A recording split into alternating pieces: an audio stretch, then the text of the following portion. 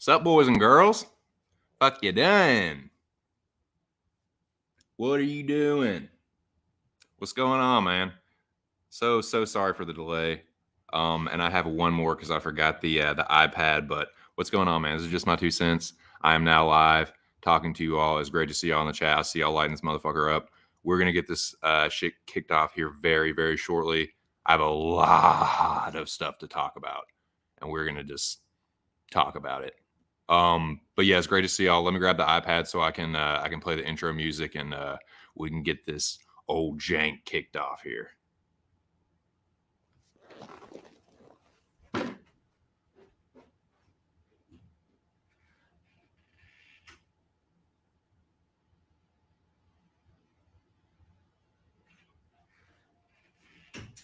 Where did I put that fucking charger, dude? Where did I put that charger?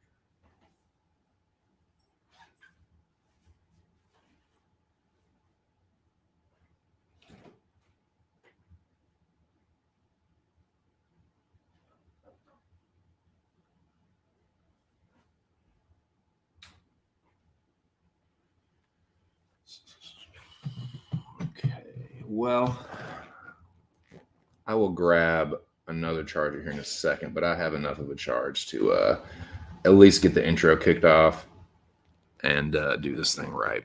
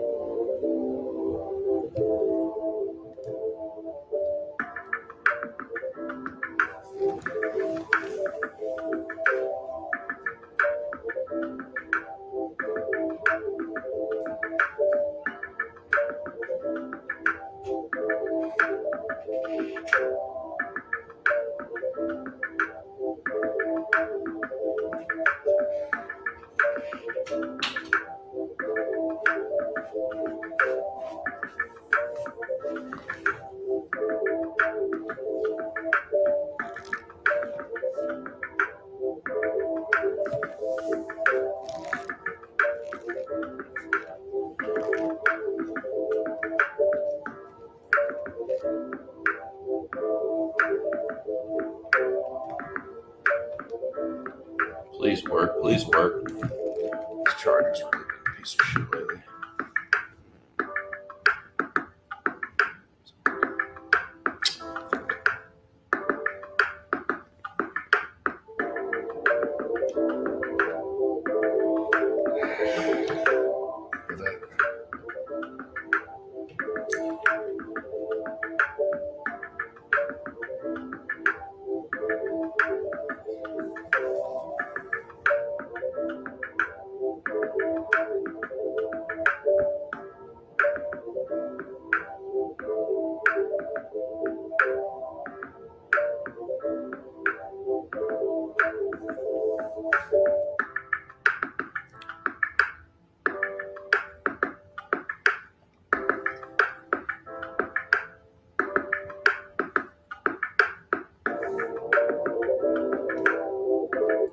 All right. Enough of all that. What's going on, man? It's just my 2 cents. Like I said, we are live. Like I said, dude, I got a lot of shit to talk about, man. I have had just a whirlwind of a fucking weekend. It was awesome. It was a little bit stressful at times, but mostly it was really, really good. And I'm gonna tell you all about it, and then we can talk. We got a bunch of stuff to talk about, man. I did not make a lot of banners, and dude, believe it or not, there are some fights from UFC, UFC 273 that I have not watched yet. Sorry, I've had a lot of coffee today. But yeah, I'm gonna watch a couple of these fights live while we kind of just shoot the shit about the fights and just kind of react to them for the first time. I mean, I've seen highlights from pretty much all of them. Like I've seen highlights from the Chimaev Burns fight, but I have not watched that fight in its entirety, and I'm going to do that while we talk about it. We're going to go through all the fights. UFC 273. I'll tell you how I do with my picks. Shout out to Mr. Arkansas. We are definitely going to talk about the first ARC FC card, which went down.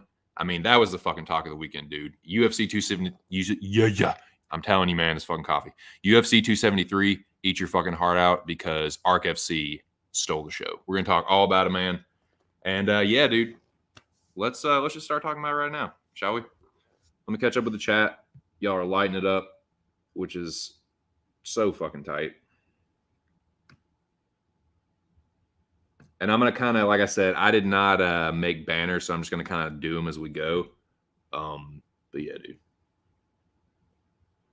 Well, it would not be a 2-cent stream without lobbying here busting my chops. So, dude, it's good to see you, man. It says, Jan not helping your free pick ROI. I know, dude. I know. Me saying something smart in return. I read you loud and clear, Zach. Speaking of fucking ARC FC, man, we're definitely gonna talk about this one. But yeah, dude. So before I get too far into this, big shout out to Cage My IQ. That is not Jobber Cage or Jabroni Cage. For today and for the rest of the week, and maybe indefinitely, Cage My IQ is no longer Jobber or Jabroni Cage. He is now just Cage. You are no longer young Neil. You are now just Neil. You know what I'm saying? So shout out to Cage. He helped me get that man right there unblocked. I fought that man in ARC FC this past weekend. I'm still reeling from the fight. You know, I have scars from the fight, still bruised up. I'm going to talk all about it, man. So shout out to Zach. It is awesome that he can now come in here and we can now banter and talk shit to each other and just talk about the fights and stuff. So good to see you in here, Cage. Thank you. Lobby says late Manson freebie edition. I thought about oh, well, actually I gave this one too, but dude, I gave out quite a few picks and I got some of them wrong. So I'm just going to go through all of them individually, all the fights, tell you how I did, tell you what I thought about it. And then, yeah, I'm not going to that's a slippery slope because then I'll have to be like, oh, well, I gave out fucking Vandera overall. You know what I'm saying? You know what I'm talking about. Lobby says my TKZ prediction went up in flames. Ha ha. At least it didn't go the distance. Yeah. That was a wild fight, dude. And I haven't seen all of it. I saw in the main event, I watched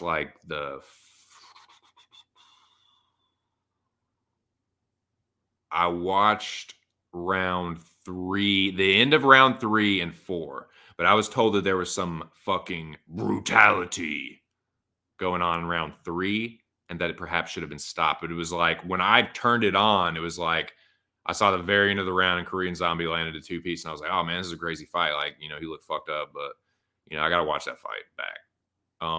The only fight from the main card that I actually watched the whole thing of, in its entirety, was Jan and Sterling. We're absolutely going to talk about that. We might talk about that first, actually, when we get into the card itself here in a few minutes. But yeah, I got some other stuff I just want to get off my chest before that. Like I said, I did have a crazy weekend. But shout out to Mr. Arkansas. Shout out to everyone that fought in ARC FC, won Jacksonville this weekend, and shout out to everyone that made money at UFC 273. I hope everyone's doing good. Let's start to get into we'll get into the appetizers that will lead to the main course of this stream. It might go for an hour or two. It might go for 5 hours. Who knows? Probably not 5 hours, right? I don't think the old lady will be too pleased about that, but we'll just see what happens. See what happens. 6 people in the building. Shout out to all 6 of you. Let's see what we got going on here. Get down, scroll down. Got a bunch of comments. Zach pumped. What up, Brian? About to time your bitch ass. No, I was playing. What's up, dude? Lobby Queen says no. Yeah. Bustin' chops. What's up, Anon? Says that I need an opponent for this week. Hey, y'all hear that shit? Pastor Charles Smith spreading the good word of the Lord. Charles Smith is a big advocate of his Lord and Savior, Jesus Christ. I know a little bit about that. I was raised Methodist in a southern state. Pastor Charles Smith in the building. Charles Elmer Smith, or what? Charles Elmer Gantry Smith. If y'all haven't seen Elmer Gantry, man, it really is a good movie. Burt Lancaster. It was in the 60s. It's a good flick, man. I think he won the Oscar for it. Not that the Oscar means a whole lot these days, but it used to. It used to mean you were like the best actor and the best performance, and that was probably his best performance, in my opinion, but it's a good movie. Elmer Gantry, if you haven't seen it. Yeah, man. Yeah, we're going to talk about that shit, man. Yeah, for sure. Hey, and he is, what can you say, man? Congrats to, so yeah. I don't know how I should approach this one. So, Ark, if you're listening, sorry, dude, I don't quite know how to go about this one. And I may just have to, this is the other thing I'm going to do. I made it through some of Ark's stream, but I was in Virginia.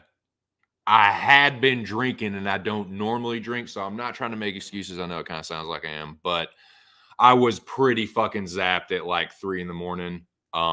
And that was Saturday night. So I had driven down there that day. And so no, that was not like the day of the party. The party was on Sunday, but I was still pretty fucking out of it.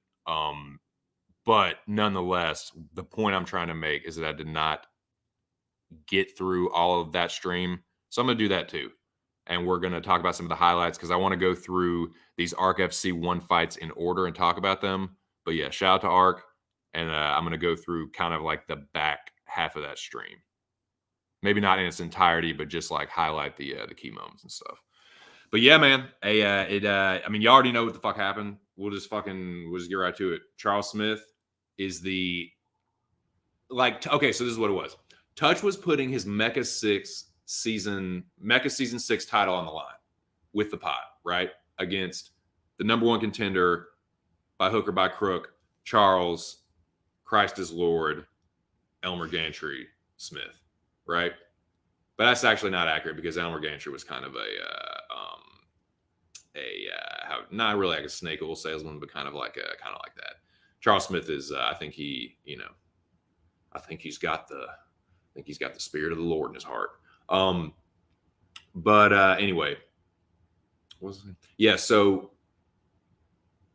for this, Touch was putting the title on the line, the money on the line.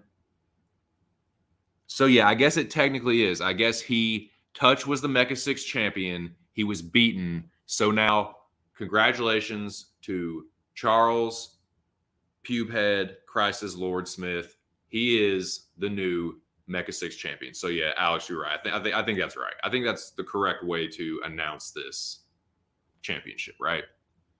He is the ARC FC 1. It's kind of like one of those like not cross promotional things, but when WEC and like Strikeforce and shit got absorbed into the UFC, and it's kind of like a I guess you could kind of say this was like a either a unification or an undisputed, kind of one of those deals, right? I think that's kind of how I would sort of classify it.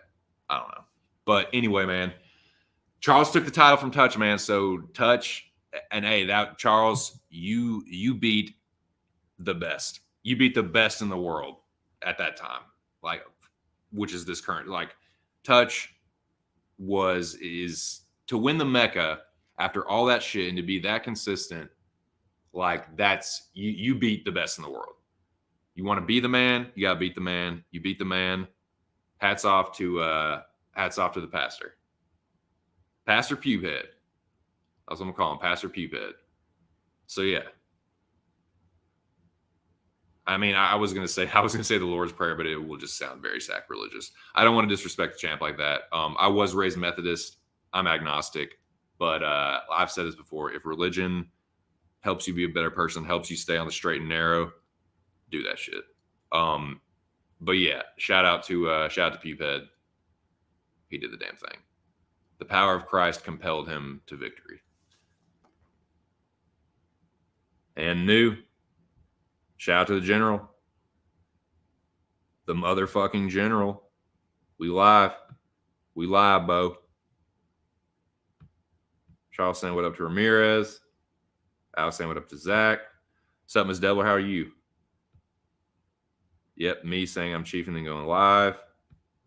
Alex saying what up to Devil. Devil saying hi back. Where's he at? I'm here right now. Boys and ladies and gentlemen. I know, you're one of the fucking boys. Stop it. Stop it. You're impatiently waiting. I'm sure you're not the only one. I'm just so sorry about that. You're saying what up to Devil. Same old production. I mean, you know it. You got it. Like, and when you say that, I know that you mean just very, because it is very, very high quality. That's kind of what I'm known for. You know, I would say is like when you think of just my 2 cents, you think of production value. You think of very, very good intros, smooth intros.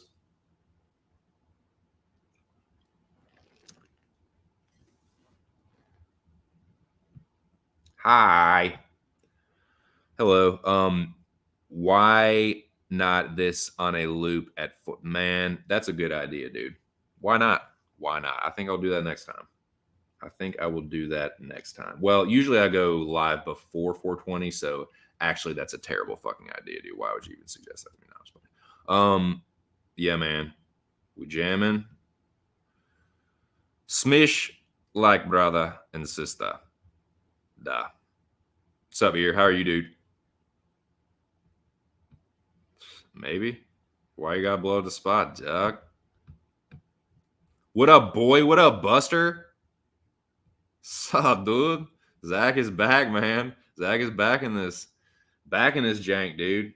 Yeah, for sure, man. Yeah, I got furious at Zach at some point and like blocked him. But yeah, Cage, dude, I've been trying to unblock Zach Johnson for literally over a month. Like actually, like not like, dude. And I just now figured it out today. But still, man, I was making a very good faith effort to unblock Zach Johnson. And the fact that I couldn't do it, dude, I was a little hot little Mugato potato, dude. Like I was so fucking pissed. I was even to this day, like today, I was really, really fucking livid, pissed off about it. But Cage pointed me in the right direction. I figured it out. So yeah, shout out to Face Cage. You can't see him. You can't see me, but I'm doing the John Cena. But that's what Cage did. What's up? This is the former Mecha 6 champion. I beat myself. This is not over. I definitely believe that. I mean, this dude, think about this. Touch and Pubehead could end up being like an all-time great rivalry, dude. Think of the great rivalries throughout boxing, throughout MMA. You just come to know both those fighters for those fights. You know what I'm saying? Like they have good careers, but they're really known for that trilogy. Could this be that trilogy? Oh, they're going at it, man. They are fucking going at it. After you lose again, you won't get great day. Says you won't deserve it. Goodness gracious. Dude, the gloves are off already. It's getting bare knuckle in there. Hey, man, it's getting a little testy now. Getting a little testy in the chat. We'll gravel scratching out there. Them bows scratching gravel. Elmer Gantry. Yeah, it's an old movie with Burt Lancaster. It's a really good movie, though. Dang. Touch Eddie tore his ACL in the second round. Switched to Ladd, Gall, and Pichel with 5 minutes till lock. 40-point loss. I will have my revenge. So, Ladd, Gall, and Pichel. We're going to talk about Mickey Gall. And I don't want to talk about it just now because I might like lose. I might just, dude, I might go arc on that one. Dude, I don't know, man. That one. God. Okay. Well, there you go, Touch. Ms. Devil says, when I think of you, I touch myself. She said it, not me. That's what I sing every time I see your name, Touch. I mean, take that for what you will, boys. General's certainly shocked by that. Excuse me, I beg your pardon? Yeah, that is, my name is Paul, and that is between y'all. Touch, great day. I can't help. Yeah, I know. Yes, we know. Everyone looking around. So I'm in there. I'm looking around. I'm just throwing commands at it. I watched Hackers the other day, dude. I fucking love that movie. Charles said, touch. You said horrible things about me and used unholy language towards me. I'm going to wash your mouth out with soap after I beat you by unanimous decision. Dude, Charles, the pastor is calling a shot. He read the good word of the Lord and it spoke to him. And he said he's going to dominate you, Touch. He said, he's going to toy with you, man. He said that, like, he could knock you out or he could choke you out, but he's just going to, like, dog walk you for 5 rounds. So how do you love that? Touch us, hey, smart man. Women, temporary. Training, forever, brother. Oh, he's feeling the word of the Lord. Jesus Christ of Nazareth. Oh, okay.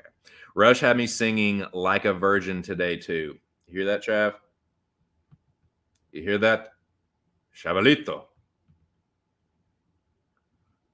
Alex looking around. I wonder about you sometimes. I don't know who you're talking about, but if you're talking about who I think you're talking about, I do too. And new, boys. And new, fuck you gonna do? You know? What do you wonder? Anything I can confirm? Not me. That is not coming from me. Congrats again, Charles, says Ms. Devil. Since you have kids yet? No, sir. And I don't think that I will. And you know what? This weekend was just a prime example of why I don't need to. I did go down to some of my roots to By God, Virginia. You know, some of those, the West Virginians say West By God, Virginia. Well, I went back to By God, Virginia. The Shire, dude. The lush, fertile countryside of old Virginia. And it just filled my soul and my spirit with tightness, pimp tightness. Nah, dude, I had a really good trip. And it was to see my niece, dude. It was my niece's birthday. And it was so fucking good seeing her, dude. It was so fucking good for my soul. And yeah, I don't need kids, man. I mean, I would like to have kids. If it happens, cool. But like, me and my wife are both kind of like, you know, I got a niece, like, yeah. But nah, man, it was awesome. I'll talk about a little bit about that trip too, maybe on the back end. But yeah, man, we'll just see how the stream goes. You know me, man. I fucking bounce around. I have bad ADD. So kind of just fucking talk about, you know, whatever's clever. Tier says he's doing well. That's tight, dude. Glad to hear that. Yes, indeed. A lot of the Christ is Lords. Alex Ramirez, Christ is Lord. Here says, I hear you. I hear you too, brother. Charles the Pastor. I'm a rolling stone, all lost and alone. Yeehaw, Bobo.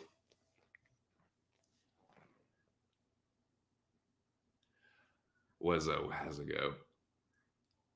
To be on your own, like a rolling stone. I can't do the Dylan, man. I can't sing at all. God, I want to. I always wanted to have. I wanted to be the songbird of my generation, but I just never could do it. I can't. I'm very.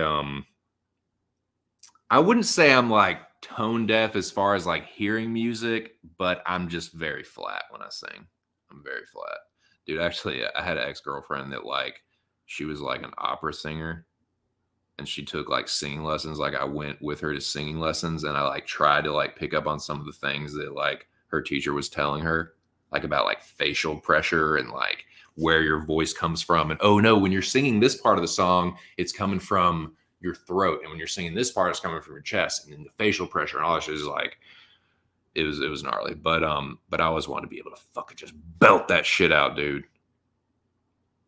Because fucking chicks want the lead singer, man. They want the fucking front man. There's just it just is the way it is. I can tell you this from fucking personal experience.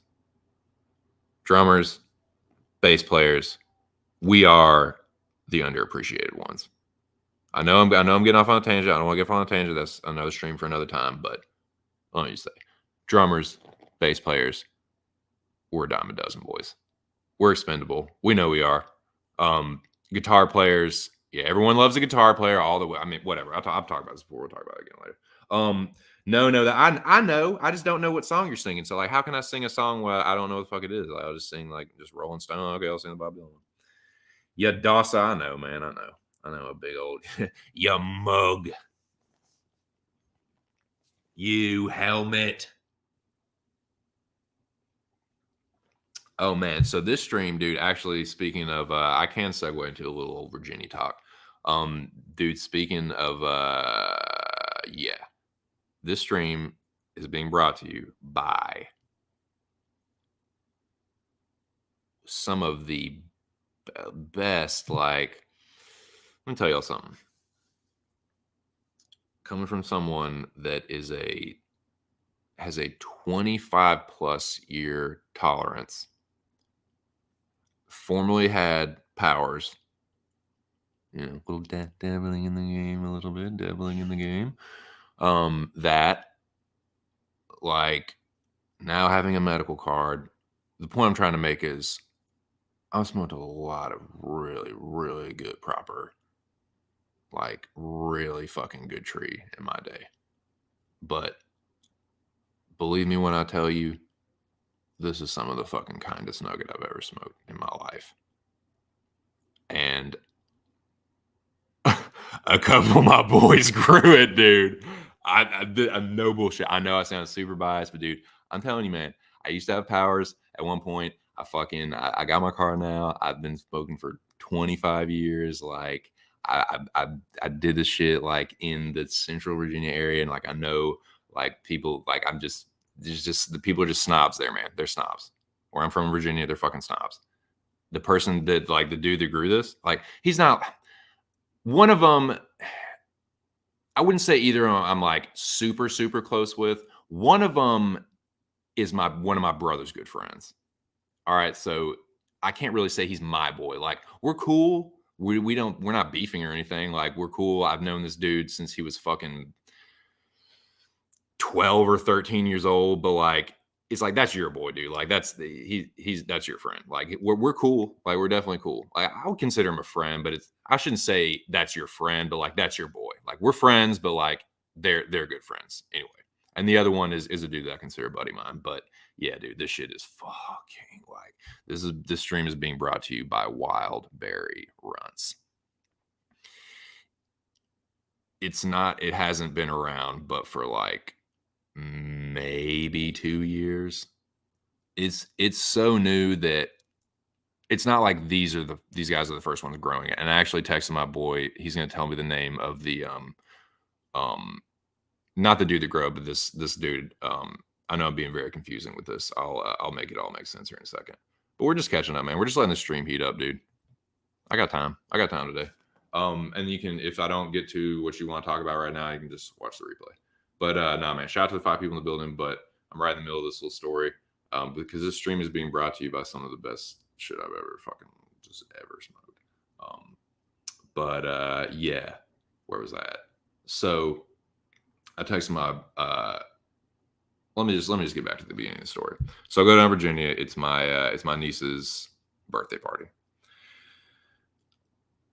I get down there. The party's on Sunday. I get down there on Saturday. Chilling with my bro and my sister-in-law and my mom. Like catching up with them, catching up with the fam bam.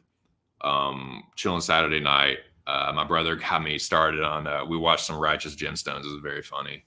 Watched a little white immigrant Ryan Long, one of the funniest new comedians. But that was Saturday night. Fights. And then, ARC stream afterwards. Like I said, a little bit later in the stream, I'm going to go through like the back half of ARC stream, and we're going to go through the order of the ARC FC1 card and, pick out the choice nugs to talk about and all the fights, of course. But so that was Saturday night. Sunday was the party. Now we're at Monday, right? We go. The plan is like, my mom's like, okay, well, we're all going to meet up at, this place, and we're I don't want to say the name of it. I don't want to fucking totally dox myself. But we're like, we're gonna go to this place, and we're all gonna meet up and have brunch or whatever. Like, cool.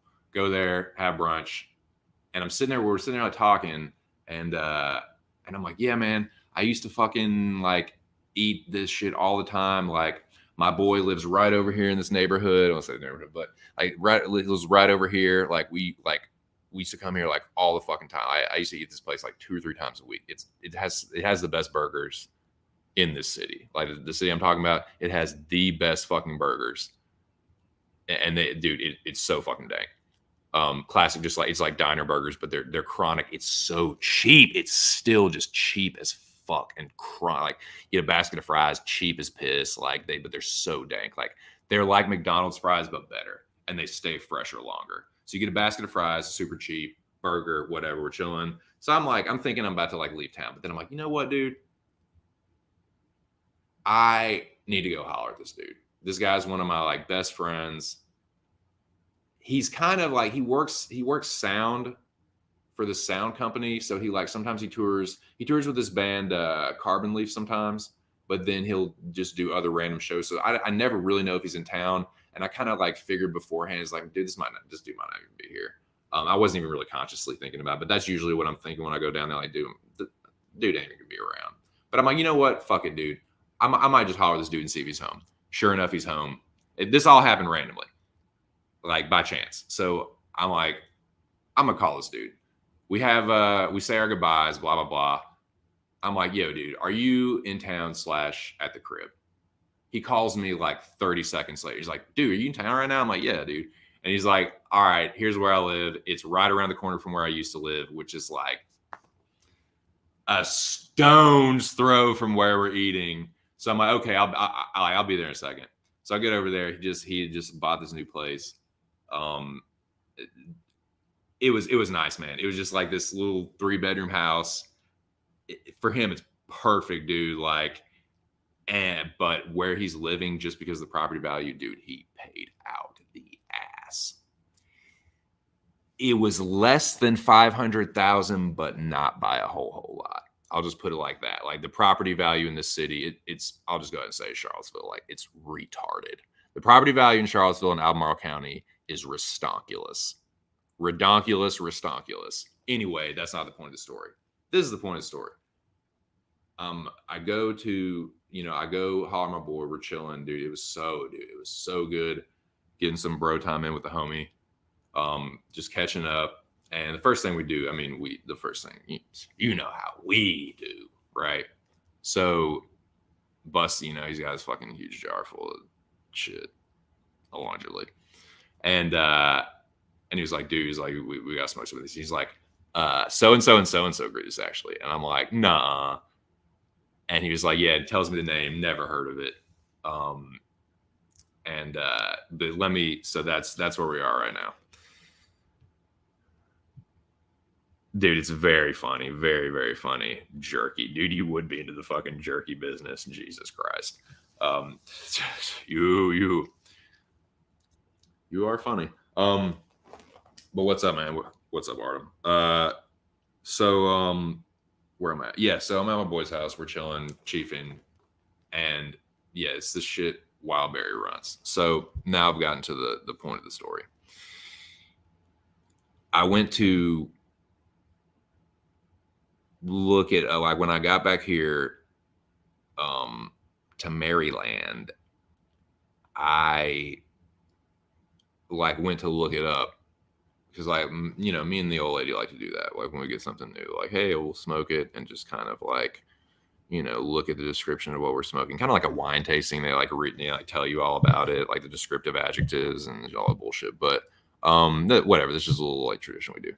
But I went to do that, and it's like I couldn't fucking find it anywhere. Couldn't find it on Leafly. Couldn't find it on Allbud. And it like that lines up perfectly with what my boy was telling me, because like, it hasn't been around that long. They got the seeds from a very, very reputable, very popular seed grower, apparently, or seed. I don't know. I don't really know what they call it, like a seed collector, seed farmer, whatever the fuck. Seed collector, like fucking Benicio del Toro. But This dude's seeds win cannabis cup after cannabis cup after cannabis cup, and they got some of them. And one of the dude I was telling you, that's like my brother's boy. Like, I've known this kid forever. I have smoked so much fucking tree with this kid, allegedly.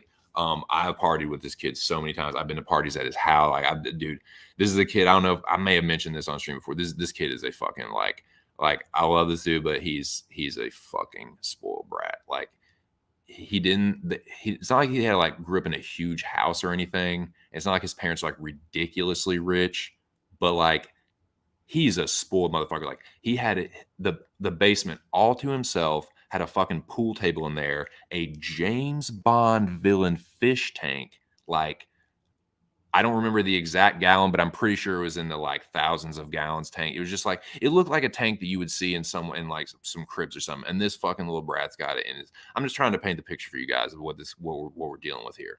So what this kid did is, like, this kid has basically been living off of, like, I think like his grandma had some money, like he got an inheritance from her, and that's how he got some of that stuff. But basically, the story, and this kid knows it's true. I'm not like hating on him or anything for it. I'm just telling you, trying to paint the picture. I'm telling you the truth.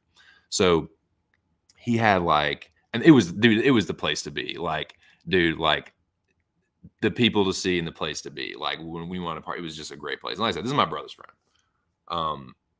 So like, he's been doing this kind of shit his whole life. He's been living off inheritances and like just trying to do these like real trendy kind of like, you know, things that people do when they have money and they want to start their own business. Like, he especially in that like area of Virginia.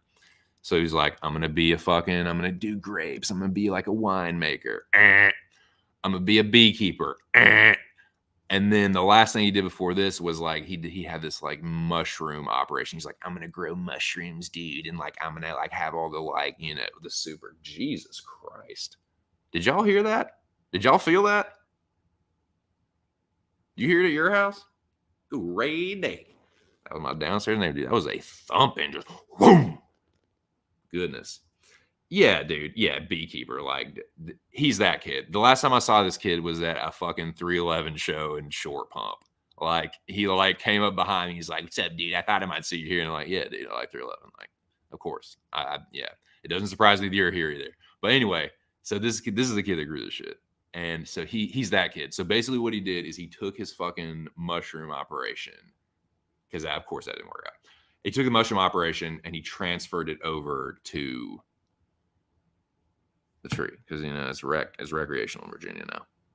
So him and this other dude, who's supposed to be meeting up with my boy. So I'm supposed to be hearing back from who this seed collector is.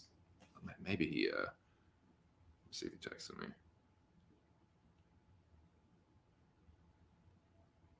Oh yeah. So I can't remember. So and so is coming by later. I'll ask him that. So yeah, dude. So basically, this kid who has the means to have his own personal little, like, you know, operation,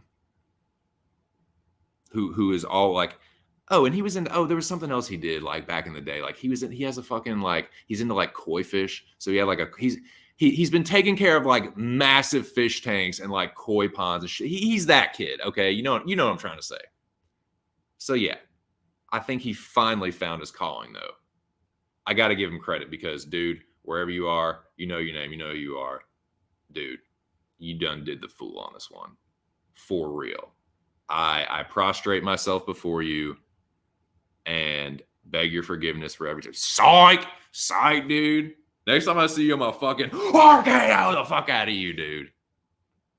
It's gonna be the same as it ever was. Nah, but shout out to him, man. He knows who he is. I'm just throwing this out in the universe, dude. Good shit, dog. Real good shit. I'm telling you, this stuff you can't. It's not even on. It's the only thing you can find online. Any kind of descriptions online is in like a couple grow journals. I don't think it's made it to dispensaries yet. In fact, I know it hasn't. Like, I've smoked Runts. Like, Runts is a newer, in like the last 5 years, I'd say, strain. I smoked Runts. Is really, really good. The Wild Berry, I don't think I've smoked that by itself, but like this shit. Ooh wee. Anyway. It's a notoriously douchebag. Oh, dude, I could do a whole fucking stream. Not that I know a lot about it, but I can do a whole stream on what it's like to be around that shit all the time. And actually, the last landscaping job that I had, the company, the smaller company that I worked for, one of our clients was it was at a vineyard, and yeah. So this is basically what those people do. They fucking, it's like a rich person. It's always like a lawyer or a doctor or something, and and this is what they've been doing in Virginia for like the past 15, 20 years, maybe even longer. Some of them longer than that, but it's really been booming like the last 15, 20 years. They'll fucking buy up a huge plot of land. Like I said, the property value right now, especially Albemarle County, very, very expensive. It's still one of the like the most expensive counties in the country, whole country, like property value wise. So they're buying up these huge plots of land, right? And then they're like, okay, well, we're gonna do grapes and we're gonna make wine. But what they do is it's so greasy. They're like, oh, well, this is agricultural, so they can fucking write it off on their taxes. Like they say that, oh, we're toiling the land for agricultural purposes. The fuck you are. You are doing it so you can make money hand over fist, slinging wine to these uppity Charlottesville motherfuckers that will pay out the ass for it. You got the scenery that you can have, like weddings, dude. These weddings, like, oh, dude, don't even get me started. Anyway, yeah, fucking, it is, dude. Central Virginia, Nelson County, Albemarle County, it is inundated with breweries, vineyards, and cider places. Believe you me. If I'm lying, I'd rather quit you than shit you, boys. That's just what it is. But yeah, dude. So it is just abound in that fucking place. But yeah, Artem. It's super. It's tough because everyone's into it now, and you like you just who can be the hoitiest, who can have the best like seating area, who can have the best view, who can have the best fucking I'll tell you, if like I'll show you some pictures. I still got them on my phone of this one vineyard where like I did quite a bit of like landscaping around. It's exactly what you would think it is.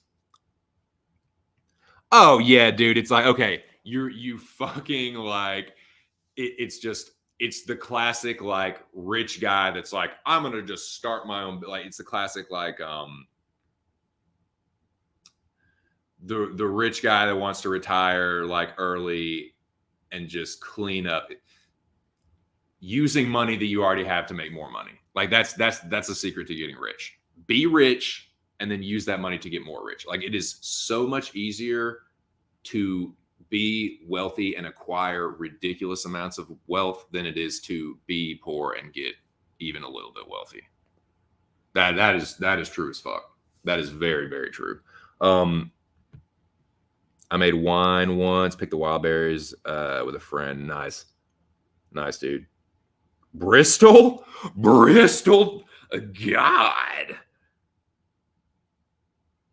That is on the border, dude. I'm pretty sure that Bristol is where the gates of hell open up. I just remember that as just a very strange place. It feels like one of those like Children of the Dam places. I don't know, dude.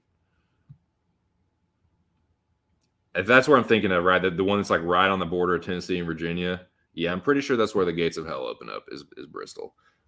Yeah, for sure, man. But yeah, dude. That's a lot of what's going on in Central Virginia. Is fucking that shit. But yeah, this kid tried all that shit, but man, he hit the porch just right. This is some heady bum man.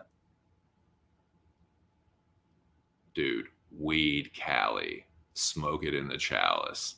Take your shoes off, boy, and try not to be callous. Cause this shit has fucking got me feeling all kinds of right. But yeah, dude, shout out to my dudes that grew this shit. This fucking wild berry runts. Like I said, you can only hear it like because but it matches up. Like the pictures that these dudes have in the grow journals, like it matches up with what I have. So I was like, yeah, that's it. That's it. Anyway, all right. Now, yes, indeedy. Yeah, God, Bristol, yeah. That's you better have your guns ready down there. Demon might pop out. Yeah, let's talk about the car, man. Let's talk about the fight car. Let's get the first things fucking last, man. Let's get this bullshit out of the way, because this is where I feel like the stream I could get like a little negative and like little, and I don't want to be that, man. I'm trying to be more positive. I'm trying to be a little less of a fuckhead, but still, keep a little bit of the edge, but not what I'm trying to say.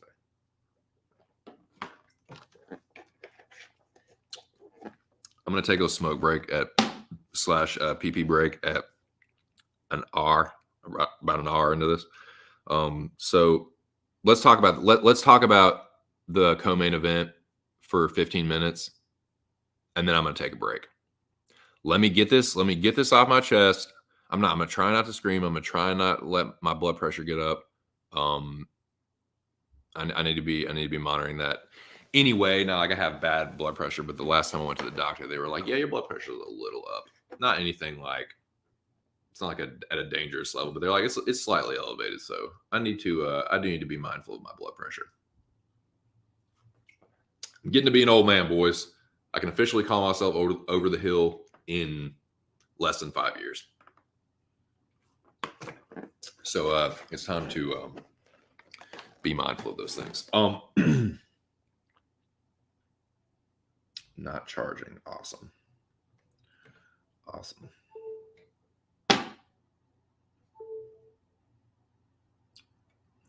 Fuck you.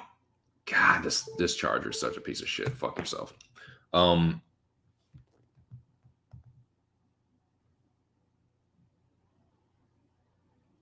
don't want to go through and live watch the first round. I'm just going to tell you what I think about it, man. We know what happened. Everyone pretty much saw the same fight. The hairs get split on the first round. All right? The hairs get split on the first round.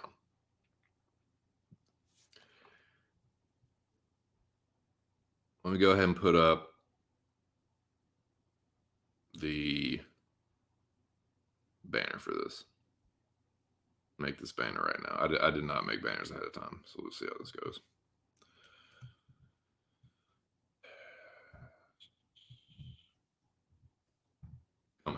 So we're talking about the co-main event of UFC 273, which was the rematch, the very highly anticipated rematch of Petr Yan, Aljamain Sterling. And much like the first one, it was not without controversy. Co-main event. I'm typing it now. Blank thing. UFC 273 co-main event. Petr Yan versus Aljamain Sterling.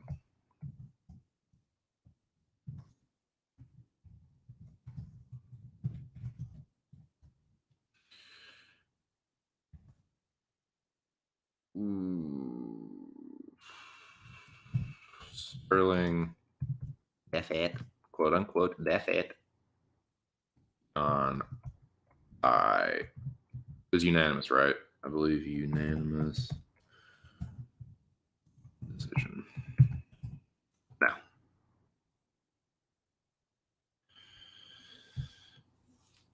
UFC 273 co-main event. Petr Yan versus Aljamain Sterling. Sterling defeats Yan by unanimous decision. Let's talk about this fight. We know what happened. We know what fight we saw. We know what round it came down to. Let me just give you my overall thoughts on the fight and my thoughts on the first round and why I think that Petr Yan was robbed. I do think he was robbed. Is it the worst robbery I've ever seen? No. To call that the worst robbery I've ever seen would be acting in bad faith. I think it would be arguing in bad faith, because it really did come down to the first round. Because of how MMA scoring works.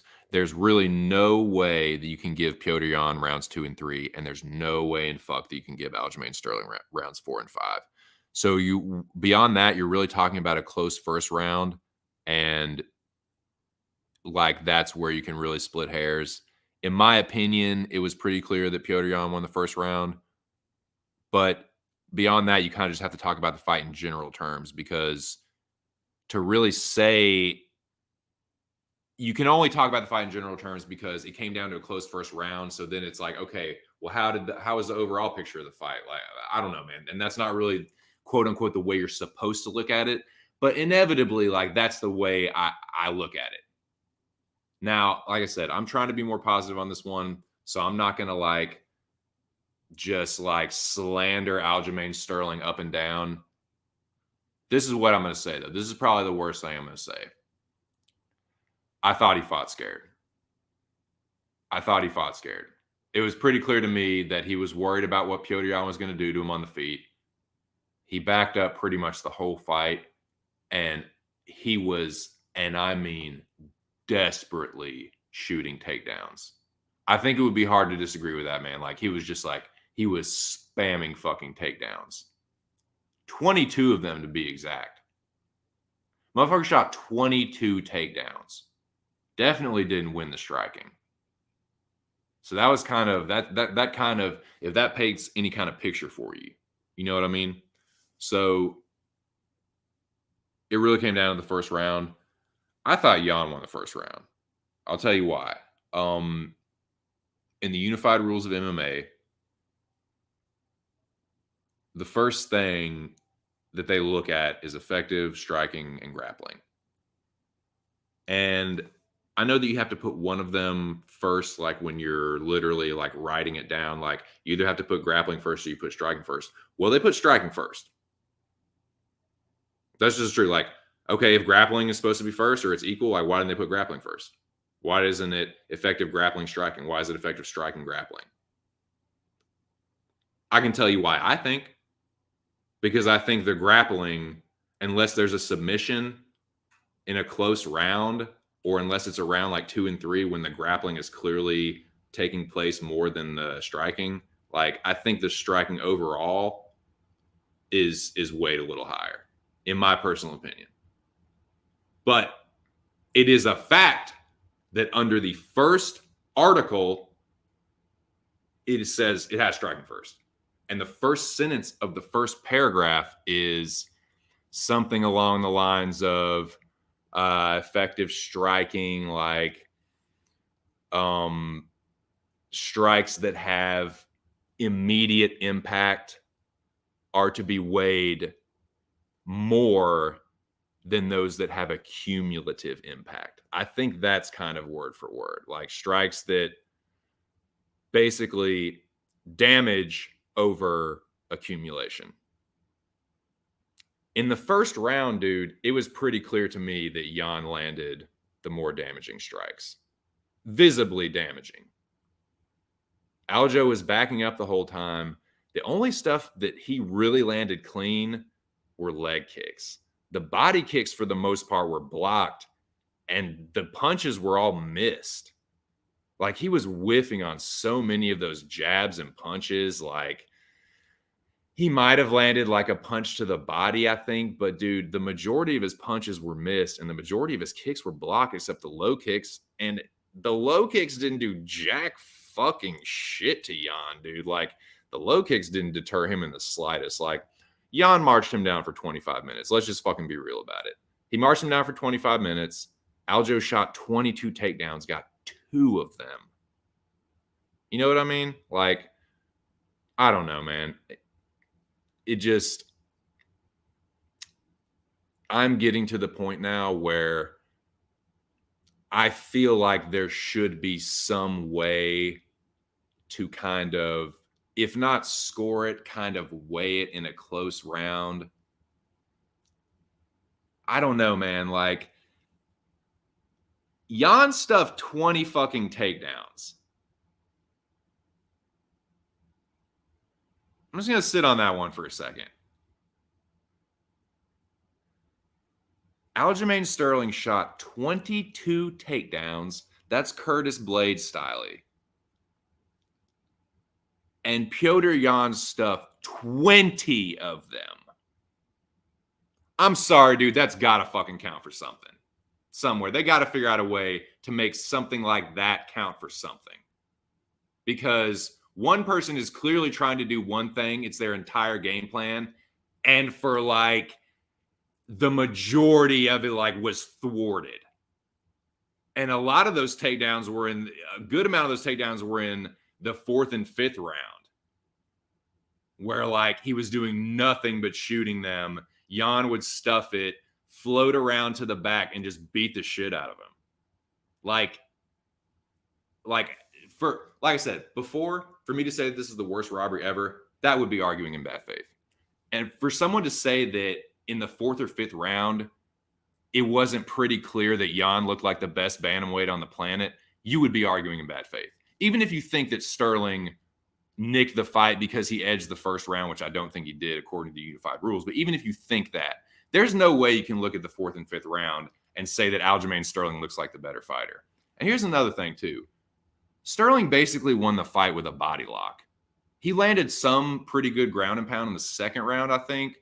But in the 3rd round, like I said, I'm going to try not to shit on too much because I will give Sterling credit for lasting 5 rounds and definitely putting on a better performance than he gave in the first fight. I think there's just no two ways about that.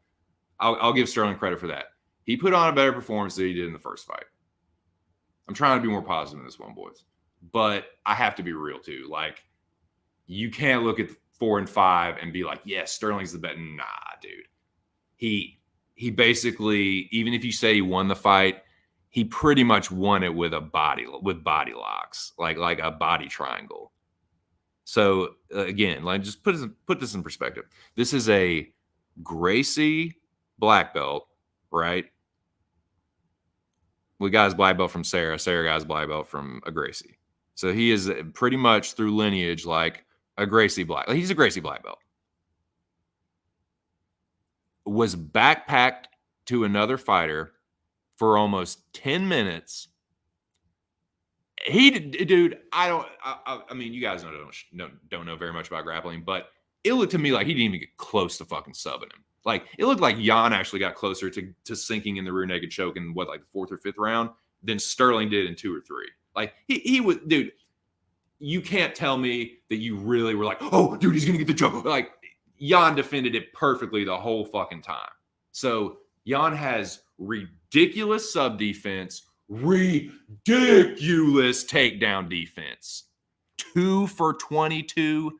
Get the fuck out of here, man. Get the fuck out of here. Jan has ridiculous sub defense, ridiculous takedown defense, ridiculous striking. To me, and I know my opinion doesn't mean jack fucking shit in the world, but to me, Jan's still the best bantamweight on the planet. You can say, oh, technically scoreboard, Sterling the champ, That belt, honestly, like, I hate to say it, but like, that belt, the value of that belt diminished a little bit for me.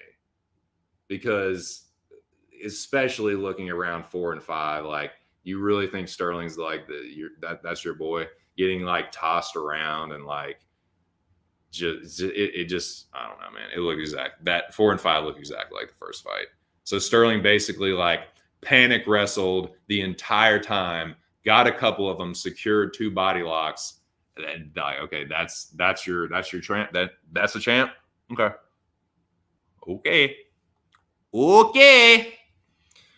But that's all I really got on, man. I'm not going to let myself get too worked up about it. I thought Jan won the fight.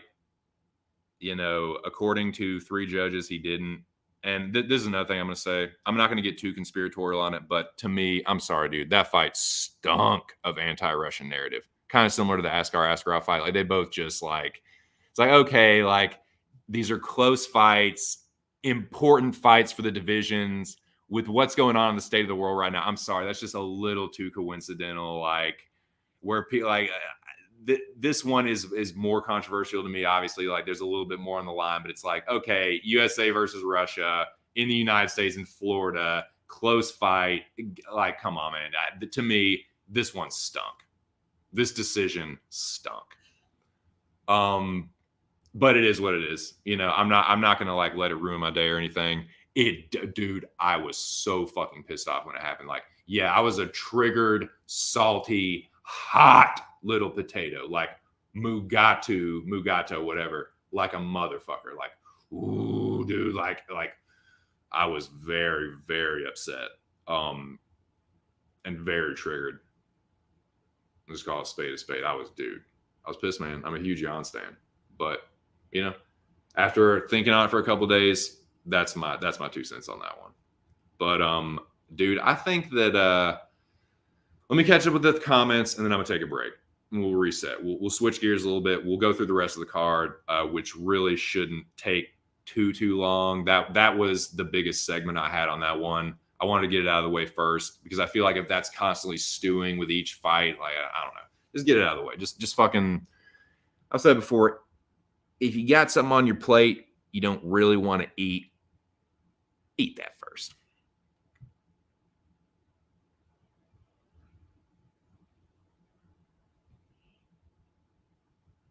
Let's see.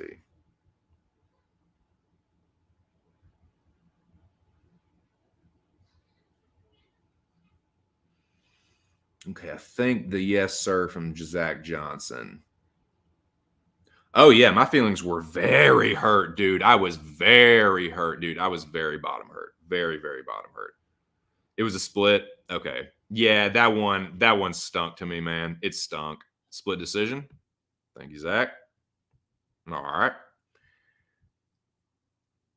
Yeah, exactly. It's like, okay, to me, I'm sorry. Like, if you're comparing, I'm not saying that Aljo didn't win 2 and 3. He clearly won 2 and 3. Jan very clearly won 4 and 5, but like, dude, which 2 rounds looked more dominant? Aljo having a body lock, body lock, or Jan tossing him around, beating the shit out of him? You tell me. You tell me. Anyway, man, that's all I got on that one, really. Catch up on these. One of the oldies score the whole fight. Yeah, I mean that's what I think they should do. I think it was pride scoring. I think they should do that. Like the whole fight as a whole, Jan won that shit. Pride rules, Jan won. Pride never dies. What's up, Beef Lee? What's up, Bobo? What you know good? What's going on, man? What are you doing? Sal might be moving to Bristol to work at that casino. Yeah. I agree with you, Brian. There ain't no way, dude. Like I went back and watched it. Like Jan landed the harder punches, he landed the harder kicks, and it's a close round. Aljo's fucking back, a close round, quote unquote, and Aljo's fucking backing up the whole time. Like, come on. You need a nap? Take one.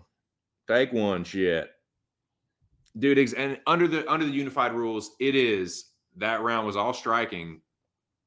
Damaging strikes are literally weighed more than cumulative strikes. It's written first, it's weighed first. Like you can't really, dude, you're kind of arguing back in bad faith if you say that Sterling landed the more damaging strikes in that round. You're kind of doing you're that's a little bit of bad faith acting to me. But whatever. I'm not going to stew too much on that one. Being a huge Jan stan, I'm still pissed about it. Hey, dude, my standum from Jan has not gone anywhere. I still think that dude is very, very clearly the best bantamweight on the planet. I'm not going to do that if they fight this many times, but I think you kind of know where I'm going with that. To me, like, whatever. Sterling, you can keep that paper belt. It's still a paper belt to me. Like, come on, man. We know what we saw. We know who really looked better. We know who really looked better. That's all I'm saying. Gracie black belt. Backpack to someone for 10 minutes and you can't get a submission. All right. I guess that's what we're going to do. All right. See, to me, okay, what I'm going to disagree with that one on, to me, I can't remember if it was 4 or 5, but one of those looked way closer to a 10-8 than the round 2.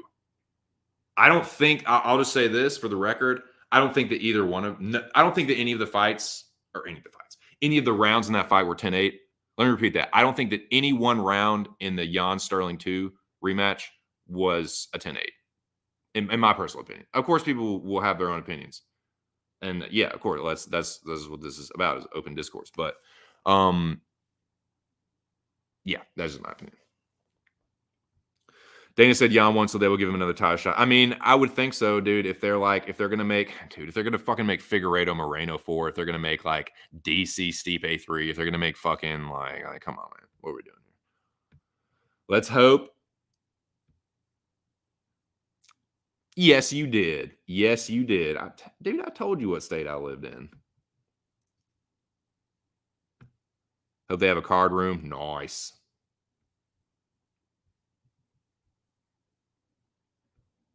Me? Talking about me. You know damn well with this accent, there ain't no fucking way that you thought I was from the UK. There ain't no way. I am from Little Rock, Arkansas, and I spent over half my life in Central Virginia. Now I'm in Maryland. There you go. That's my story in a nutshell.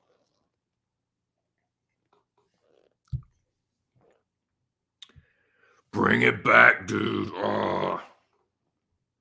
We would probably get some sketchy decisions. Yeah, dude. Yeah, that might get a little greasy. I mean, I appreciate the Jamaican thinking I'm Jamaican. That's yeah, I'll definitely take that as a compliment. They will. It's going to get really big when the first opens. They won't have everything, but by the middle of next year, the full casino will be open. They'll have it all. That's pimp tight. When Sterling had his hands up, people defending either man is puzzling to me. That's the most unbiased. I mean, it's still biased because I'm a huge Jan stan, but that's why I'm a stan, because I think the dude's that fucking good. And like, to me, he kind of showed why he was the better fighter. I thought he won the first, like, and that was kind of the whole story of the fight, honestly. Other than the 2 rounds that Aljo, like, again, Jan stuffed 20 fucking takedowns. Who's going? You tell me who's going out there and stuffing 20 fucking takedowns. You look me right in the visor and tell me with a straight face you can see it. Tell me you done seen it with oh, dude. There ain't no, all right, whatever. Okay, I'm gonna take a break. I'm just gonna take a break. You know, I just take a break. I just fucking smoke and it is Irie poof time, boys. It is fucking, I'm gonna chief a little bit. I'm gonna pee a little bit, and then I'm gonna be back. We'll talk about this shit, dude. We'll talk about this shit.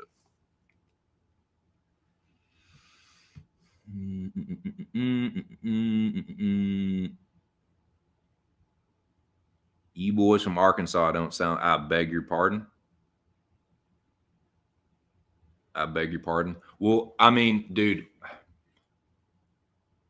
Virginians, unless you're in like Greene County or something, dude, you kind of sound like non-regional diction. Virginia is very like I said, non-regional diction. Like you just sound like, you know, just kind of sound like a regular white person. You know what I mean? Like especially, dude, perfect example. Rob Lowe's from Charlottesville. That's what a Virginian sounds like, Rob Lowe. So yeah, I spent half my life in Virginia. Unless you talk about like Greene County or something, or Buckingham, or like, yeah, like you just kind of sound. So yeah, I lost a little bit of my accent. My dad and my uncle and everyone on my dad's side of the family, and my mom, like my grandfather on my mom's side, like he's from Texarkana. Like they all got thick accents. But yeah, I lost a little bit. I definitely lost it. I used to have a way thicker accent when I was a kid. But yeah. Oh, I know you're from the north. I know you're a goddamn northerner. You're a northern fucker. I don't know. Piotr Jan didn't really show that he could escape from back control. Okay, so that's kind of a compliment to Sterling, because like I said, Sterling's a Gracie black belt. I was a little I'm not gonna lie. I thought Jan was gonna get choked. That's what I thought. In the second round, especially, I was like, fuck, Jan's gonna get choked. And then he just didn't. And then it happened in the second round, he didn't again. I was like, what? And then kind of by the third round, when it happened again in the third round, I was like, it's not gonna happen.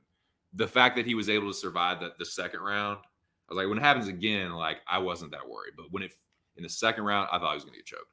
So to me, that's like, okay, well, just no, I think Sterling is, and dude, Corey got choked in 30 fucking seconds. I think that's more of a compliment to Jan.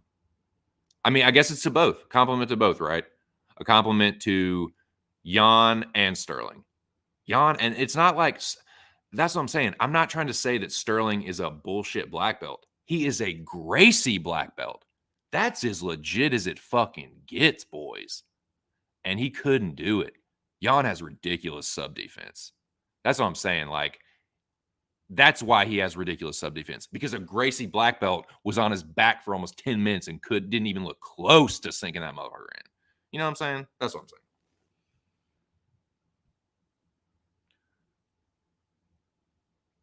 True, but here's the other side of that coin. In a street fight, dude, there are some things that Jan would do that are not legal. You saw how murderous Jan is. A street fight, nah. A street fight, Jan is taking one of Aljo's fingers and snapping it in half. Dude, street fight between Jan and Aljo, Artem, bro. That, no, you do got jokes with that one. A street fight between you. Okay, let me ask this. I'm gonna take a chat poll. I'm gonna take a chat poll, and then I'm gonna leave this up. I'm gonna leave this up, and I'm not gonna put an actual poll, but I'm just gonna say, people, like, leave your vote in the chat.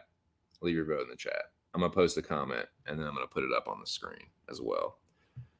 Who wins a street fight between, and people are going to see this and be like, oh, you salty ass. I mean, I am. Oh, I'm a very dude. You're talking to a salty boy. 10 people in the building. Shout out to you guys. That's tight. You're talking to a salty boy.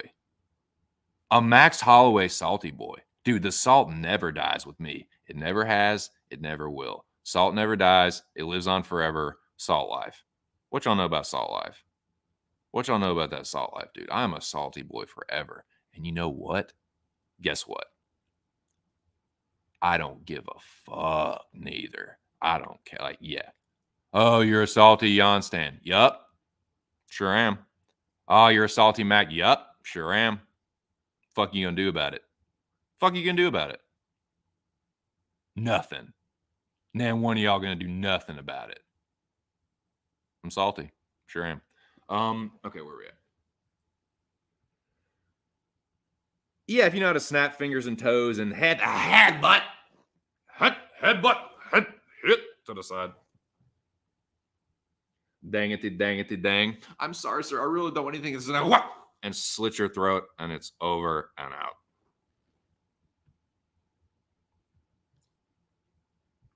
Right, dude? I've been working on it a little bit. Dude. Yeah. A fucking Arky with a fucking UK accent. I have a bullshit one. It tired out. Dude, I know, man. He was, dude. Like, Jan sitting there, like, fighting off his, like, whatever for, like, 10 minutes. And then 4 and 5, he's, like, floating around him and smoking him. And Aljo is just Dunsky Ed Munsky. But what if they snap your fingers first? Dude, yeah. Like arc style. Dude, exactly. Exactly, dude. Oh, yeah. We throwing hands in the club. We club punching? We going into a dark alley? Are we fucking like, dude. Who wins a street fight between Piotr Jan and Aljamain Sterling? Oh, caps lock, fuck off. And Aljamain Sterling. I mean, yeah, these guys, look, it is what it is. It's a little bit like Colby and Usman. Like, these two are clearly the best bantamweights on the planet right now. It's them. It is Jan and Sterling and everyone else. So I'm not like saying that Aljamain Sterling is shit. He's not. He's an elite fighter. He's an elite bantamweight. To me, he's still the second best bantamweight on the planet. I know he has the belt around him right now, and it's like that. To me, I'm sorry, that belt has lost a little bit of its luster because it's not around the best fighter in that division, which is clearly Jan. But yeah, other than Jan, it's Sterling. Clearly, it's Jan and Sterling and everyone else. So if you want to say 1A, 1B, 1A, 1B, fine. But nah, dude, I know what I saw. Shout out to the 9 people in the building. We had 10 people in the building at one point. I seen that. So even if it doesn't hit 10 again, I did see it. All right. All right. All right. All right.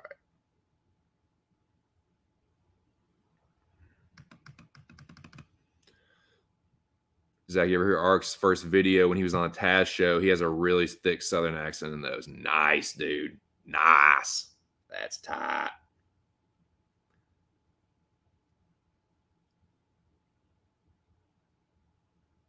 $20. Yeah, but I'm saying like they got stuffed. Dude, but that in a street fight, dude, he is bow. Dude, Jan. Like I said before, dude, please Russians don't come for me. I really think Jan has ended people before, like for real. I'm just saying, like, dude, you just that look in his eye, dude. Dude. He's put people on the ground before, for real. Like, I'm just saying. Yeah, it's a game. It's a game. That's not real fighting. What's the Taz show, dude? Mops the floor with him. He mops the floor with him. I'm telling you that dude has put people on the ground in street fights before. Like I'm super serial that in my opinion, Jan has beat people to death before, for real. In a place like that in Siberia, who's going to be around? Like who's look at that place, man. It's all like just like urban decay. Like the place, well, it's not really urban, but like the places that are urban, it's like industrial decay, like broken down factories. And like, dude, Jan said he was like street fighting every day. Like you look at that dude and how vicious he is and how he fights and like how much he wants to just like make things as vicious and like unruly as possible sometimes. No, that dude's beat people to death before, in my opinion, for real. Found Ark on YouTube some years back and debated he wasn't. God, of course you did. Of course you did. Classic. But yeah, I was gonna say the fuck he is. No, but here's the thing. Some people from Arkansas too. This is another thing. This is the other thing. Some people from Arkansas, especially northern Arkansas, sound more like Midwestern. More like they're from Missouri because they're real close to the Missouri border. Like I did when I was the short time that I was at Arkansas, there was a lot of people that were like they were either in the fraternity that I was pledging or they like were like friends with some of my, people in my pledge class or people that like older brothers in the fraternity. Like a lot of their friends, a lot of people that go to Arkansas in general are people from either Arkansas or Texas or Missouri. But Arkansas borders both those states. And Missouri's right on top of it. Like the whole fucking bottom of Missouri is the whole fucking top of Arkansas, basically. So yeah, there's a lot of people from Southern Missouri, like from Springfield, especially like that I've like kicked it and partied with when I was in Arkansas. So like, my point is like, and yeah, they don't sound as Southern. Like they sound a little bit more Midwestern or whatever. But like, dude, Southern Arkansas shit. You get to Western Arkansas shit, dude. I mean, people from Western Arkansas sound like Texans. They just do. They're like, it's West Texas right there, Texarkana right there. Like that's kind of what my family sounds like. Like especially my my grandfather on my mom's side, dude. He's literally from Texarkana. His dad was like the sheriff of Miller County and the fucking police chief of Texarkana. Like, yeah, he sounds like Texas as shit. Like on the Arkansas side, of course, but yeah, like, yeah, my family sounds, dude. And my dad's whole family's from fucking Pine Bluff. So like, yeah, they fucking sound Southern. Oh shit. Nice, dude. That's fun. Dude, I didn't even know that. I did not know that, dude. Good look on that one. Good look on that one, Ravenous. I think Dillashaw could put up a good. Yeah, I think those are good fights. Any way to listen to the chip? You tell me. This is the first time hearing about it. Maybe even win on a good night. Nice, dude. Dude, no wonder Ark can cut the pro. Dude, nobody cuts promos like Ark. Nobody. So that makes sense that he cut his teeth on like literally a promo cutting competition show. I gotta try and find that shit. I'm gonna ask Ark about that next time. I might have to fucking like super chat that question, like see if so I usually drop the old 199 to old 2 cent special amount to make it 4.99 yet. But nah, fuck. What was I gonna say? Yeah, that's dude. My curiosity is peaked with that one.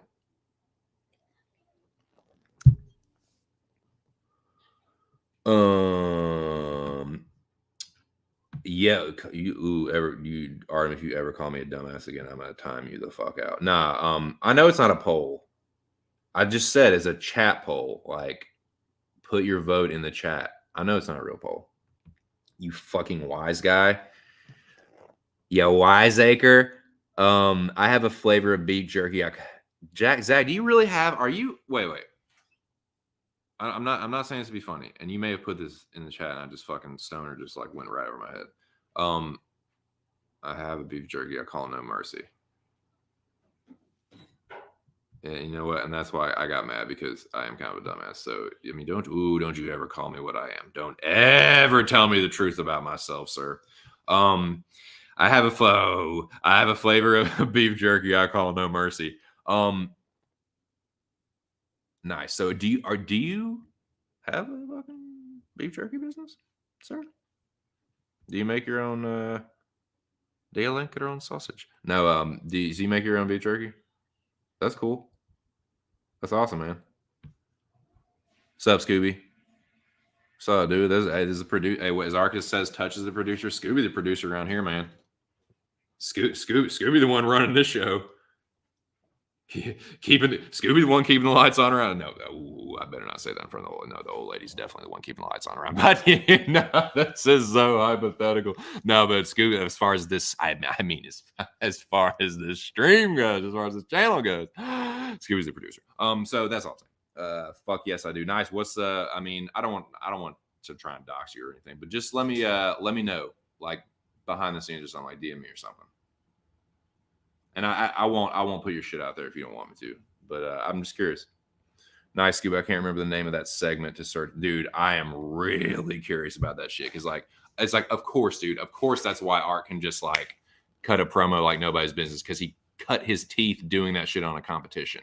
That's awesome. That's so fucking awesome and makes so much sense. Yeah, Beefly, they're hard to find online. I could only find the full episodes on one site. Couldn't find clips anywhere. Damn it. I'll take that title. Nice. Can you send link? I don't think you can put links in the chat unless you're a man. Why? Oh, hold on. Why are you not? Let me make Scooby a mod. Scooby should be a mod already. Who? You ain't talking to me. No. You should have been moderated. That's why. I know. Like I just know. I know. Oh, I gotta pull up my my thing. I can make you a mod on this. It's in the chat. Add moderator. Boom, dude. Shazam! Shazam!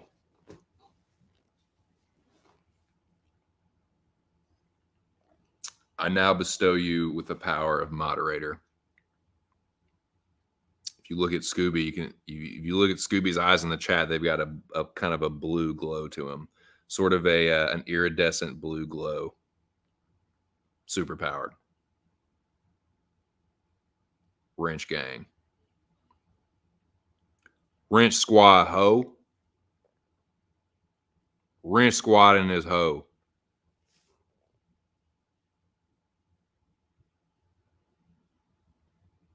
I know, brother. You see this shit, Wrench Master? Yeah.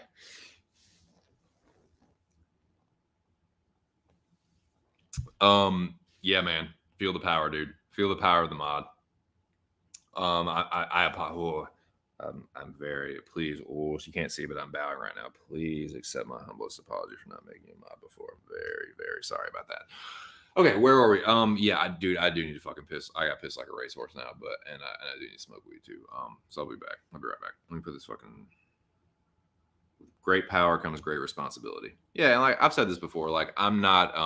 I don't need to really police or like micromanage moderations. If I'm making you a moderator, it's because I already kind of like inherently trust you to be responsible with it. Like you know what I want. Like if trolls, you dude, you don't need to ask. Like, and this is my policy. I will go ahead and say this since I did make Scooby policy. Let me I'll just put this. I'll make this a banner actually. Maybe put the cursor on the right bar. Maybe put the cursor in the right spot.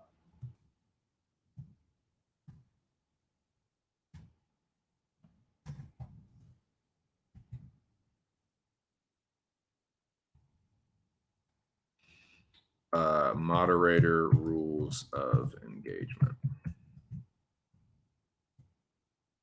I will check the return on this. One comes to trolls, and you know what a troll is. Anyone that's a moderator, I trust them to know the difference between a troll and someone like if it's somebody new and they say anything cross about not only me but other people in this chat, the other like OGs and people in this chat, if they say anything sideways about them or me, dude, you don't even have to fucking time them out. Just block them. Just straight up fucking block them. No, like, if it's something like kind of like smart assy, whatever, but if they say something disrespectful, and y'all know what I consider disrespect, if there's someone like, especially if someone just comes out of nowhere, never been here before, and they just say like some fucking, just start name calling people, just boot them. Like just fucking go oops upside their head, leave them dead, so to speak. So yeah, man, that's with trolls. With other people, if like if they're disrespecting you, this is I'll trolls. Let me just put this first. Trolls, block them. Don't time them out. Just block them. And I just kind of laid out what I consider a troll.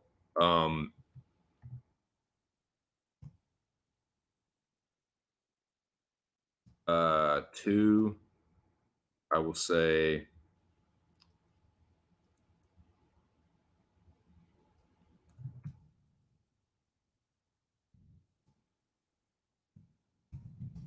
Smart ass comments. Smart ass comments. One warning.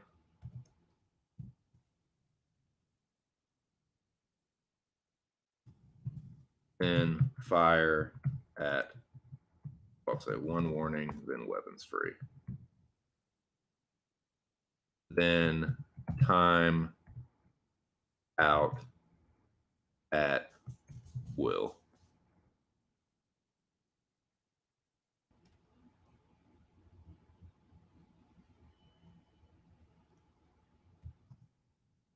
After, because I don't want you guys to like have to spend your time unless you just want to, like just having to deal with trolls. So like I don't want you to have to like spend your time like timing someone out, they come back, timing someone out, you know what I'm saying, like they keep saying shit. So one fuck. All right, hold on, let me I gotta grab my cord too, so I'm gonna have to take a break here in a second because the computer's gonna die. But yeah, after timeout, one warning, then time them out. After, so you time them out, they come back, they say something else, time them out again. After that, block them.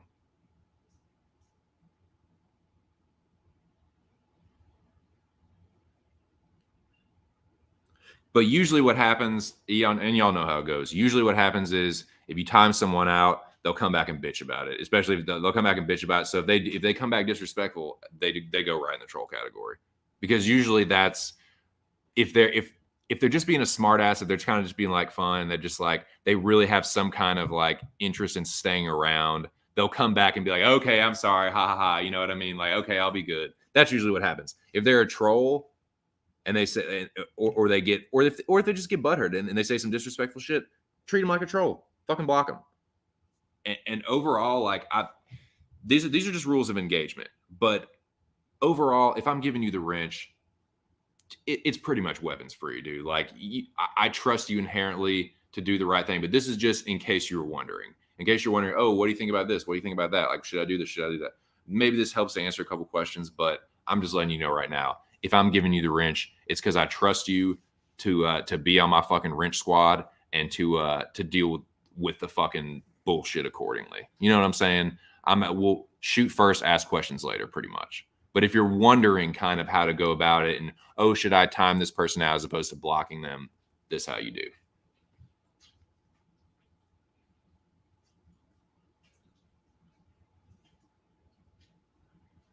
Then time out. I'm going to say then time out, block at will. Block at your is it DIS?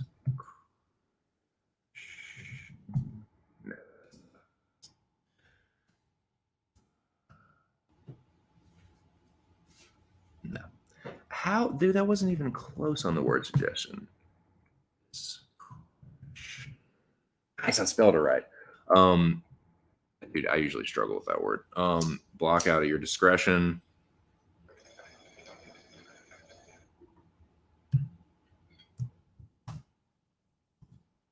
I trust you.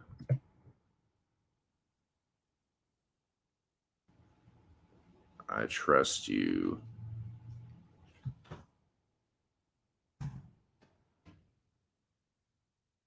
Trust you. If you feel you need to use the wrench, swing freely. Block them. One warning.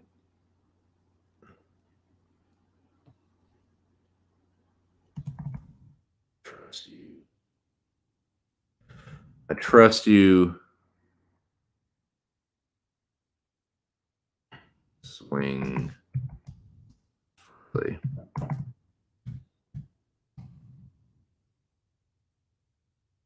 Swing freely.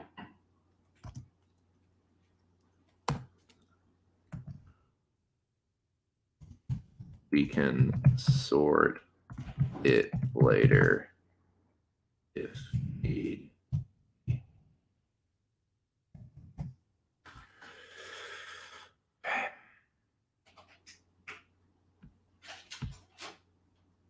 Trolls, block them. Smart ass comments. One warning, then time out at will. Block at your discretion. I trust you. Swing freely. We can sort it later if need be. Hope that makes it clear for everyone. All right, let me. I gotta plug my computer in and take a piss and smoke and yeah. So let me put this song on.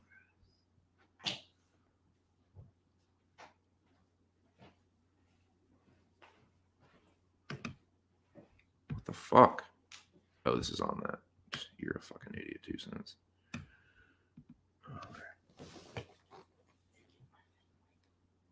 Oh, do you want to switch? Okay, yeah, we'll do that. Okay, so I'm actually gonna this is a perfect perfect little segue. So I'm actually gonna move into the office / man cave. It is now the man cave. Here we go.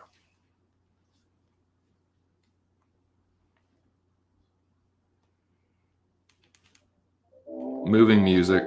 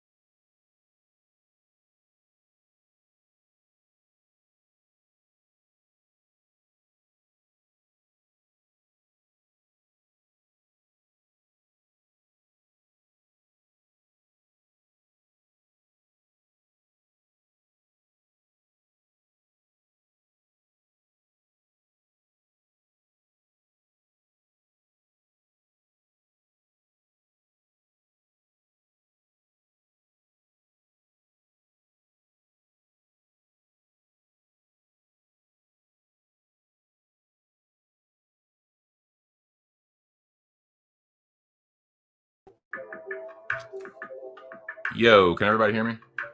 Sorry, when I was moving this shit, my mic lost connection. Mic check. Mic check. 1 2 1 2.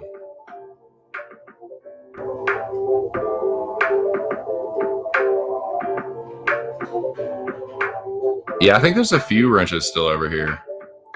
At one point, I had taken all the wrenches, and then I gave some wrenches back, so I can't remember who still got them, but yeah.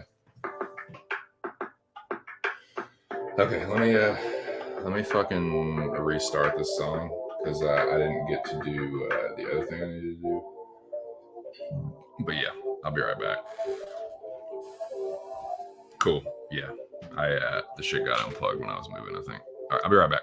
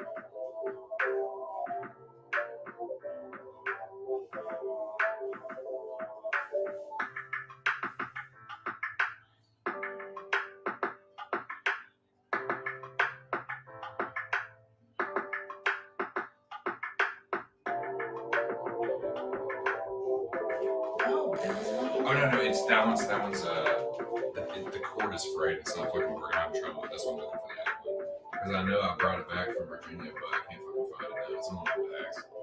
I don't know. Whatever. All right, what's up? Sorry, I'm back.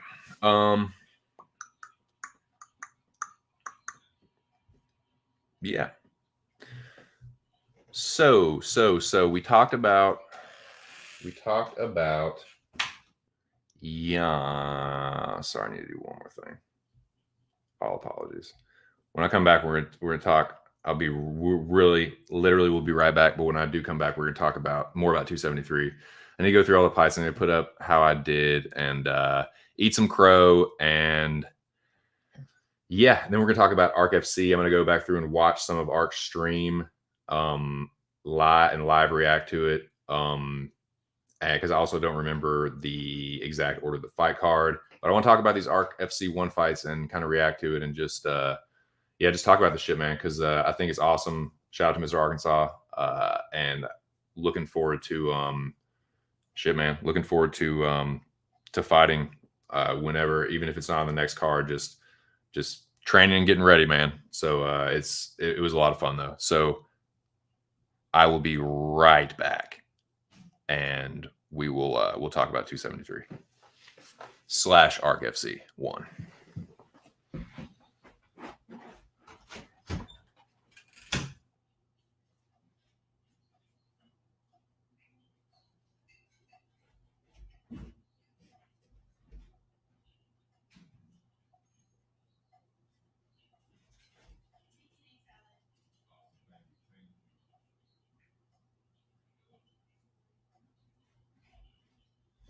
All right, sorry, I'm back. I swear I'm back.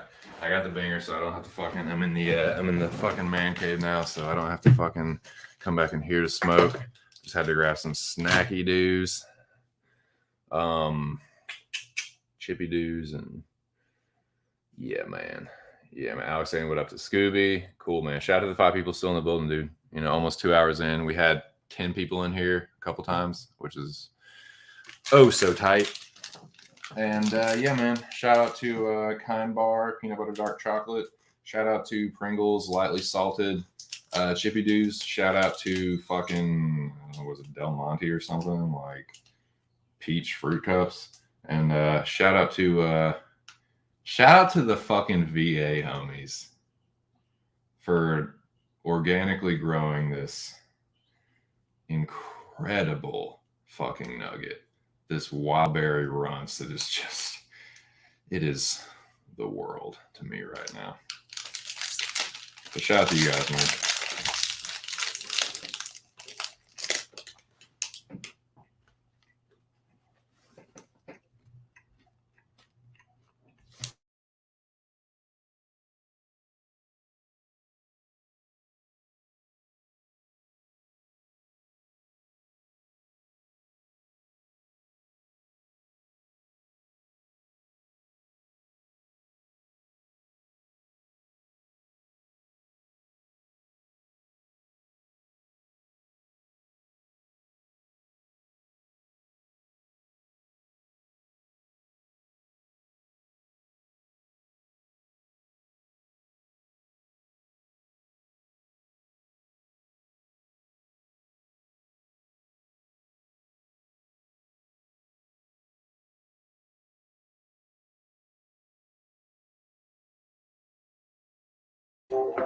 I'll just put this on while I eat, man. I'm pretty sure y'all can still hear all the shit anyway, but I figure it's better than dead silence, as Lobby would say.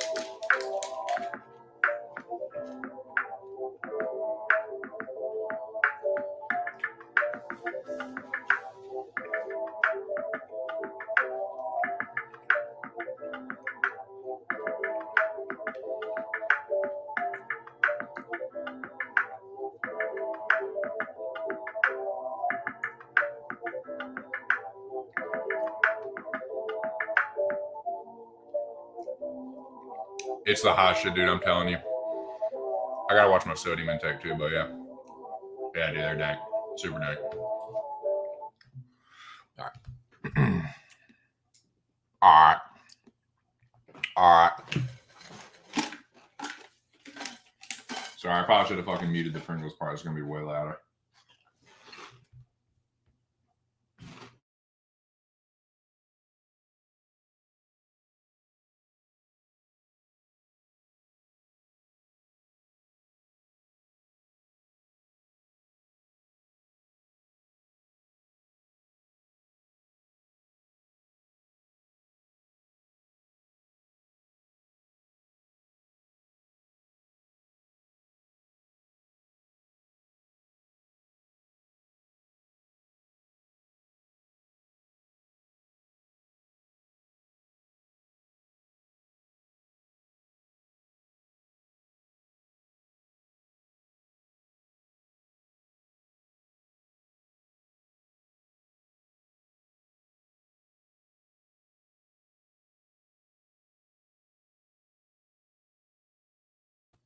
Sorry. Sorry. See you. All right. 273, man. We're talking about 273. I gotta eat some crow.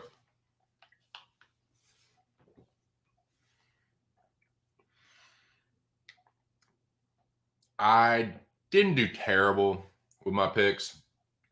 I did pretty fucking bad with my methods. Again, dude, this is the same shit that was killing me in the Mecca.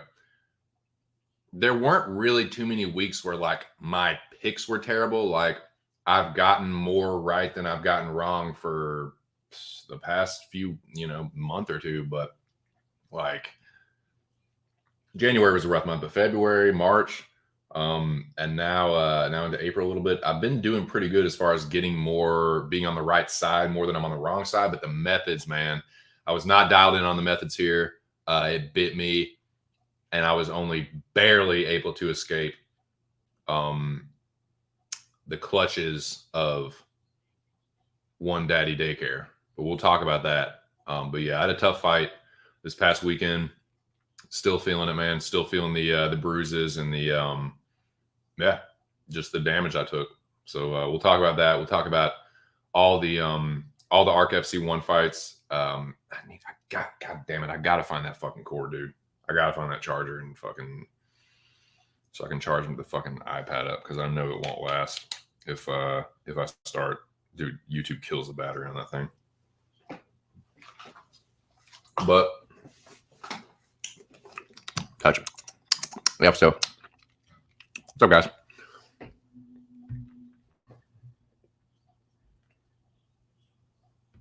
Bet you wish you had some hub, right? Right. Made with Johnson family love. It's funny. For sure. Dude. Hey, dude, do you take online orders? Zach? Because, dude, I'll be eating some beef jerky now. I'll make myself sick on beef jerky. Old lady likes it too. I might have to holler about that. Maybe not right now. I don't know if I have the disposable income for it right now, but just so I have the for future reference, I'll have to holler at you about that. If you sell it like that, if you be selling it like that. Nice, dude. Man, dude. Pubehead is dragging Touch's name through the dirt right now. Trying to anyway. Gnarly. Bro. That's the only kind of problems I have. I'm not trying to brag about that, but it's like I can't bitch, man. I don't have everyone has some real problems, right? But I am very, very fortunate. Very, very fortunate in my life. I'm not upper class or anything, but I do live a fairly comfortable middle class life. And I'm very thankful for that. Anyway. And it's first world problems for sure. Touch freaked out when he lost it, but yeah, that one is yes, what's up? Nice. Okay, yeah, I'm a holler at you. I'm a holler at you when I got the moolah for it, because I do like some fucking beef jerky, man, for real. Yep. May the grace and peace of the Lord be with you, Charles Smith. I have no idea, man. That's the $65,000 question, isn't it? So yeah, anxiously awaiting the Rabid Dog's next stream. And so I have to talk about the fights themselves, so then we can get to, because the fights happen, and then ARC FC, like we figure out what happened at those. So like the fights are like yes indeed. So fuck. What was I gonna say, dude? I can't remember. Oh yeah, we kind of. I usually do my streams like I'll talk about the fights first, because I never duck the crow ever. Well, I shouldn't say ever, but yeah, sometimes I try to get force fed the crow and I just spit it back. I just spit it out. But yeah, I gotta choke some of it down. So let's talk about the UFC 273 fight card now, right now. You two in my office now. I mean, right now. I watched that shit the other day too. I love 21 Jump Street, dude. That's one of my favorite like comedies of the last 10 years. Dude, and it is literally last 10 years. Like, I think it was 2012. How is that movie 10 years old, dude? How is 21 Jump Street 10 years old? Time is a flying, boys. Good gosh almighty.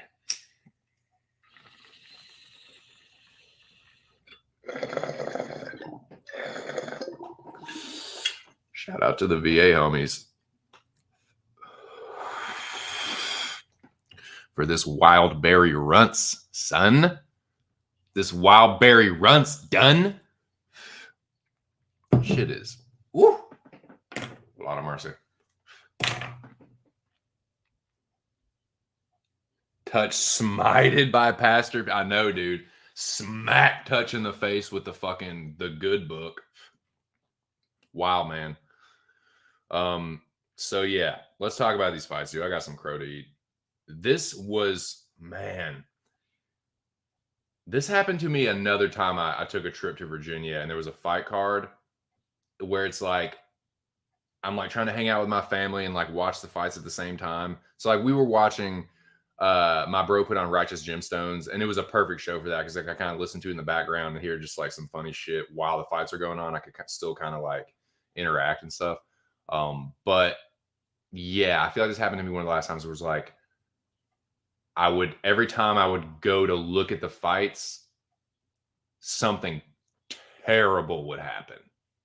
There was one such instance in particular where it was like the second I turned on the fight, my dude lost. The very second I thought it was like a replay or something. Like, no, it was the second that it happened. I couldn't believe it. I thought for sure that Zach was going to knock me out at that point. I was like, I was on autopilot, and I was definitely like, didn't know what was happening. I don't remember that part of the fight very well, honestly. I just remember that, yeah, I made it to the end of that round. That's all. I made the next thing I remember was being on a stool and my coach talking to me. I don't really remember what he said, but it was that happened, and I'll tell you what point it was in particular. But yeah, I was like, dude, how am I gonna fucking do this? How am I gonna pull this off? Just giving you my thoughts, just telling you what was going through my head, boys. How did I literally just enter my password? How did I not fucking?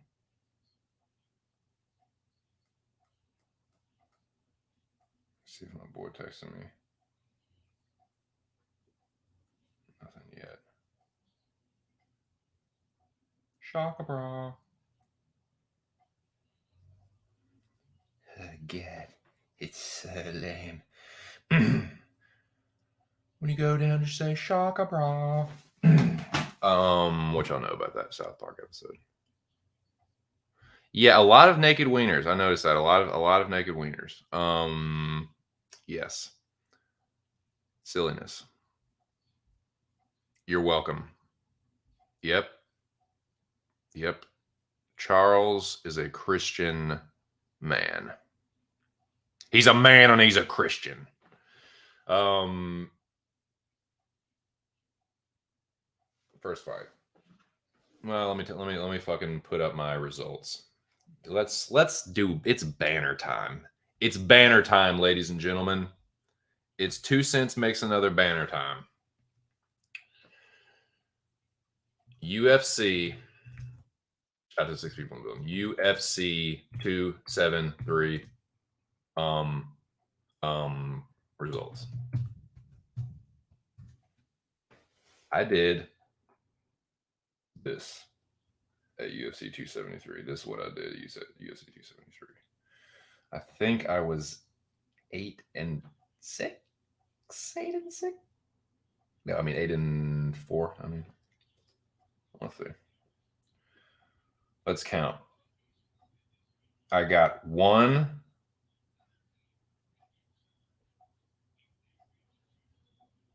2, 3, 4, 5, 6, 7, 8 fights right. So yes, I was 8-4. 4 because let's see, 1, 2, 3, 4. Yeah, so 8 and 4. So not too bad, but I just couldn't. I couldn't get the fucking methods dialed in, man. If I gotten the methods dialed in, I would have scored much higher. Much higher. 8 and 4, I believe it was. Let me pull the topology real quick. Real right quick like. All right. There you are. Topology. Sign in. Just my 2 cents. My password that I would never tell any of you fucking characters. I'm just kidding. I love you all dearly. Okay. I'm figuring if I can get on here. My picks. Go to my picks. 8 out of 12. I scored 450 points on Tapology. 450 on Tapology. That is a very, very middling, mookie dookie score. 450 on Tapology, which is just. But let me go to my page. We're holding good, boys. We're holding at 63.5%, so I didn't lose any ground. You know what I'm saying? We're holding pretty good.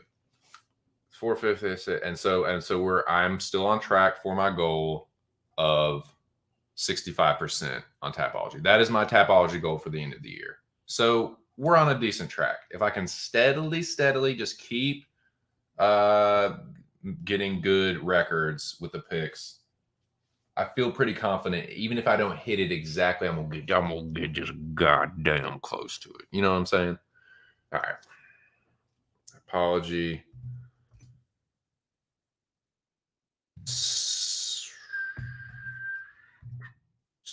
What is that? So what does that bring? Let me go to my. And I didn't, dude. I was slacking with my Twitter this week, with my Twitter posts. I mean, I was up in that fucking group chat like a motherfucker. I was up in the Arkham Dome like a motherfucker, but or actually the shoot the J Palo, shoot it dome. Well, now it's the Atone Dome, so you know it changes daily, but excuse me. Yeah, I was slacking on my Twitter this weekend, dude. As far as making my posts, my like results, my picks and results posts. But the evidence is there in Tapology. But I'm trying to find out what my record was before this fight card, which is what I'm doing. So yeah.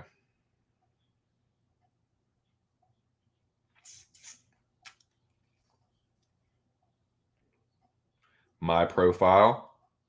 If you are interested in interacting with your boy on Twitter, those of you, I mean, most of you know how you can find your old bud 2 cents.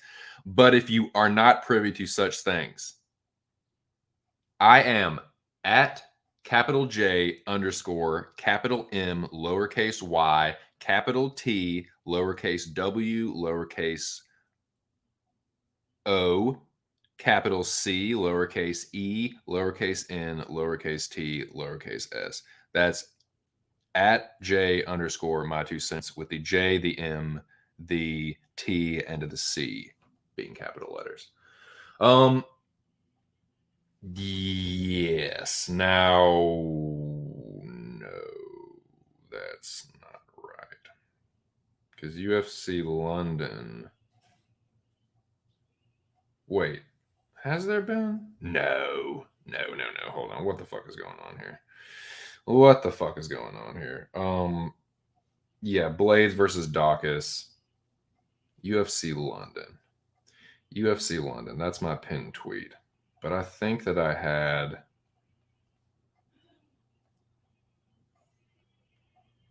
Sorry, man. I'm just trying to fucking. I wanna be accurate with this shit.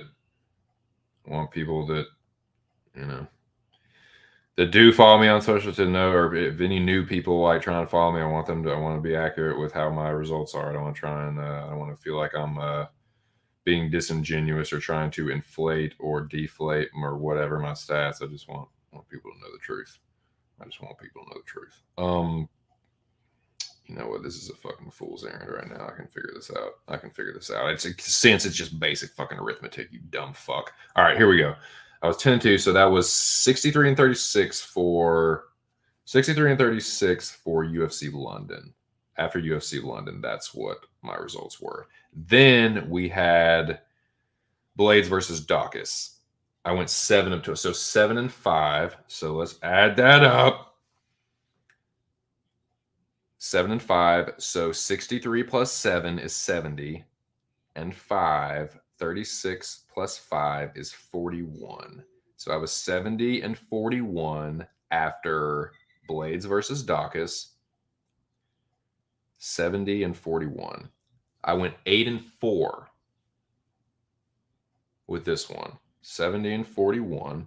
So that is 78 and 45, right? So I'm 78, correct? Can I get someone to confirm my fucking remedial arithmetic in the chat? Is that right?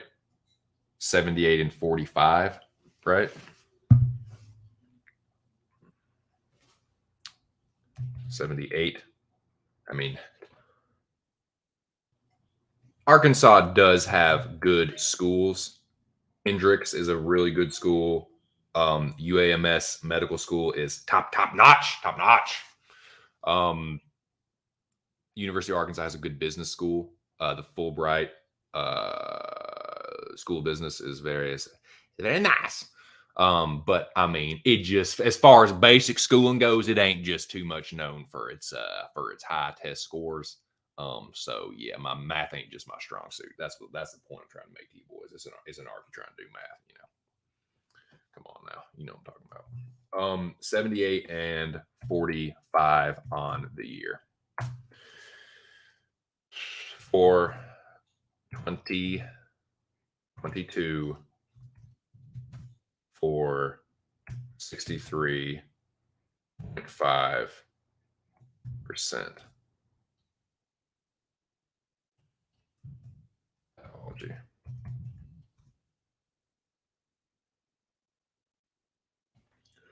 For a 63.5% tapology record.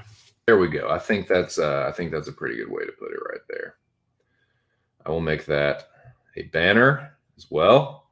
Shout out to the 5 people still in the building hanging tough. Yeah. Blah.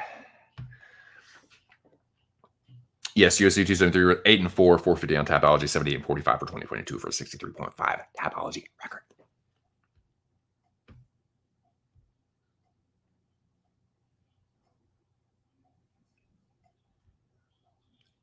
You should be studying too.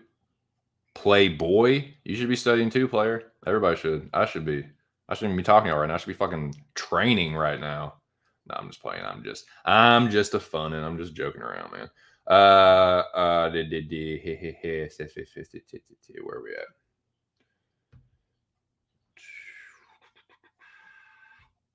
Burns Chimaev over 1.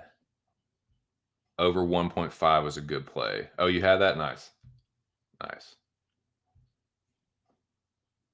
Picking against an alpha male Canadian hype job, I know. What kind of fucking dumbass would do that? Who would pick against that? Dude, dude, Gal Malat was such a fucking robbery. I was disgusted. I know. Where's my old bud?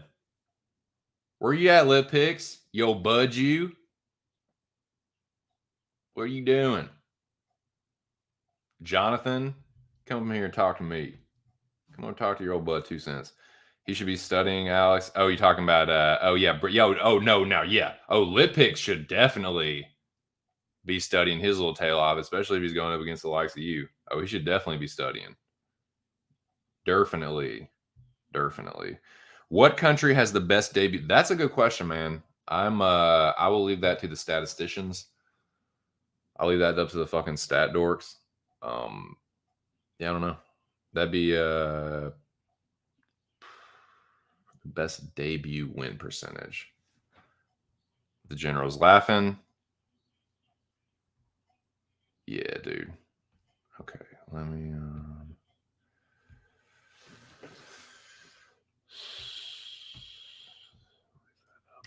Sorry, just thinking out loud. Thinking out loud. Dead air. Dead air. I'll show you some fucking dead air. I'll show you some fucking dead air.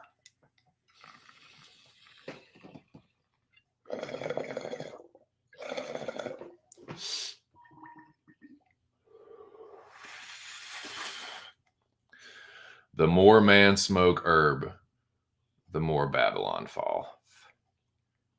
I think some dude named Bob Marley said that. I don't know though. Let's talk about these fights. Now that I have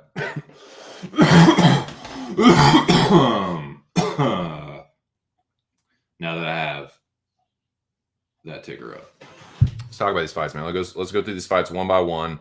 I'm gonna eat the crow where I need to. I'm gonna fucking flex and brag and fucking be a douchebag where I need to or where I want to. So yeah.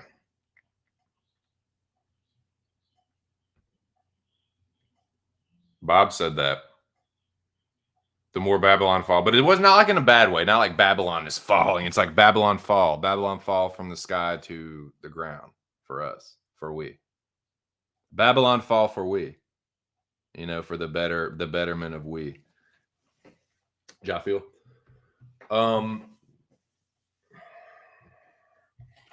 It basically means the more you smoke weed, the more you connect with heaven. That's what I'm trying to say to you, Charles. According to, Bob Marley and Rastafarian culture, the more you smoke weed, the more you connect with heaven because it grows naturally. Just saying, I'm not telling you it is or it isn't. I'm just saying what I heard. It sounds cool. I like saying bullshit like that when I fucking get high. I don't know. I feel it. I feel it in my soul. I feel it in my dick, and I just don't explain. But I do. I feel it and I say it.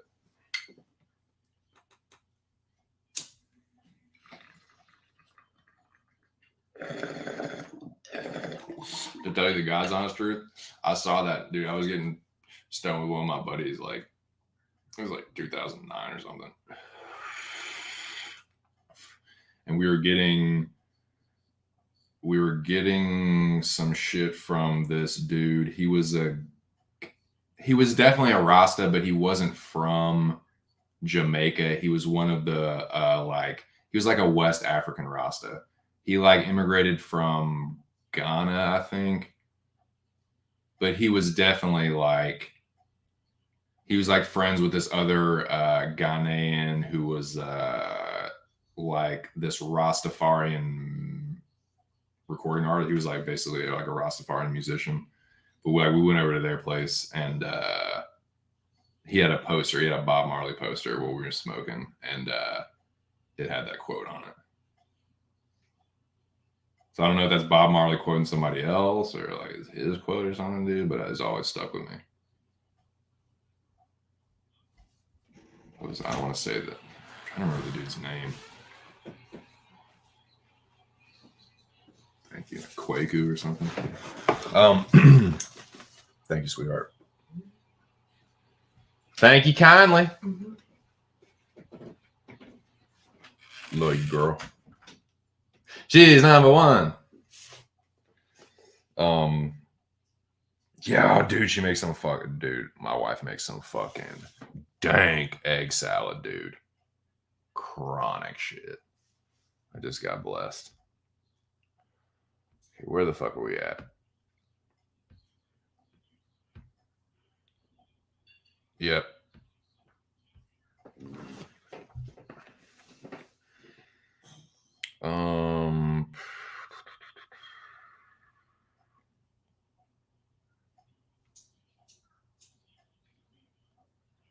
Fight number one. Let me pull up the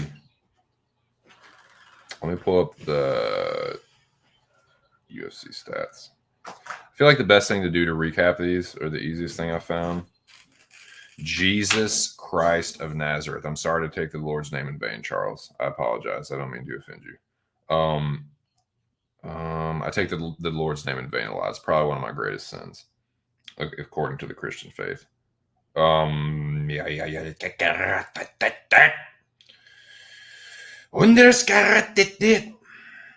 Billy, no gibberish tonight, please. I beg you. Sorry, Daddy. What was I looking at?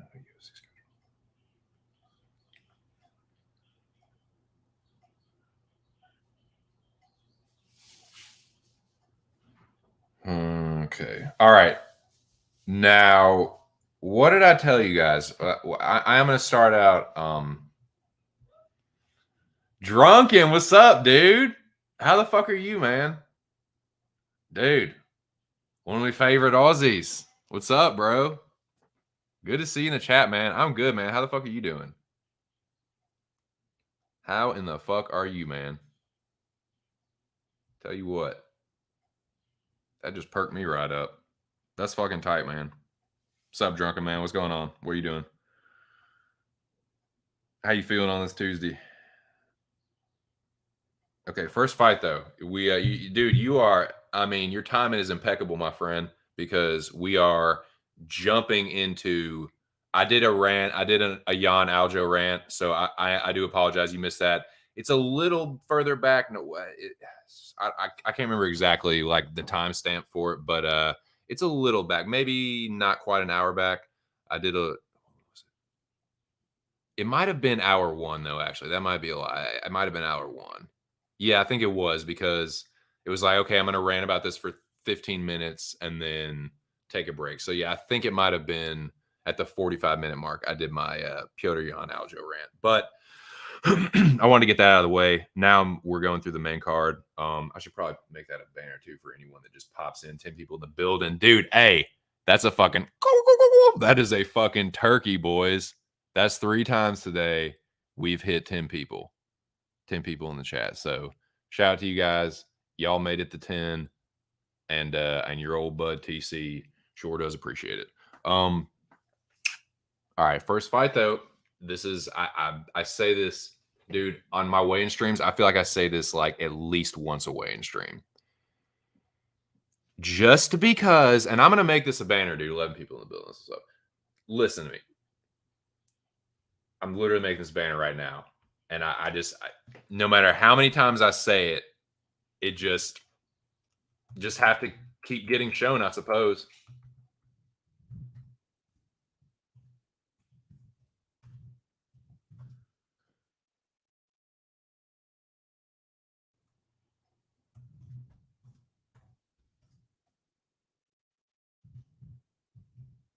Banner, Julio Arce, decisions, Daniel Santos. And it was unanimous, I believe, right? Excuse me.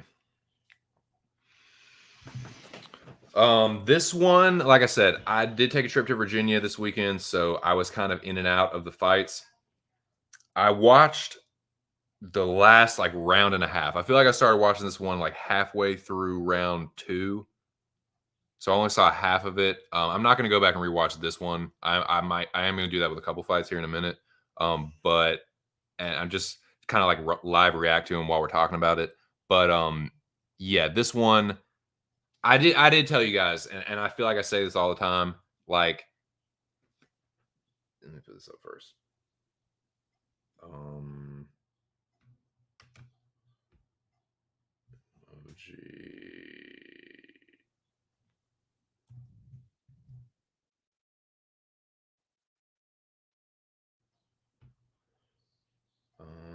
That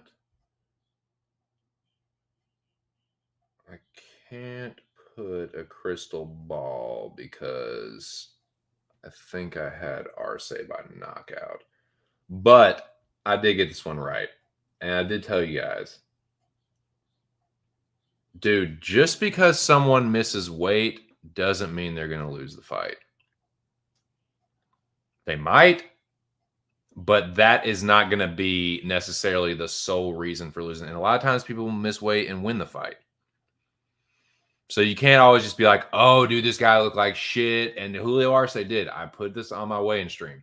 He was the worst looking one. But I told y'all, and I was a little concerned. I was. I'm not going to sit here and bullshit you. I was a little concerned. But did I change my pick? Hell fucking no. And I told you why I didn't then, and I'm telling why. Like, just he's the fucking better fighter.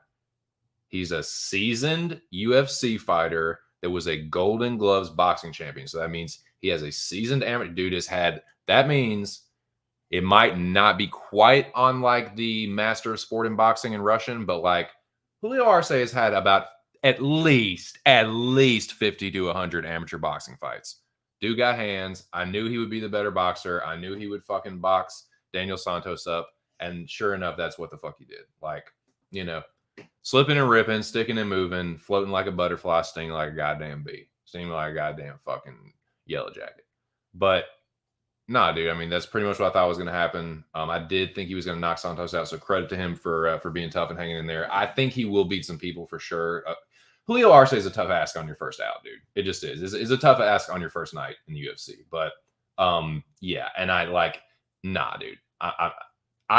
I've made that mistake before. Like, I know that now because I've fucked that up several times. Like, oh, dude, he looks like shit. Nah, I'm off him. Nah, off Arce. Like, I've done that before. So I'm not saying like, oh, I just knew this. like, nah. I've learned this one by trial and error. Like, Arce's the better fighter. Pretty sure he was going to win the fight, and he did. So there you go. Next fight. So we're off to a good start, and then it went left pretty quickly. Now, I did not watch this one. I was hanging out with my family, which I have not seen in a long time. I was down in Old Virginia. So I was in the Shire, man. In Louisa County. That's not how they say it. They don't do that ridiculous shit. But no, I was in Louisa, man. So fucking pretty, dude. It's pastures, boys. Pastures and farmland. It's God's country. No, it's very, very pretty. Rodriguez.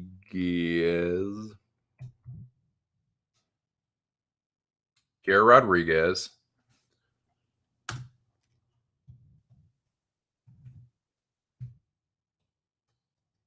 Embarrasses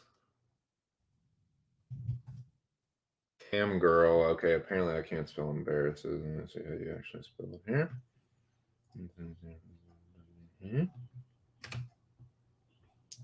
Embarrasses. He's hilarious. Fuck you, son. Pierre Rodriguez embarrasses Cam Girl K Hands. I'm not saying that disrespectfully. She's literally a cam girl. How is she not a cam girl? Is she not a cam girl?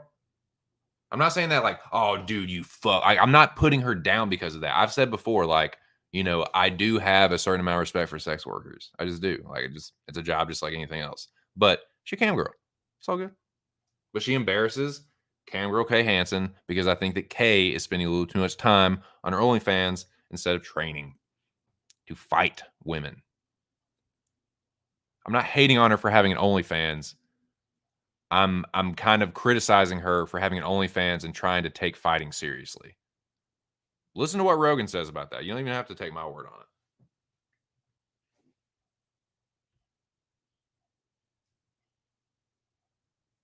Oh shit! I need to. Oh shit! I need to. This one was an X emoji. Wrong. All had special K and bananas. Well, I don't have the X, so I'm just gonna put the thumbs down. Maybe. Oh, let me try this.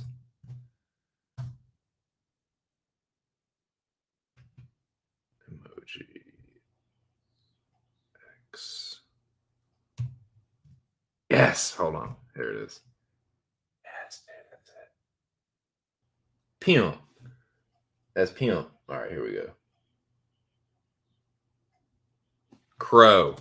Crow for your boy. Crow for Kay Hansen. Pro for cam girls everywhere, dude. Cause like you're splitting your time, dude. The other cam girls, they don't take you seriously, dog. If you like, because especially the ones that full time it, that's their life. They just cam, they just fucking pussy popping all day, getting the tips or whatever, and you're fucking like doing this half-ass like half stepping shit. Nah, they're gonna clean up way more than you will, and look what's happening in your fights. Shit, too many more of these. You got your it is. They're gonna make the decision for you. Like you like. I don't know, man. I don't feel like. In all seriousness, like I agree with what Rogan says about that. Like it has to be a singular pursuit. You can't be fiddle fucking around trying to like do both with something like that. Like I am making jokes about it, like, but for real, she is trying to be a cam girl and be a UFC fighter, and just look how many that works out for, and look how it doesn't. Like, dude, Jessica Andrade is the outlier. There is always an exception to the rule. There's always an outlier, but you can't take the outlier and use that as the whatever the rule. It just doesn't work that way. Yeah, let me put this up here.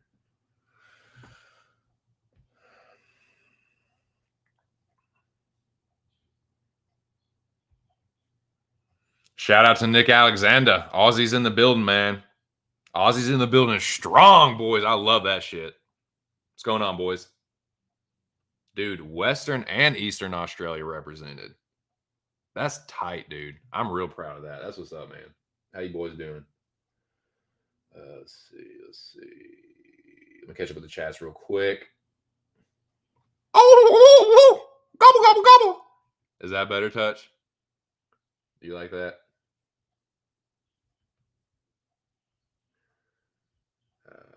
I was saying what up to Drunken, saying what up to General. So just went on lunch break. Nice. Worst turkey impression. You, dude, you're the worst turkey impression ever. Let's hear your fucking turkey impression, Touch. Give me a turkey impression in the chat. We'll see how fucking accurate and true to life your turkey impression is, sir. Bryce Mitchell, the Turkey King. Yeah, boys. I've never turkey hunted before, but I have buddies that have done it before.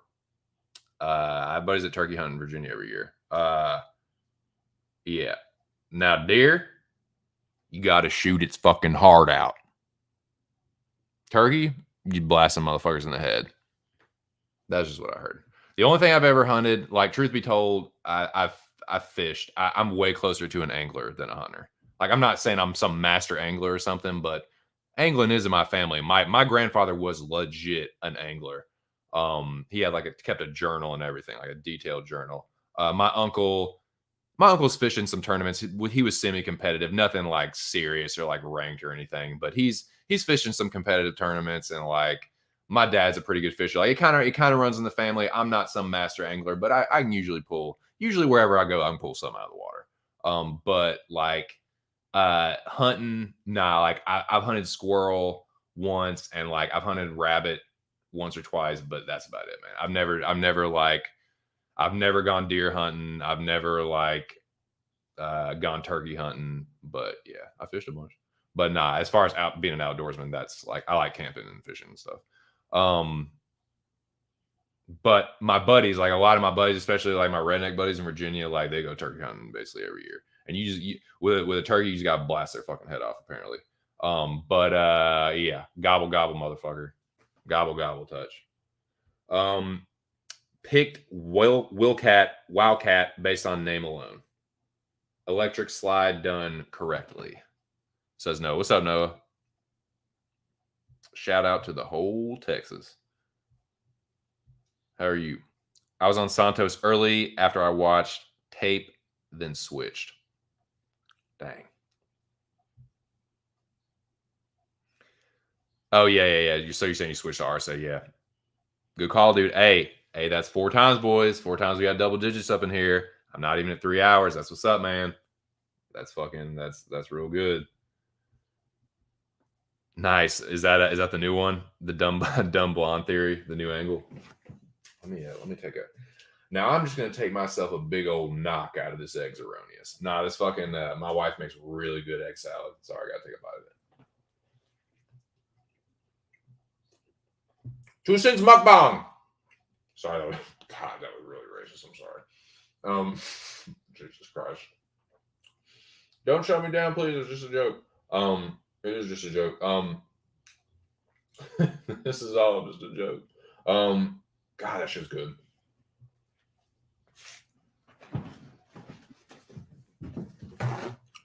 Who gives a fuck? I'm not monetized anyway. I don't mean like that, but it's like it's just a joke. It's not really that big a deal. Damn, that's good.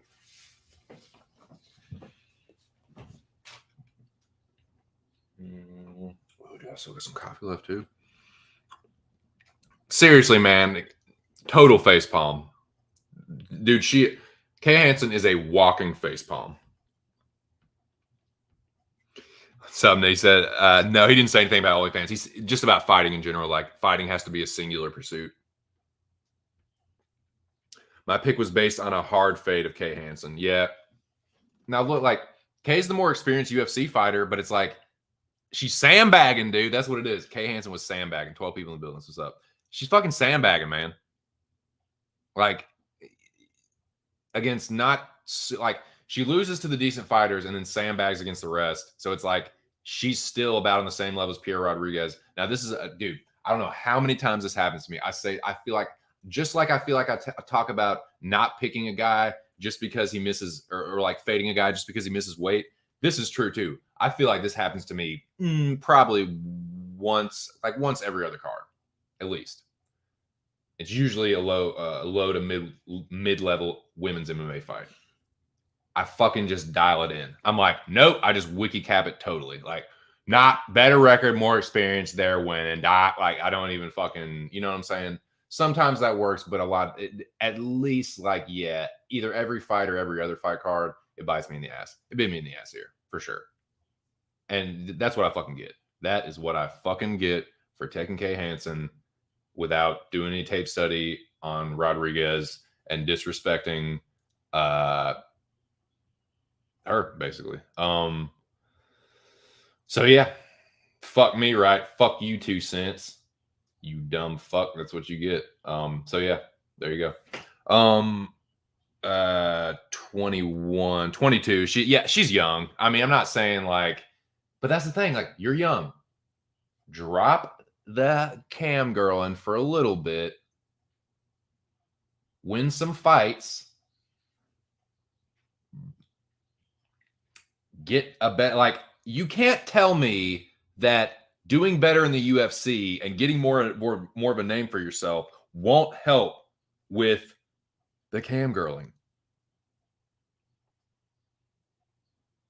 Like, but just put it on the back burner, concentrate on your fights, then just fucking pussy pop for 6 months and then get back to the I don't know, man. I don't know. Just she'll figure it out. Like, she's only, like I said, she's only 22, but it's like, to me, and like Rogan said, like, fighting has got to be a singular pursuit. And you see it countless times where the fighters that are at the top of the game, they're the grinders. They're the ones that are, you know, first one there, last one to leave. And I don't know, man. Like, it is low-level women's MMA, so maybe that's the life she's trying to live. Fight a little here, pop my pussy there. I don't know. Fuck it. You do you, Kay, but I'm not fucking picking your ass again. And like I said, couple few more of those, and you ain't have to worry about it. You can have all the time in the world to fucking shake your titties on cam. Like, you have a lot of time for it.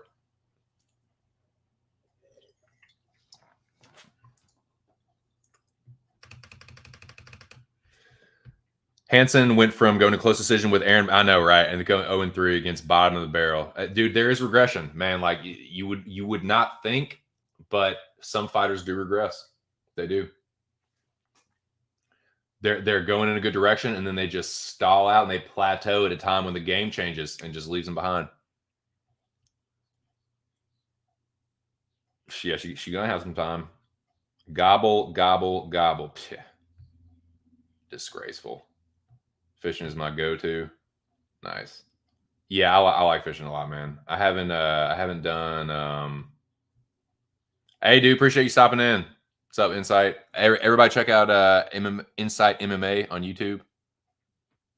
New Jersey MMA Inside OG fan on Twitter. But yeah, what's up, dude? How are you? Enjoy that scrimmage, man. Tell the young warriors to just slide tackle from every direction. Legal, not legal. They just, slide tackle. Jersey grab and slide tackle. That's the best advice I can give. Elbow, jersey grab, and slide tackle. Preferably illegally. Now, what's up, man? Hope you're doing good. Have fun.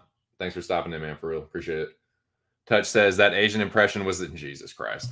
Yeah, please don't. Of course, you would draw attention to that. Of course, you would draw attention to the blatantly racist Asian joke. Appreciate that, Touch. I knew I could count on you, you old bud. Anyways, man.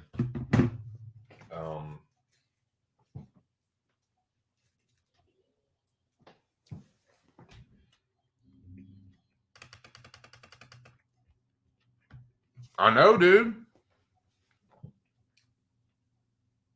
Nice, man. Fuck yeah. Says morning. What's up, Bo? Hey, the champ is here. Season 5 champ. Season 5 mega champ. Shout out to Mr. Arkansas. Shout out to Bo Jackson. Bo knows Mecca. Bo knows Mecca 5. Morning, Bo. Cheesecake. Says cheers, boys. Ozzy, Ozzy, Ozzy. Hey, it's Ozzy, Ozzy, Ozzy. Oi, oi, oi in this motherfucker. For real. 10 people again. That's 5 times. That's a cool 5. That calls for a cool fucking bing token. All right, boys. Dude. All right, y'all gonna decide this next one. Should I smoke? I'm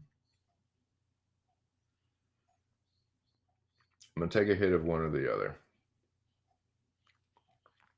Birthday cake or wild berry runs. I'm just gonna pack a little just a little personal, a little one hitter, a little personal, a little Percy Jackson, we used to call it.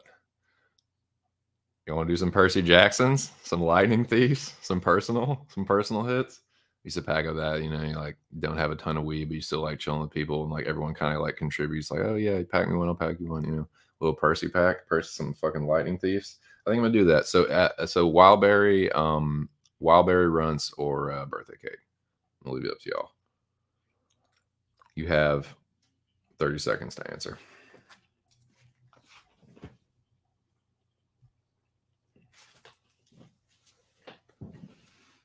No disrespect to any of the homies, significant others, but I don't know if y'all got egg salad like my wife's egg salad, dude. That shit is on hit.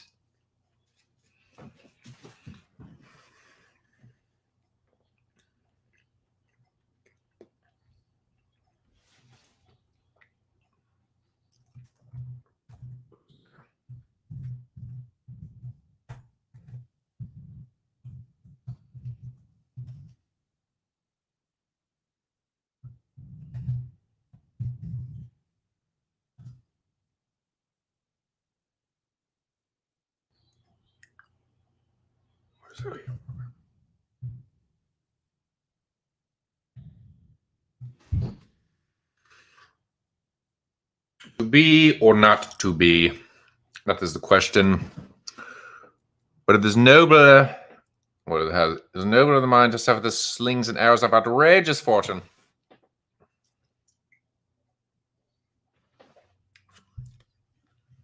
To die, to sleep, no more. 10 people again, man. That's half a dozen, dude. That's half a dozen times in less than 3 hours. We've hit 10 people in the chat. This pleases me.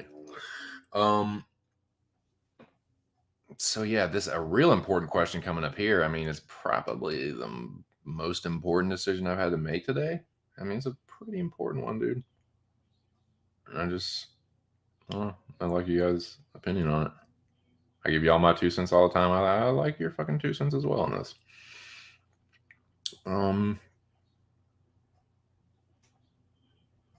Think emoji. Why does this look like a frowning one? Like, does that look like frowning or thinking? Just to me, it looks like the thing's fucking like upset. I don't know. I don't like that. I really don't like some of the face emojis on the fucking StreamYard. Like that's why I like making it on my phone way better. Fuck. Or I just need to get an app, like an emoji app on my computer, but just put it on my fucking desktop. Oh yeah. Here. Smoke.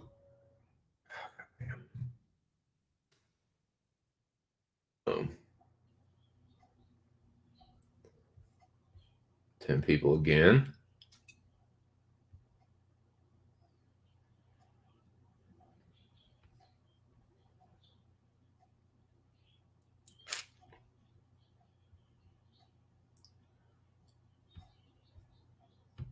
God. Person, nah, dude, it is some fucking like some corny ass like young adult novel series. It'd be like Percy Jackson and the Lightning Thief and like Percy Jackson and the something or other. And we just like say that shit. Nice. It's just pick one. God no, he wouldn't be caught dead around here. I know, dude. I mean, he certainly does that on Ark's channel. Fucking linger, man. Lingerer. He was the one that left. There were 11 people in here. There's 10 people now. That was definitely him that just scampered out of here. Dude, that is like negative 90,000 odds that if that was BK that just fucking scampered up out of here. It's funny, dude. All right, for real though. For real. Just pick one. Hit me with it. Whoever first come, first serve, man. Whoever fucking dials us in first, say it. One of y'all hit it. Birthday cake while Bear runs. First person to say it, that's what I'm doing. First person to type it. Birthday cake while I know, right? Birthday cake while Bear runs.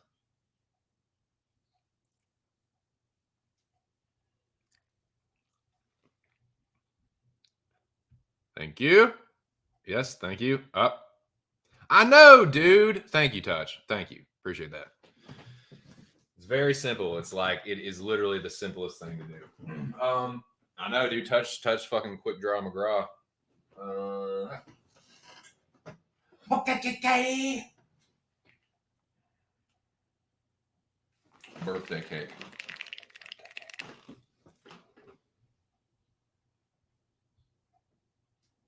Happy birthday, dear 2 cents. Happy birthday. Who wants me to dunk disco basketball?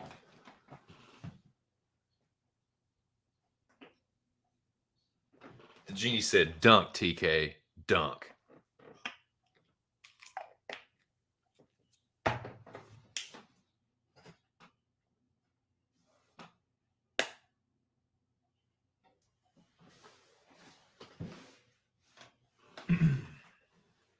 Dude, I really want to know what this one shit is that we got. I was telling you I went back to one of my allegedly went back to one of the old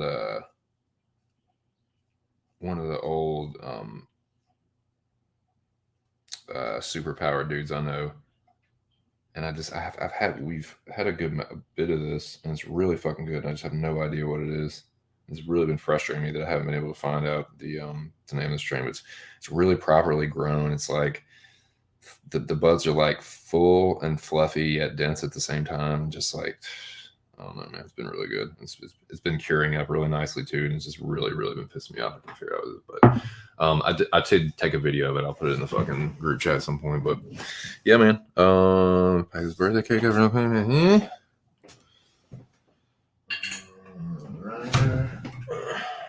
But 12 people in the chat, man. We are in the middle. If you're just joining me, this is just my 2 cents. We are in the middle of recapping UFC 273. You can see how I did there at the bottom and how I'm doing this year overall with my predictions. Nick Alexander says, I know firsthand you're a good fighter, Scooby, for sure.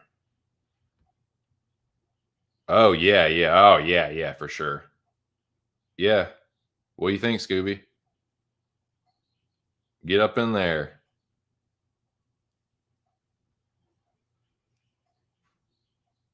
Get up in there. Mix it up a little bit.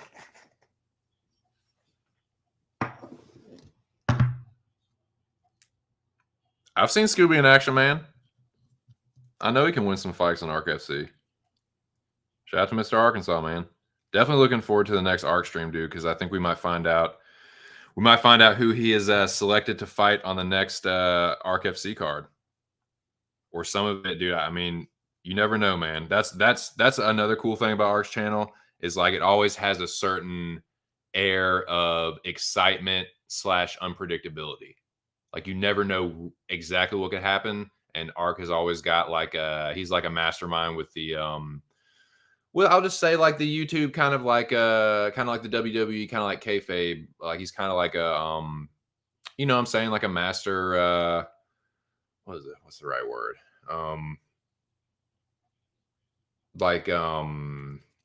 Storyteller kind of like storyline creator.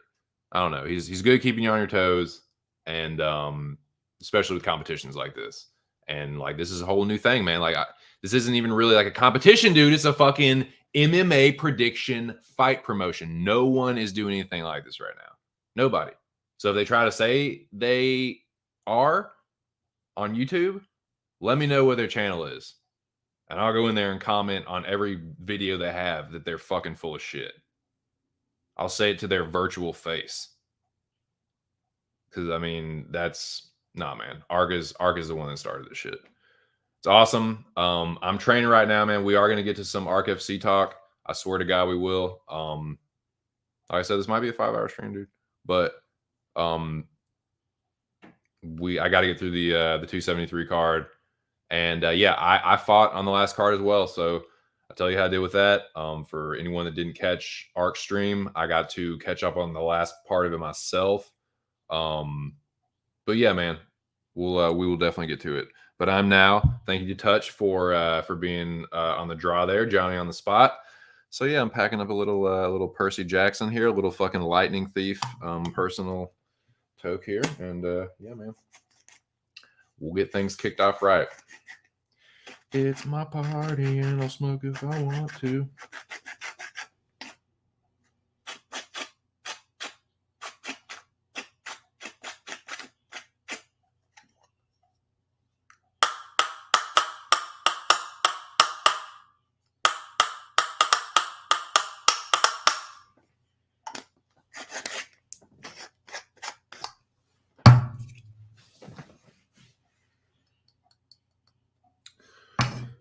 This is being... Oh, where the fuck did that go? There we go. This one's being brought to you by... What's the name of this company again? It would be great if I could see the name of this logo. Okay, here we go. This one is being brought to you by Birthday Cake by Grassroots. Directly from them to me to your ears. My mind, your ears, their stuff. You know what I'm trying to say, man. Y'all know what I'm trying to say, and if you don't, I really couldn't give a good goddamn. All right. Here we go. And thanks to Touch for being the ultimate decider here. Cheers, boys.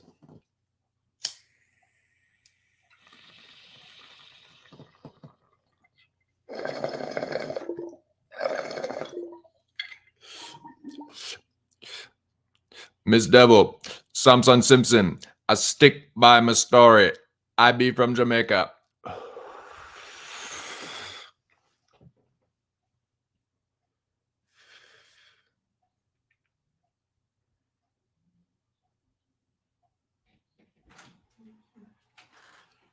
Yay.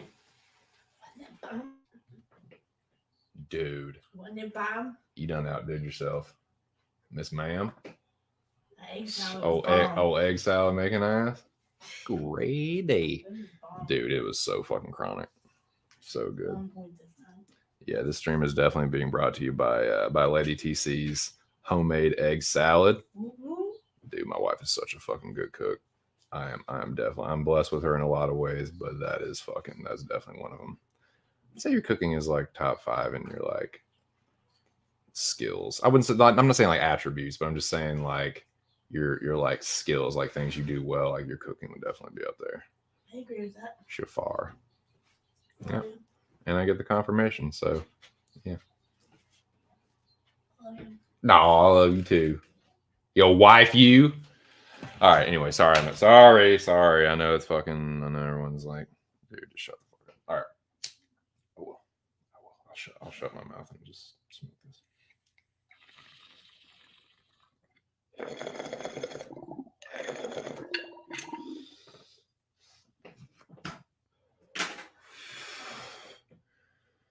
I know, dude. Yeah, Scooby, put the broomstick in their face, man. Give them that old 1-2. What you want to do? Give them that old 1-2. What you gonna head finna do there, Bo? Oh shit! Hey, dude. Yeah, holler at the rabid dog the next time he goes live. Cut a promo. Percy Jackson is portrayed as a demigod, the son of Sally J and the Greek god Poseidon. He has ADHD and dyslexia, allegedly because he's hardwired to read ancient Greek and has inborn battlefield reflexes. Goodness gracious, Lobby knows a good bit about some old lightning, Percy Jackson lightning thieves. That's just another corny fucking like, dumb little fucking nickname we used to call personal bong hits. Me and my friends used to do back in the day. Scooby 2 says, I'm not sure, drunken, waiting for next arc stream to find out. Yeah, I mean, dude, that's the thing. It's like we're all just like chomping at the bit to find out like who's going to get on the next card. I'm sure Arc has some things in mind. I'm sure some things are going to just kind of like take place on the spot. Like, that's why we watch the dude's channel, right, boys? I mean, I'm just as much as fan as anybody else. That's why we watch the shit. So, yep, that's the way. Brought to you by Touch, of course. Yes, very funny. Yeah, that was fun. That was pretty slick butthole. That was pretty slick there, Touch. I like that. I'll give you props on that one. Oh, played, sir. Geez, Bo and Scooby would be a very tough team. Bo and Scooby, man, I know, dude.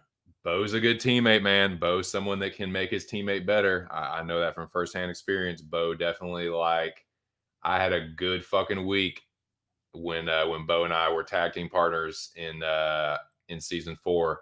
Only one team scored better than us, and it won't by much. I'm telling you, dude. You want Bo on your team, and I know Scooby's good as it is. So yeah, that could be a lethal combo, man. We'll see if it happens. If you got a mission, there it goes right there, man. Mecha 5 has been disrespected too many times. Bo might be. So yeah, basically like Mecha 5 was like kind of like Stream Wars on crack. Or not Stream Wars, Predictor Wars, excuse me. So yeah, shout out to Mr. Arkansas, man, the creator of both Predictor Wars and the Mecha, and now the creator of the Fight Predictor promotion. Yeah, that's what it is. It's a Fight Predictor promotion. Not necessarily a fight promotion per se, like physical fighting promotion, but it's a Fight Predictor promotion. The Fight Predictor promotion, groundbreaking, what do they call it? The seminal, the genesis, what's the word I'm searching for? The fucking the word to describe the first of something, like the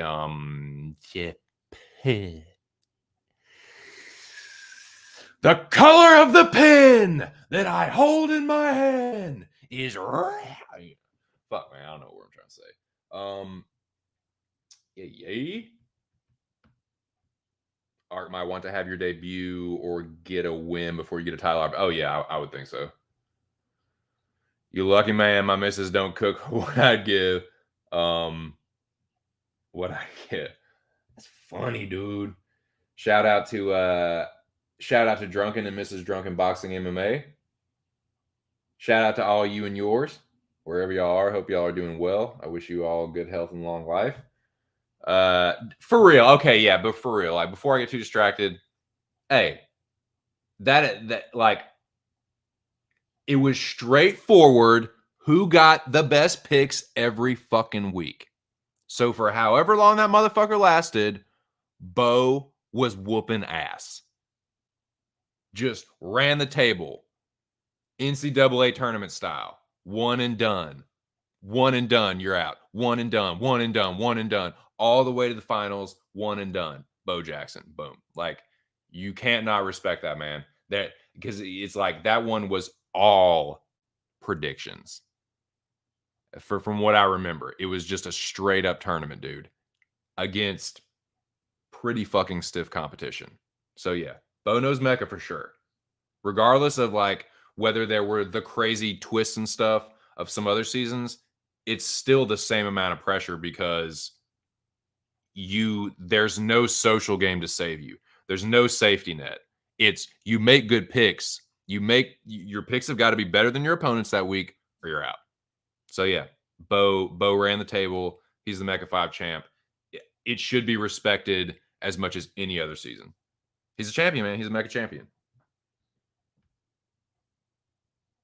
Yeah, dude. But yeah, it would be awesome to see Scooby. I'll definitely help. I'll definitely help lobby CDQ for that. You like that one? But I'll be here all week. Nah, but for real, I will definitely lobby for that one. Except Cage's second chance. I know. Cage. Nah, I can't call him Jobber Jabroni Cage, man. At least for the time being, because like he helped me out, man. He helped me unblock Zach Johnson. So yeah, dude. My wife's cooking his lights out. She'd be like, "You want to go out?" I'm like, "How come you ain't cooking, woman?" I know, like, why? Fuck, we need to go out for, dude. You shit gonna be better than what they got, and we ain't gonna pay as much for it. Sit here, you tell them how good their cooking is, dude. It's better than fucking like. Oh man, speaking of which, I'm glad you brought that up. Speaking of which, take a little side note. Someone put up. I can't remember the name of them. Someone put up on Twitter today that it was some account that I'm not. It was just on a timeline, but it was.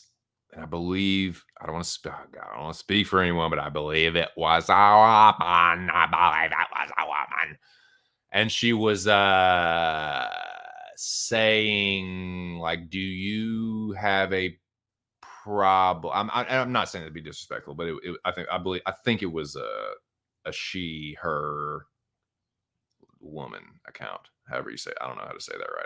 I'm trying here, boys. I think it was a female's account, and she was asking the question, "Do you have a problem?" And I like to pose this to the gentleman in the chat. Do you have a problem when a waitress refers to you as honey, hun, baby, babe, like stuff like that? That was the question.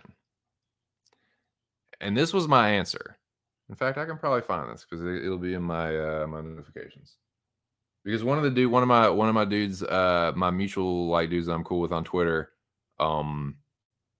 was like he felt the exact same way that I did. So let me see if I can find this thing. And shout out to Inside MMA.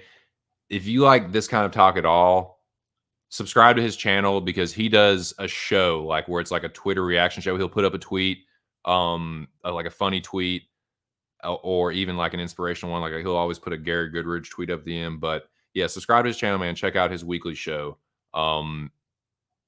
I feel like he does it at least once a week, but it's like a Twitter reaction show. He'll put up like popular tweets, kind of like a conversation starting whatever's.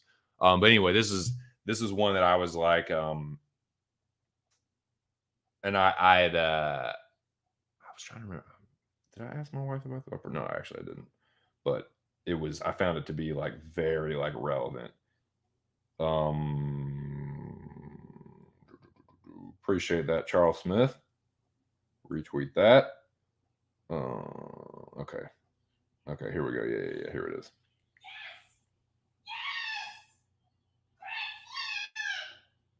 Cards. It ain't the Cardinals. Why the fuck doing I was playing? Oh yeah, so Orioles are playing. My wife is a fucking Orioles diehard, dude. Yeah, so she owes just got a grand slam, Bo. But yeah, okay, so here's the tweet. And I'll put some shine on there, fucking shit. This is a tweet from Dedicated Psycho. The tag, the at is at lowercase hope 7310. So at lowercase hope 7310, known as Dedicated Psycho, put this tweet out. Serious question, but does it bother you if a waitress calls you honey, babe, baby, hun, or anything similar? And this is what I said. I'd like to know what y'all think. I said no. This is, and I quote, this is a direct quote from 2 Cents. Not at all, but I know it really bothers some women. And like, dude, this is the thing. No, I don't give a shit. But like, dude, especially if it's your wife or your girlfriend or your fiance or whatever that's there with you, dude, they either get really fucking pissed off about it or they make a joke about it. You have to hear about it in some way. Like, there's no way around it, man. There's no dancing around that one.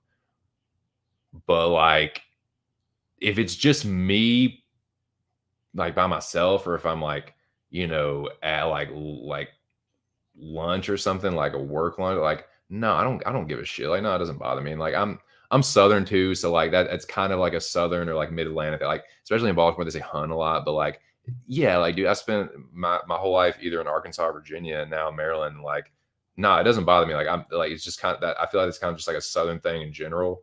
But I know I've talked to like, I feel like I've had this conversation with or some kind of like foul kind of interaction with like more than one significant other. And like, I just feel like it's kind of one of those questions, like, it kind of depends on who you're asking. Like, I feel like a lot of women would be like, no, it's like very like, and I even saw some guys comment on the tweet, like, well, I do feel like, it's like, you don't really know me. So, I feel like it's just disingenuous and to just kind of like force that kind of like interaction before you really know something. It's just like, they're just being like friendly and like Southern, I think, for the most part. But it's an interesting question, right? It's like, are they doing it to try and like butter you up and try and squeeze that tip out of you? Or are they just being nice and Southern? Like, what? Like, it's an interesting question. But like me, nah, hell no, doesn't bother me. But I feel like, dude, women be like, some women, sorry, I shouldn't say all women, some women be like real, especially like significant other, like girlfriends, and like, dude. So yeah, like, and my dude, shout out to my dude Bias Goon, at Arsenal Fury 10. He's like, I've been blamed by my significant other for being called hun by a complete stranger. And then it's like the that fucking tweet with the person, like the CW, like that, like, I don't know what, like, wait, what am I supposed to do? I was like, exactly, like, what, and I asked that question to y'all. What are we as men supposed to do in that situation? Like, are you just supposed to be like, bitch, like, don't you ever fucking call me that in front of my, don't you ever call me that in front of my marital wife, like, oh, you like was supposed to like stop the whole show and like, I'm so insulted. Like, I don't give a fuck, but like, dude, I just feel like that is like advice to like all the waitresses out there. I don't feel like they're doing themselves a favor with couples saying that. Like, save the huns and all that for like, if it's like a work lunch, a bunch of like dudes coming in for like they're on their lunch hour or something. That's when you hun and babe and shug and sugar and all that shit. That's when you fucking drop that shit. But like, if it's fucking like a couple, even if you're saying it, because I feel like that, even if you're saying it to both of them, like, dude, you're probably gonna end up pissing the woman off. Like, she probably like she's either gonna make a joke about it or like but it's a good chance you're gonna fuck your tip up with that. Just a little 2 cents on that. Sa dude, sa spicy.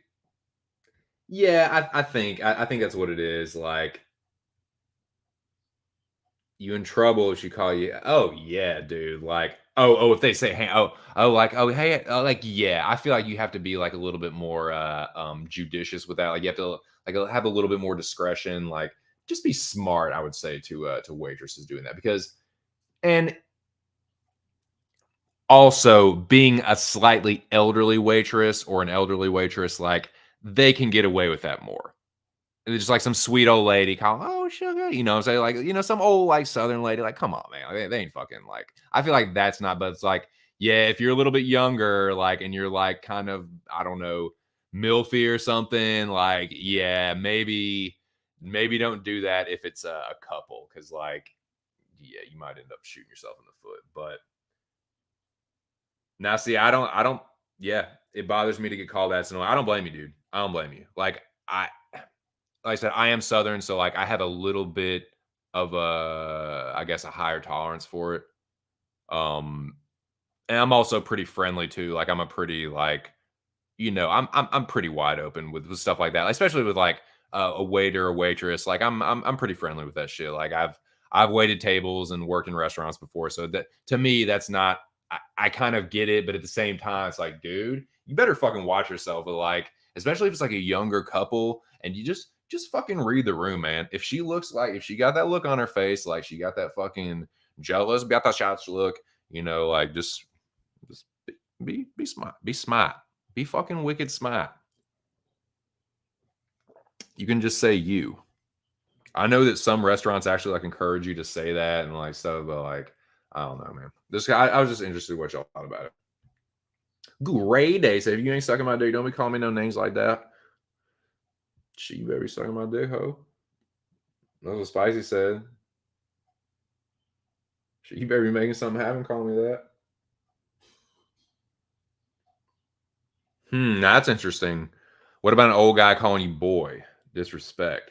Now that is a Bo, that's a hot button topic, Bobo. I don't know if I'm gonna touch that one with a 20-foot pole, because that one kind of depends. It depends on who you're asking, man. It depends on who you're asking. Like, yeah, I'll just leave that one there. It depends on who you're asking. To me, I'll put it like this. I'll just say this. Like, I'm white, and I don't really like it. And I'm just gonna leave the one there, dude. That's the last thing I'm gonna say on that. I would prefer, like, I feel like that should be. That's what I always said. Well, again, I'm just a white Southern man. Like, I was raised to say sir and ma'am.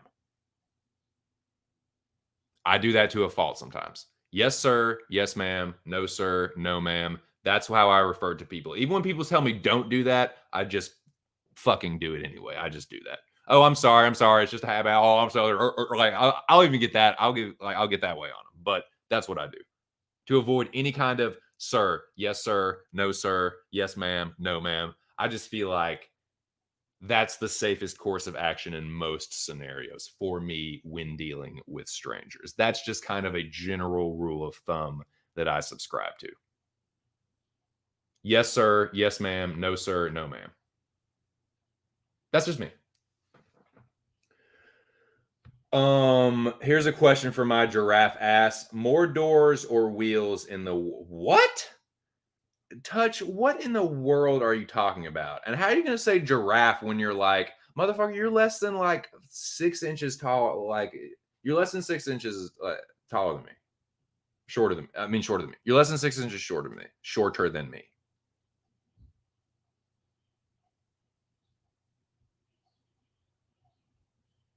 Yeah, it's just respectful. Like, Dude, especially when you're talking to your elders, but I feel like it works good in just if you're in the service industry, if you're serving food to people, serving food or drink.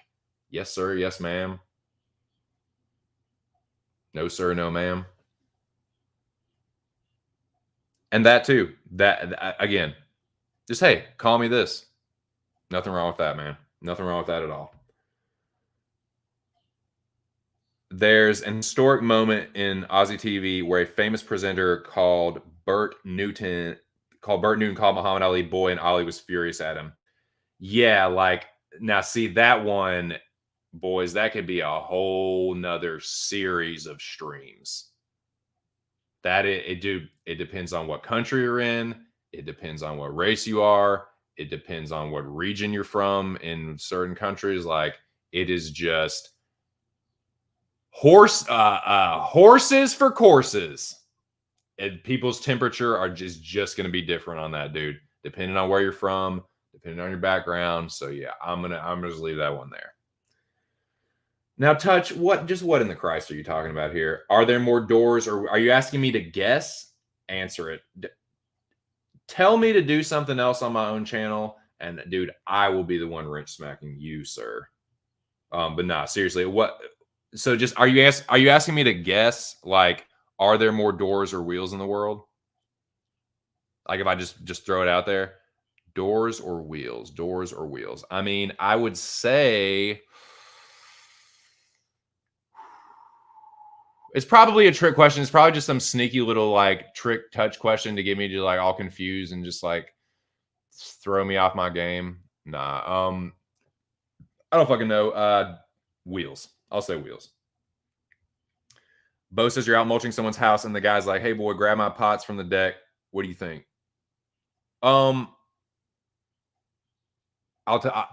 Me personally, my dad's the only one call me boy because I'm his boy.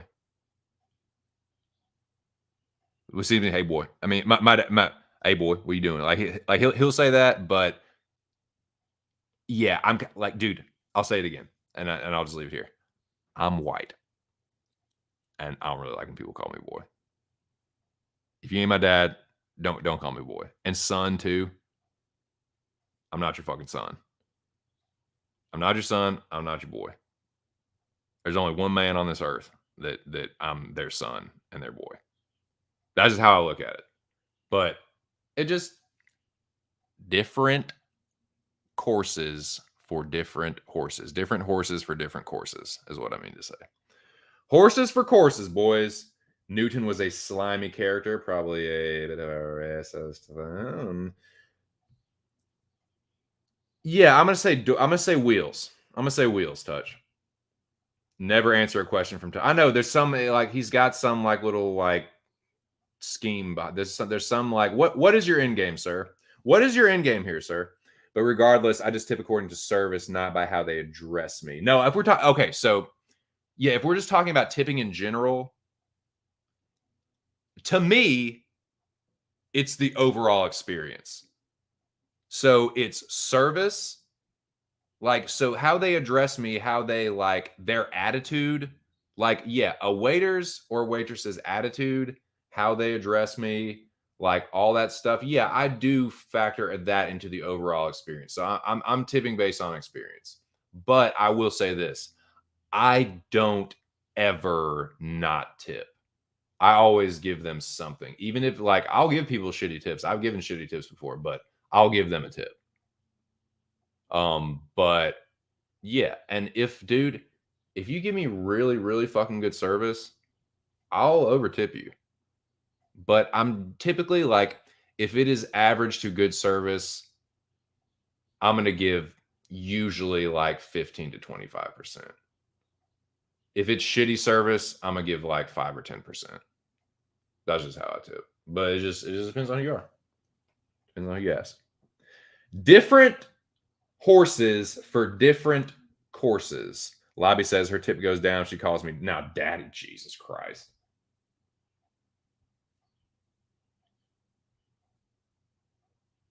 So, do you know the answer to this, Touch, or are you just? I feel like you know the answer to this, But yeah, that's an interesting question. Like, I definitely had to think about it. Is that the point to like an engagement, like to get the gears turning?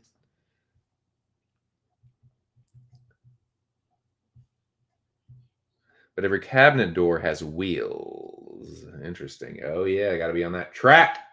A sliding cabinet, indeed. Yes, indeed. Interesting. Interesting.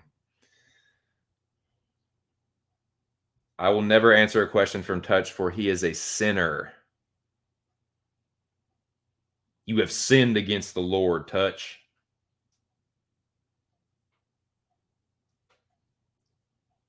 You have laid with women out of wedlock and had them put things into your bottom hole. No, I was playing. But I mean, I don't know. No, you have killed. You have helped kill. You have killed a part of yourself. You must seek Buddha. You must seek Christ. How many ribs in Jesus Christ? Great day. Question is just your own opinion. Wheel it is. I'm going with just opinion. Going with doors. I think that either are. So it's just a question. I would. Yeah.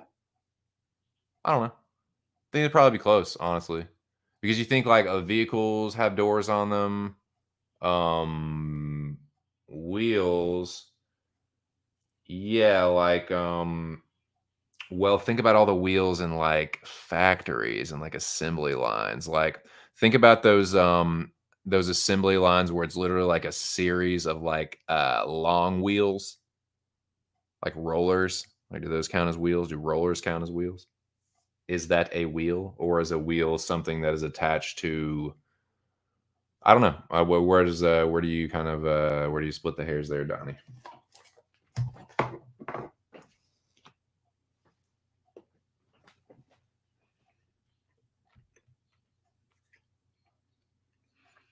Yeah, how many sins have you committed today? Since touches in the building, I feel like I can just eat. You know, feel like it's par for the course.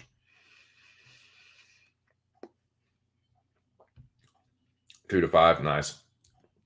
Touch worships false idols. Fucking false idol worshiping piece of shit, Touch. According to Pube, wheels are sinful. Yeah, could be.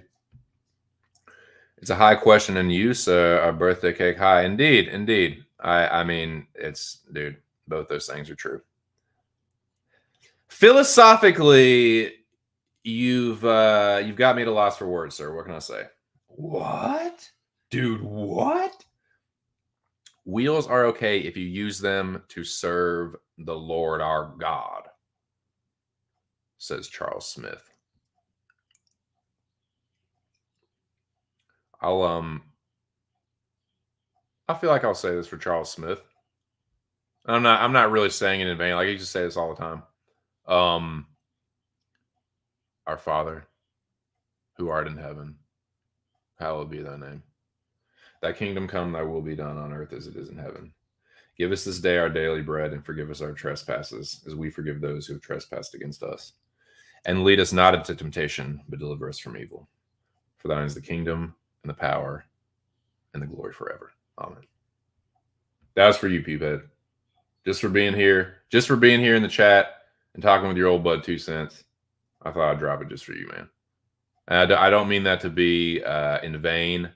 I just, that's the Lord's Prayer, as I know it. That's the Methodist Lord's Prayer. It's different. Like, depending on what denomination you are, like, it's going to sound a little bit different. Like some people say, "For thine is the kingdom and the power and the glory forever and ever." I think that might be Episcopalian, but because like my ex fiance was Episcopalian, and I went to church with her a lot, and that's kind of how they said it, as I remember. But I don't know, man. I'm not really religious anymore. I'm just agnostic. Arga's gonna stop the fight. I'm gonna snap you in half, motherfucker. I like cooking my own meals. I can't cook that much, but I like helping my wife cook sometimes. Like I'll cook sometimes when she's like really busy. Like she's like, "I'll cook this. You just cook, like you whip up the like sides or something," and I like helping her do that. Dude, Charles Smith is a man of God. Charles Smith is a Christian. He's a man and he's a Christian, boys. Doors. Bo says doors. You're probably right. I mean, y'all, the more I'm thinking about it, y'all are probably right with the doors. Every house has multiple doors. Think of hotels, apartments. Yeah, you know what? You're probably right. You're probably right. Pube has a door straight to the Lord's heart. And he's buying a stairway to heaven.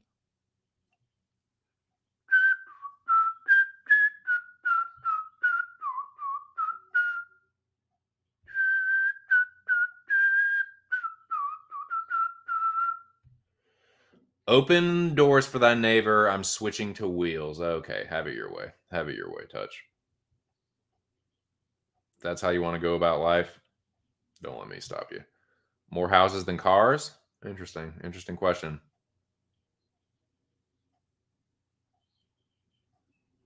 What do you classify as a house? And then but you also have to consider like now that I'm thinking about it, probably doors, because every vehicle, every car anyway, every car, every truck, every whatever is going to have doors. So more than I'm thinking about it, probably doors, right? Probably doors. Every domicile has a door to it, at least one. Usually, most of them have two. A lot of them have three or four. Think about houses with like balconies. Think about how many mansions there are and how many balconies there are in mansions and how many like do the doors in churches and fucking buildings and fucking and fucking this and fucking that. Probably fucking doors, right? Probably doors. Good prayer. Thank you, Charles. Thank you. I've heard it, dude. I've heard like I went to church like just raised going to church on Sunday. Like I went to I don't know if I should tell you guys exactly what church. I might have said it on stream before. But I went to a Methodist church in Little Rock, and then I went to a Methodist church in Virginia till I was like, I think like 18, 19. Like then, like I said, a little bit later in life, like I mean, like when I was in college, like my college girlfriend, like I think I've said this before, like her family was like they were pretty fucking wealthy. But they went to the big fancy like Catholic mega church in Little Rock. And I went to that a few times with her, and that was fuck, dude. Catholic, dude. My wife's Catholic too. Catholic people are, dude.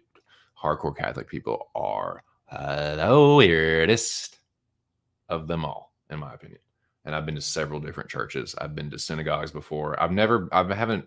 I mean, I don't mean synagogue. Wait, is that what they call it? I've been to like temple before, but I've never been to a mosque, right? I've never been to a Muslim place of worship. That's the only like religion really of the major ones. But yeah, like so many different types of wheels though. Yeah. I don't know. No, don't forget about toy cars, toy houses. Indeed. Yep. Indeed.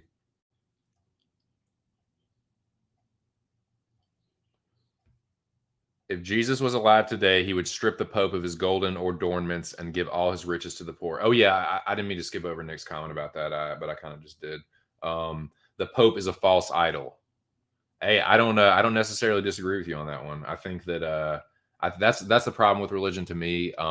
Religion in and of itself, I don't think is a bad thing. Like I think it's good for people to believe in something, and if that something helps them to try and keep themselves on the straight and narrow, or if it helps them, deal with their grief in a healthy way, and it helps them, try to like act as like a moral compass.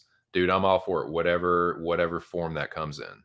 And like I'm agnostic, so it's like I don't fucking know, dude. Like I do feel like there is something connecting us all, whether it's the universe or God. I mean, that's just kind of where I'm at. But yeah, dude, if it helps you be a better person, fucking do it.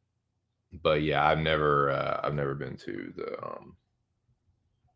whatever they call the fucking shit. But yeah, dude, Jesus. But yeah, on Jesus, yeah, dude, Jesus. Like Jesus was real. Like whether you think that he was like the son of God or whether you think that he was God, like incarnate or whatever, like regardless, historically, there is historical evidence for a man named Jesus Christ. Even if you're just a completely scientific, non-religious person, he existed. It's just whether you think he was the son of God or not. But regardless, I think Jesus was a really he was a pretty good person. He was a prophet. He believed in helping the poor and yeah, man, he was not like dismissive of people that like were viewed as lower class in society. Like Jesus was a chill dude. Like he was I mean, he definitely wigged out sometimes. Like he definitely flipped out a few times, but he went through some shit, man. So there is historical evidence for Jesus as well. It's just whether you think he was something more than man. That's the debate. Anyway, I'm fucking stoned, boys. What do you want from me? What do you want from me? Okay, Touch. That's that. Okay, yeah, that's yeah. Good. It was it was a nice little discussion. But we are almost 3.5 hours in, and I need to bullshit. No, hell no, I'm not a fucking. I went to an Anglican church, but I'm no longer religious, but have all the foundations. Yeah, like I went through confirmation and I was part of like a youth group for a couple years. But yeah, it all kind of left me by the time I was 19, 20. I was kind of like, oh, okay. I'm actually like learning some things now that are just like, I don't know about some of the stuff. But yeah, I've like thought on it a while, and I'll say one last thing on it. And this is just, I'm not saying this is evidence or not evidence or whatever, but in times of grief, I have found Christian words to be comforting and cathartic and good. It is comforting. It helps. It has helped me. It just does. I don't know. For whatever that's worth. Like I said, I'm agnostic though. No idea what they play. Just looked it up. Are you snake? Fuck no. If you include every form of the wheel, if you do its basic wheel and door, yeah, exactly. Yeah, I agree. Fuck you, Touch. I'm high. Yeah, I'm high too. Touch, you sack of shit. No, it's fine. Wheel bends. The idea of hope can be powerful. It is, man. Exactly. And so even if you think that, like, even if you're someone that's like, nah, you're totally scientific, you're like, nah, religion is bullshit. Here's the scientific reason for it. This, that, and the third. The power of belief and the power of hope and the power, like, it is a very powerful thing, dude. The power of suggestion is a motherfucker. It can be positive and negative, but it's kind of even if you want to, I don't know if you want to call it scientific phenomenon, like, but there is something like if it allows you to keep yourself like like I said, on the straight and narrow, and it's a good moral compass for you, and it's like helps you, process grief, and it's a whatever, it's catharsis for you. Like if that helps you like get through life and try and like treat others with respect, like fucking do it, man. Do it religiously. I don't give a fuck. As long as you're not hurting people. I thought you hung out with Appalachian snake handlers. What would give you that idea, sir? Or I was an Appalachian snake handler? No. Gotta have hope, brother. Al Shamir is turning into a man of... Dude, bro, I'm a city kid. Like, I grew up in Little Rock. I was kind of like... I don't know how you describe like where I lived in Virginia, because I lived outside of a small city, if you can call Charlottesville a city, but where I lived was kind of out in the country, but like it was like I lived in like a subdivision, and like, you know what I mean? Like so I don't know if you really call it the suburbs or you call it the countryside. It was like, it is definitely the countryside. Like I lived out of a little I was closer to a very little mountain town than I was to Charlottesville. So I don't know what you really say but like, yeah, I lived in Little Rock for almost 20 years. So I don't know. I don't really, yeah, it's weird. I don't know what you would really call me. Like, if you say, like, I'm not really a country boy, like, yeah, I got there's some country people in my family. There's definitely some rednecks in my family, but like, I don't know, man. I don't know. Gotta have hope, brother. Alex Ramirez turning into a man of the Lord. I was raised Catholic, and I always thought Southern Baptist. It is very strange. It's very strange. So Methodist, if I could describe Methodist in like general, broad, sweeping terms, Methodist is like kind of like watered down. It's kind of like if Catholic is hardcore, Methodist is kind of like half-ass, pussy-ass. Is like this is a representation of like the blood and the body of Christ. You know what I mean? Whereas Catholics are like, no, this is the blood and the like I am eating the blood and like the body of Christ. Like, no, like and Methodists is like, this is just me representing that. So they're kind of, yeah, I'm not the best at describing shit like that, but that's what it was like growing up in a Methodist church. It's kind of like you're like white bread, like watered down, like sort of like average Joe denomination, like Christian denomination, somewhere like right in between all the other stuff. Like, the weirdest are like, yeah, like Mormon. I don't even know, like Mormon, the Catholics, the Mormons, and the Pentecostals are the weird ones. They're the fucking weird ones. I guess Mennonites. I don't know if they're really like if that's really a denomination, but like yeah, they're the strange ones, dude. Like Catholics, Pentecostals, and Mormons. But yeah, Catholicism is like really mainstream. That's the weirdest one that's mainstream. Pentecostal is I don't know how mainstream that is. Like Mormon, I don't know, man. It's definitely known about. It's definitely like people know about Mormons, but like I think Catholicism is like very widely recepted. Catholicism, wild, bruh. Like Catholics, like I'm not like everybody. Like a lot of people grew up Catholic. Like my wife grew up Catholic. Like she went to Catholic girls' school. Like dude, like my like I said, my girlfriend in high school. I mean, not high school. My girlfriend in college. She went to high school at this fucking like the Catholic girls' school in Little Rock. Like it's very popular and like, but it is fucking strange, dude. For real. Mass is a weird fucking for real. Yeah. That's just my thoughts on it. I was okay, yes. I was found the Lord after his 10th right. After a number of high-profile deaths, some Pentecostal Christian snake handlers like Dar were rethinking his approach to it. Very, very funny. Very funny. For what it's worth, Toomey said, snake handlers don't attempt to rationalize their actions. He said they understand the risk going into it. They accept death as a consequence and are Jesus Christ.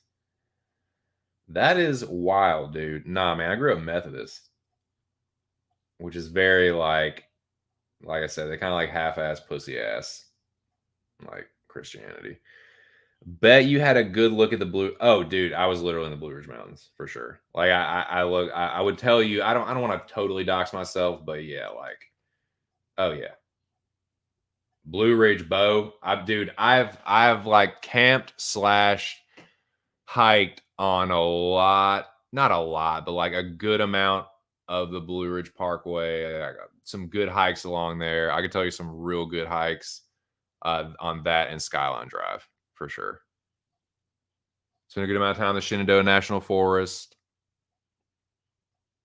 Yeah, for sure, dude. It's fucking beautiful. I can put some more pictures in the old in the by God Arcadia chat. Arcando. The book of Mark, chapter 16, verse 18 says that they will pick up snakes with their hands, and when they drink deadly poison, it will not hurt them at all.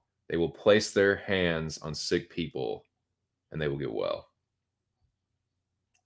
Snake handling began near Chattanooga, Tennessee in 1910 when Pastor George Hensley said that he was commanded by God to take up serpents.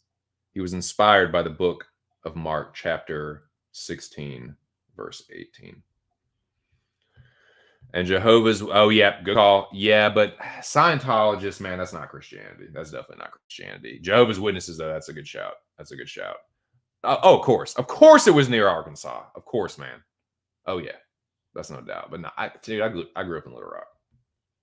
And see, that's the thing. That's the thing, too. And I've had this conversation before. It's like, dude, yeah, you can say whatever you want. All bumpkin, hillbilly, the dirt. Like, dude, the city I grew up in, unless you're from a big city, unless you're from just a big old city, well-known city, Little Rock is bigger than whatever podunk, hayseed place you fucking grew up in.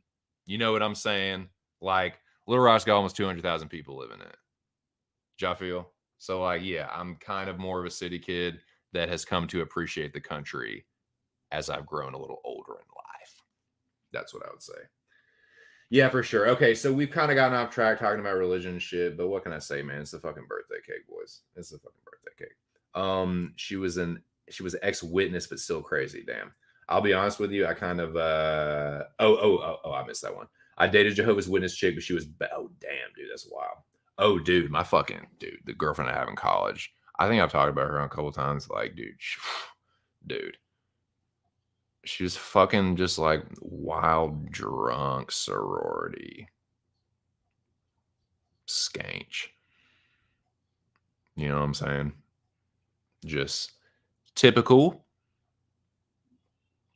Quite typical. But yeah, dude. Just typical spoiled rich girl. Like sorority whore. She was an ex-witness? What? Hold on. Back up. It's you know what I'm saying? I'm saying. Let me I'm gonna have to reset this and run that by me one more time. Are you saying that she was in witness protection? Is that what you're trying to tell me right now, brother Drunken? Are you, dude? Are you saying that you dated like someone that witnessed like a like mob execution or something? Is that what you're trying to tell me right now, sir?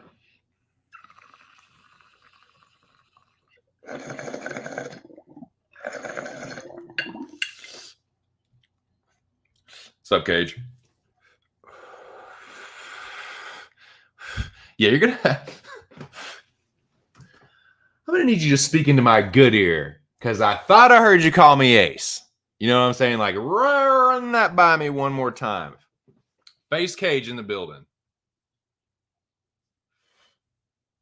Oh, ex. Oh, okay, I gotcha. Ex Jehovah's Witness. It's just me, just being a fucking high idiot. Gotcha. Just checking. That makes more sense. Big Cage in the house. Well, hey, dude, we got 13 people in the building. Let's get back to UFC 273. It was a nice little diversion, a nice little religious discussion, a nice dude. This is a little channel with 162 subscribers, and we just had a very healthy, like,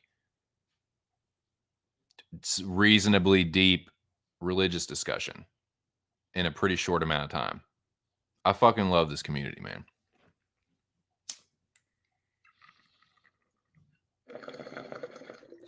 Dude, we're smart, dude. We're fucking smart.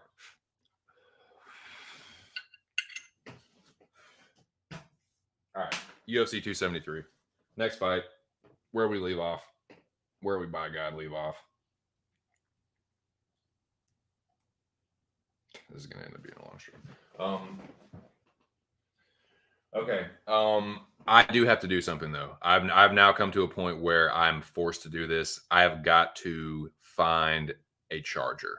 I've got to find this phone charger because I've got to either charge up my phone or my tablet so that I can watch, because I'm going to need to watch some of Ark's stream back. And I'm also going to need to, excuse me, I'm going to need to, I'm just going to need to have it in general so I can continue to look at these fights. That's what I was trying to say. So I got to find this now. I'll throw the song on and, okay, Cage is going to go live. If y'all want to check that out, appreciate it, Cage. Yeah, man, I'll be going on for a little bit. So whenever you're done, I know you don't do like incredibly long streams. So yeah, man, I will check out. I'll make sure and give it a view and a like and peep what you're talking about. See what your thoughts are on the stuff. But yeah, shout out to Cage My IQ. Is it on Fighters First? Is that where you're going? I think I saw that earlier actually. So yeah, check out Cage on Fighters First, and then yeah, man, I think he's gonna go live soon. So if y'all want to check that out, I will be here for a good. I got to get through. Still got to eat some crow, dude. I got to eat crow, and then I gotta talk about the Arc FC fights. So yeah, it's at this point it's looking like it's gonna be a 6-hour stream, 6+ hour stream. So yep, that's it. Fighters First on YouTube. Cage My IQ, check him out. He's going live soon. Dude. Hey, thanks to you, dude. I put you over earlier, so yeah.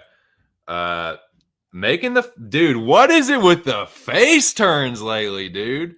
Turn it gay, morphing into Turn It Up MMA / Solar Warden. And dude, Jabroni Cage turning into fucking Face Cage. Wild. Weird, wild stuff. All right, I'm gonna fucking throw this song on. I gotta find this charger. It's just it's a necessity now. I'm putting it off, but it's gotta be done. Let me get the song ready. Get this shit ready. Okay, which one of these is gonna die first? All right, which one of these got more of a charge? How does this one have more of a charge? How does that's wild, dude. How does the fucking tablet have more of a charge than my phone? My phone has such a bigger battery life. That made no sense at all. No, that made no sense at all. All right. There you go. Now that's Atlanta. Get the remote and change the channel. Oh, no, that made no sense at all. Why are you passing it to me?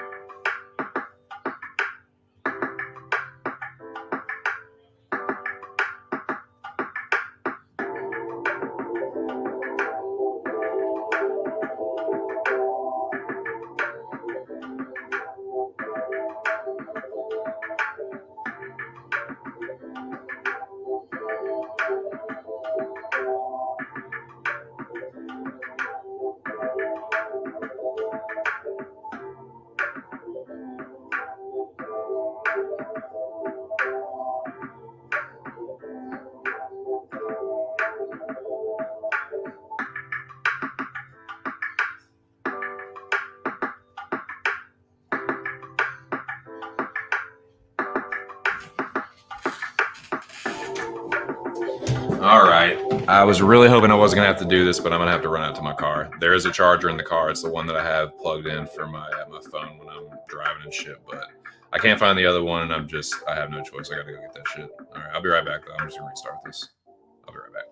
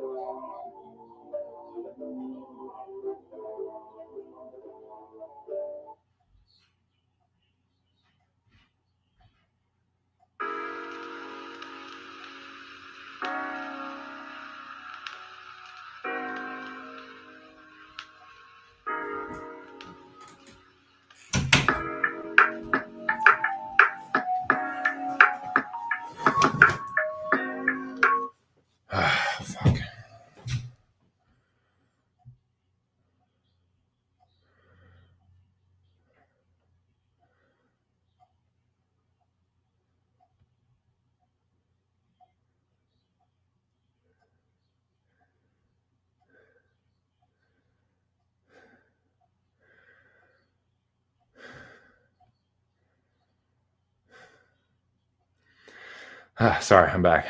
Sorry, I'm back.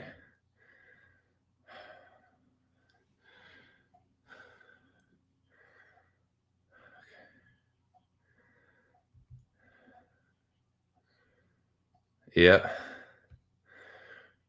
Trying to say, once you're Jehovah's Witness, once you out, yeah, even her God. Yeah, that's weird as fuck, dude. I know, man. It's like you care more about your religion than your kid. Like, okay. That is like that's not a good representation of your religion. That's just you being a fucking like just because you're religious doesn't mean you're a good person. Like it's not like not necessarily the religion. It's people that misuse the religion, that abuse the religion, that manipulate people with religion. That's the problem. That's some of the problems with organized religion. It's not religion itself. It's the way that religion is organized and implemented and weaponized against people. That's the problem. Okay, let me plug this shit in. What's worse? What's worse right now? Okay. And you know what?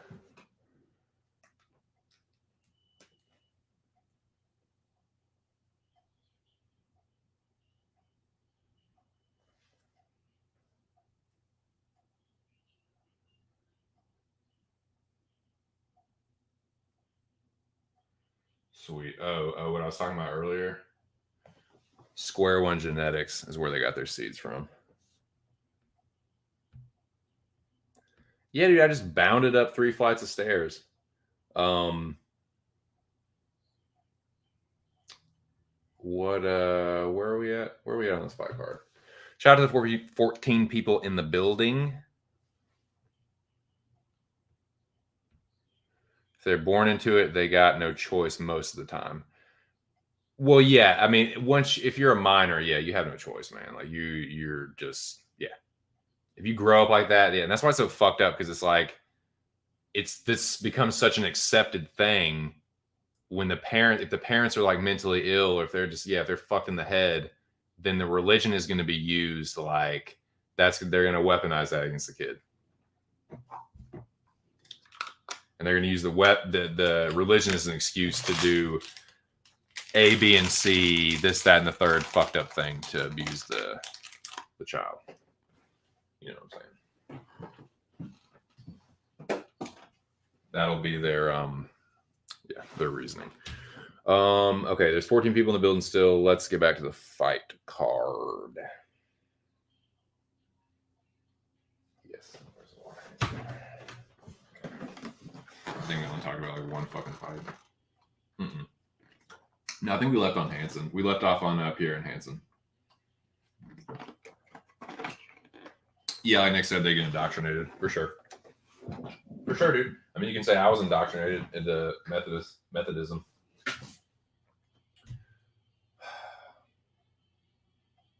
Did that really just fucking happen, dude?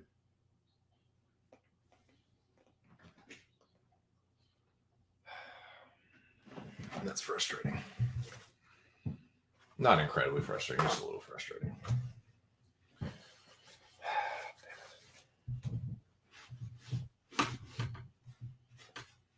It's a little spill. Nothing too bad. And it wasn't on the computer or anything electronic. There was just a little something on the carpet. The plate, the fucking plate had a little egg salad on it, and I fucking knocked it over onto my fucking Captain America rug.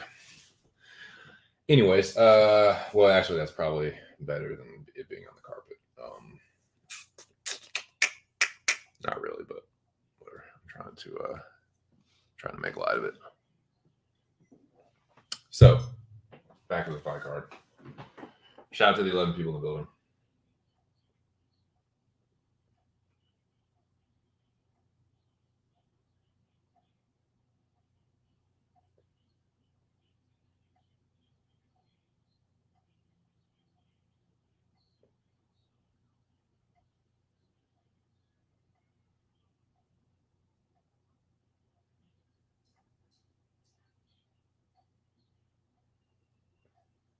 Pull this up right here. Okay. All right. So next fight. Like I said, I was in Virginia. I was chilling with the fan bam, so I was kind of in and out of watching the fights. This next one, like, I got really upset with this one at the time. I didn't have a lot of time to like soak, sit on it and like sulk, but when it happened immediately, I was so fucking pissed off. Like, oh, dude, if I had been by myself, I would have been cursing up a fucking storm, dude. Alexei Oleinik, of course, submits Jared Vanderaa with a fucking scarf hold. Motherfuck. Fuck me, right? Fuck me. Oh, dude, I was talking about her. Nick, dude, my wife's egg salad is so fucking dank. My wife's a really good cook, and she's super modest about it, like super duper modest about it. And even she came in here and was like, "The egg salad was good one." I was like, "Yeah, dude, like you done outdid yourself, darling." It was fucking, dude, bomb.com, super super danky.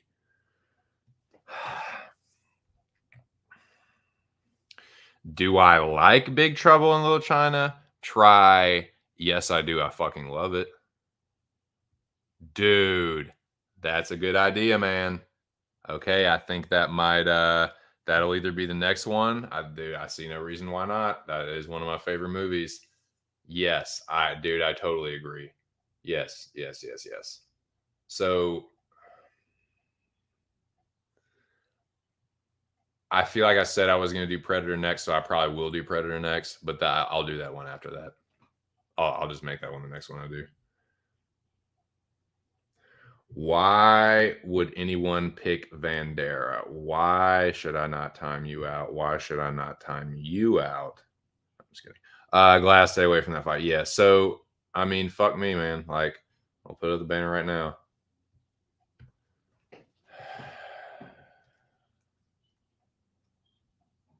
Why does the cursor disappear? I didn't fucking touch it.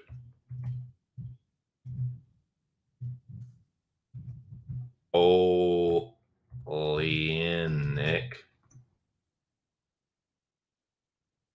Scarf holds Jared non-existent fight IQ Vanderaa. Of course, Scarf holds Jared Vanderaa.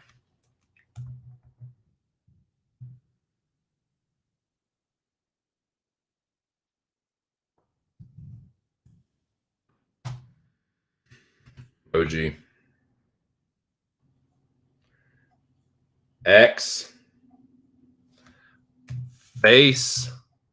Palm. Didn't find that one. Well, find my fist into your face then.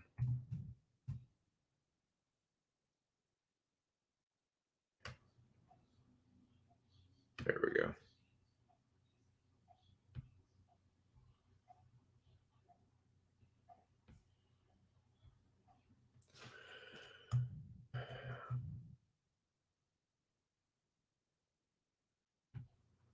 Dude, and this one pissed me off because he was looking good too.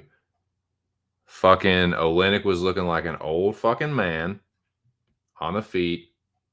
And I was like, okay, here we go. We're doing good. We're like getting like Alexei pulls guard. Like, okay, we're doing good. We're on top. No. It was just like this fucking like waterfall of god damn it. Of like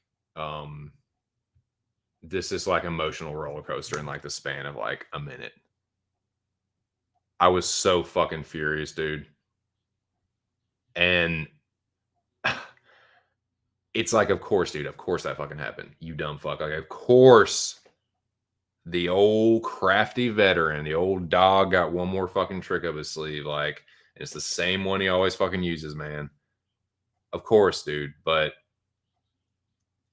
that's the thing. Is like, yeah, he has to like come back against someone like Jared Vanderaa. It's like Oleinik is still on the way out. Like he almost got like fucked up on the ground by Jared Vanderaa, almost, so I guess I don't hate myself, but it's like, of course, man, of course that happened. But this is not the one that I felt that I was kicking myself the most for, but I got to eat your crow here. So Alexei Oleinik, what can I say, man? You made me look stupid. Certainly not the first time I look stupid. Definitely won't be the last. Yeah, that line was flipping so much. I'm like, I'm just going with whoever's a dog. Vandera was a dog. But late money came in on Vandera last minute. Yeah. Oh, dude, it's awesome, man. Yeah, that's a good one too because I can talk about Kurt Russell a little bit. Old Lennox, he's old as fuck, man. I mean, like Jared Vandera was lighting him up and like having some success on the ground. When Vandera took his back, I knew it was over. That's funny, man. It was one of my perfects, man. Old gets it done. Nice, nice. Dude, yeah, everyone be more like Kurt Russell. Had Olenek sub round 1, but looking to bet Olenek next time he fights. Bet against Olenek. Yeah, dude, that's the thing is like that's the trouble these guys run into, right? And it's like for a better, yeah, you can get these sneaky little like spots like this. But if you step back just a little, if you zoom out just a little bit, it's like, okay, he's like struggling against Jared Vandera. You get like any step up in competition from him, there's a decent chance that you're gonna get fucking mollywopped. Like if it's someone with a little bit better like fight IQ and it's a little bit better takedown defense and like just not making stupid decisions on the ground against a guy that's just like sneaky good on the ground. Like Olenek's 40, he'll be 45 the next time he fights, and he's been knocked out 9 times. Like he's kind of like there to be beat on. So yeah, I would be very cautious betting Alexei Oleinik, depending on who they give him. That's what I'll say about that. That's my 2 cents on that. My perfects were Malat and Volt KO. Nice. Yeah, he is. He's really good. Yeah, Volk too. Man, yeah. He should probably retire because if he fights Latifi, I think. Yeah, dude, if they made that fight, I think Latifi would smoke him. I think he would.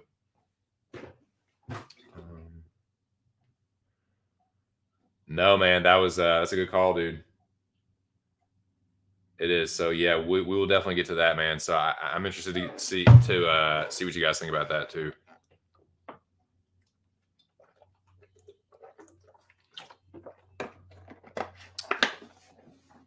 All right, let's crank through these boys.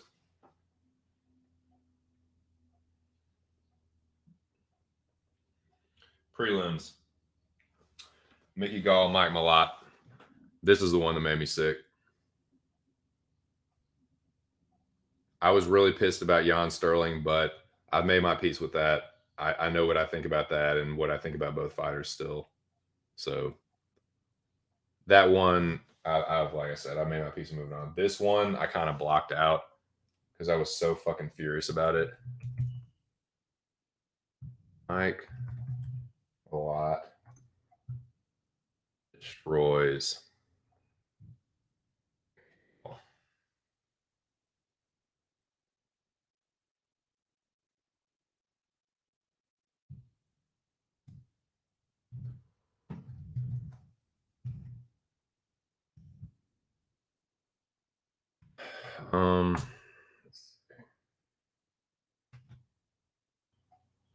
Emoji X knockout, and I forgot to put the submission emoji I usually use.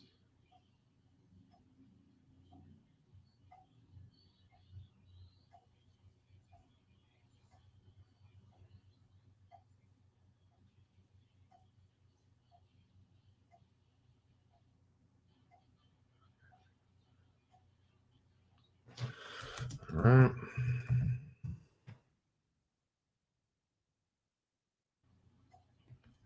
So I'm actually going to put this one on and watch it with no sound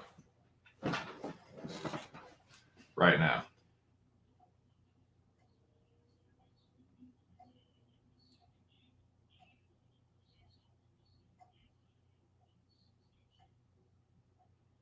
Okay, Cage's tweet. I think I already hit this one. No, I haven't. Yeah, man. I think Cage is live right now. Go check him out. I'm gonna be doing this for a little bit. All right. Let's see.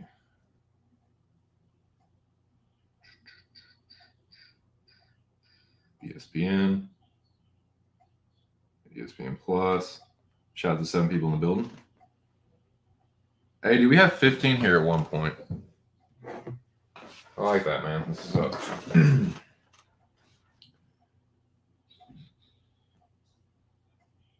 ESPN Plus. 273 replays. Okay, here we go.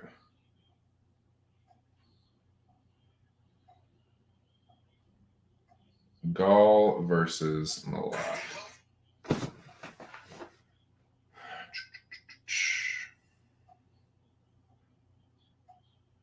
So yeah, this one, Mickey Gall is one of those guys that, like, for some reason, everyone has fighters like this where it's like, for whatever fucking reason, you cannot pick their fights right. I cannot get the dude's fights right. I fade him, he feeds me crow. I pick him, he makes me look stupid.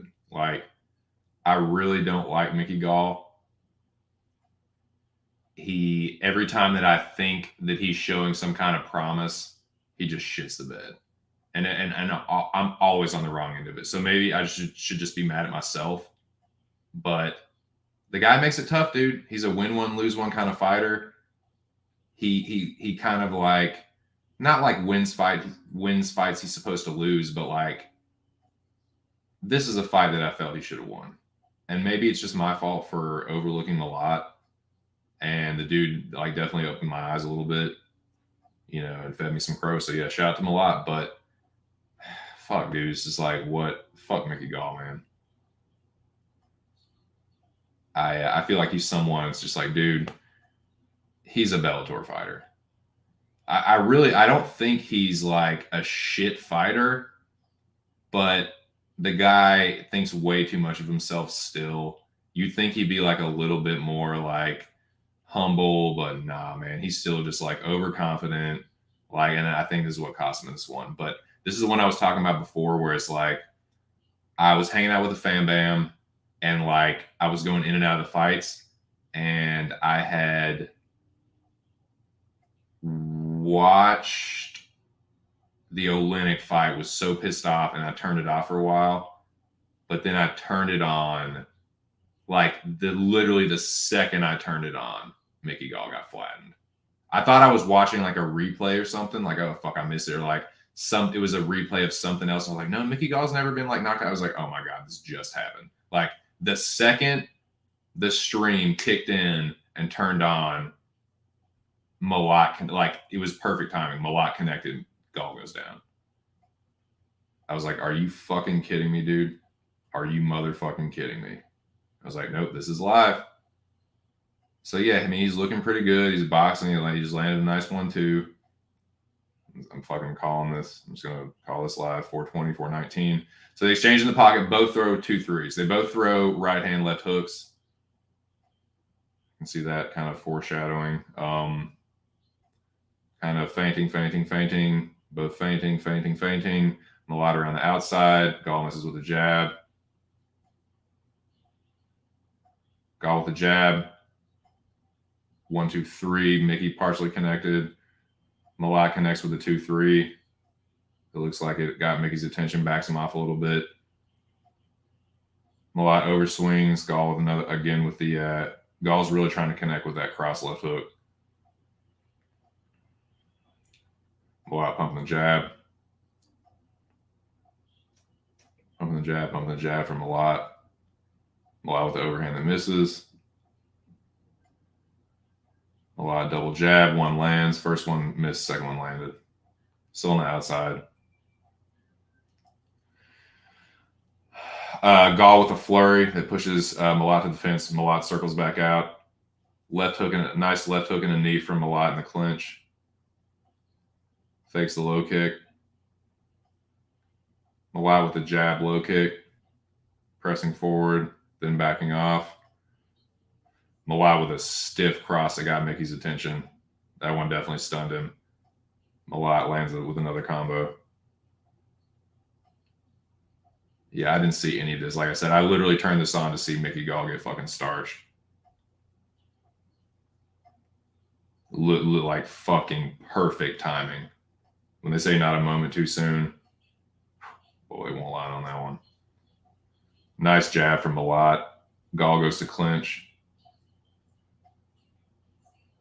Malott backs off. Gall pressing forward. Malott's got a nice jab. Overhand left hook from Malott that was blocked by Gall. Left hook to the body, left hook upstairs. I love that. Dude, I love the left hook to the body, left hook upstairs.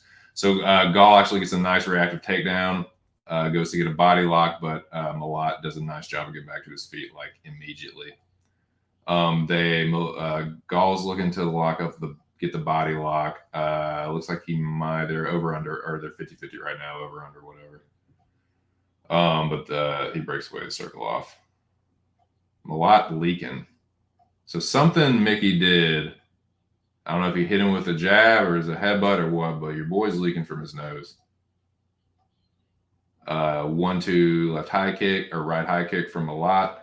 That was that was not a super good one, Gary. So nice flurry there it is. Boom. God. Like, dude, that was fucking gnarly. That was the second I turned it on. Just boom, done. Shout out to the 11 people in the building. Malott licking the blood. Gall like, what the fuck just happened? He pops back up. So it was a flash knockout. Like it wasn't, is it the worst knockout that's ever happened? No, but he definitely got flash knocked out. Like he went out for a second. Like, great stoppage by the ref, because if he hadn't stopped it, he would have just taken so much unnecessary punishment that he would have been able to defend none of it. So yeah, it was like he got knocked out, hit the floor, knocked out, unconscious as he hit the floor, and like woke back up. Basically, is I think what happened. Perfectly timed. Let's see how this happened. Misses with the left hook. Oh, this is replays. So Mickey's flurrying forward, and Malott just, it's a left hook, dude. He was throwing that overhand. He was throwing that right hand left hook all night, but dude, that left hook slumped him. So Malott getting, boom, dude, that was a short check left hook. Nasty, man. Filth nasty from Malott. Right on the button. Mickey went down so bad, dude. Let me back this up and pause it.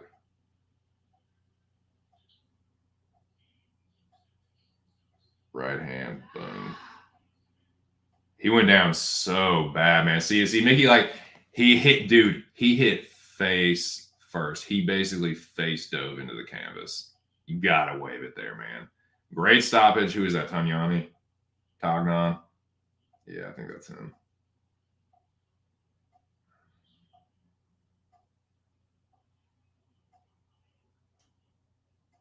No, it's not Tanyami. Who is that? I don't know what ref that is.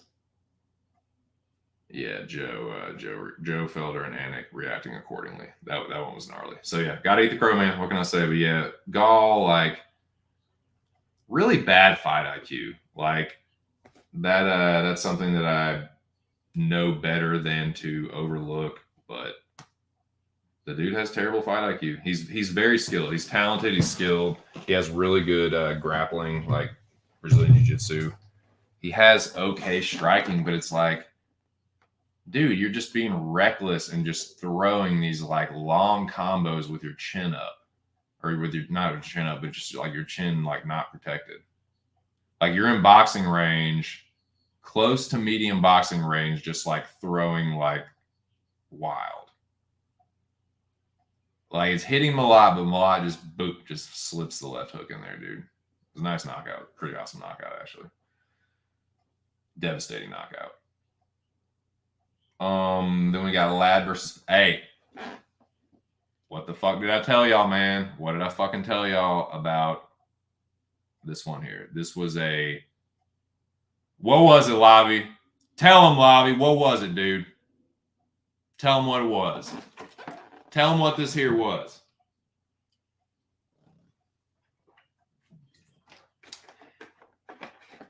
Raquel Pennington was a what? Was a what?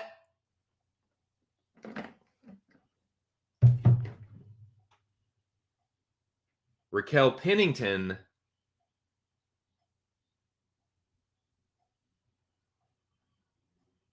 if you must know, was in fact a 2 cents free pick. Fuck did I tell y'all, man? What did I say? I said I was going to try and be respectful, but these were my words. I'm just quoting myself from a week ago or whatever. Yeah, it was about a week ago. I said in the Arkandome, you can go back. It's there for the world to see, or not for the world, but for the Arkandome to see. If you don't believe me, I said that, and I quote myself: "Aspen Ladd is unadulterated shit. Rocky all day."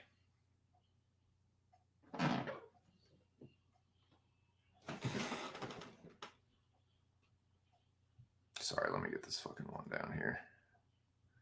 Sorry. Let me put this. It's another banner.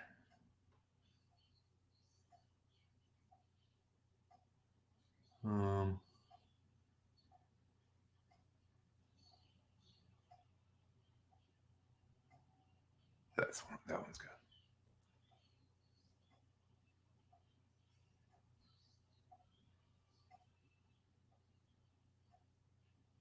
Yeah, let's see. Okay, talking about Gall.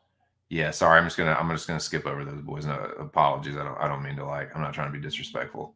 I do appreciate all the interaction. Yeah, dude, Mickey, let's go to sleep. Yeah. It is. I agree with you. The Mickey Gall experiment is over. He got rocked badly, rushing it. Yeah, exactly, Bo. Just rushing up with his chin, just like a dumb fuck. Got to put him in the fade zone. Yeah, for sure. He should. I mean, there's nothing wrong with that. That's what I don't get, man. They're so hard-headed about being in the UFC. It's like, motherfucker, you ain't winning no belt.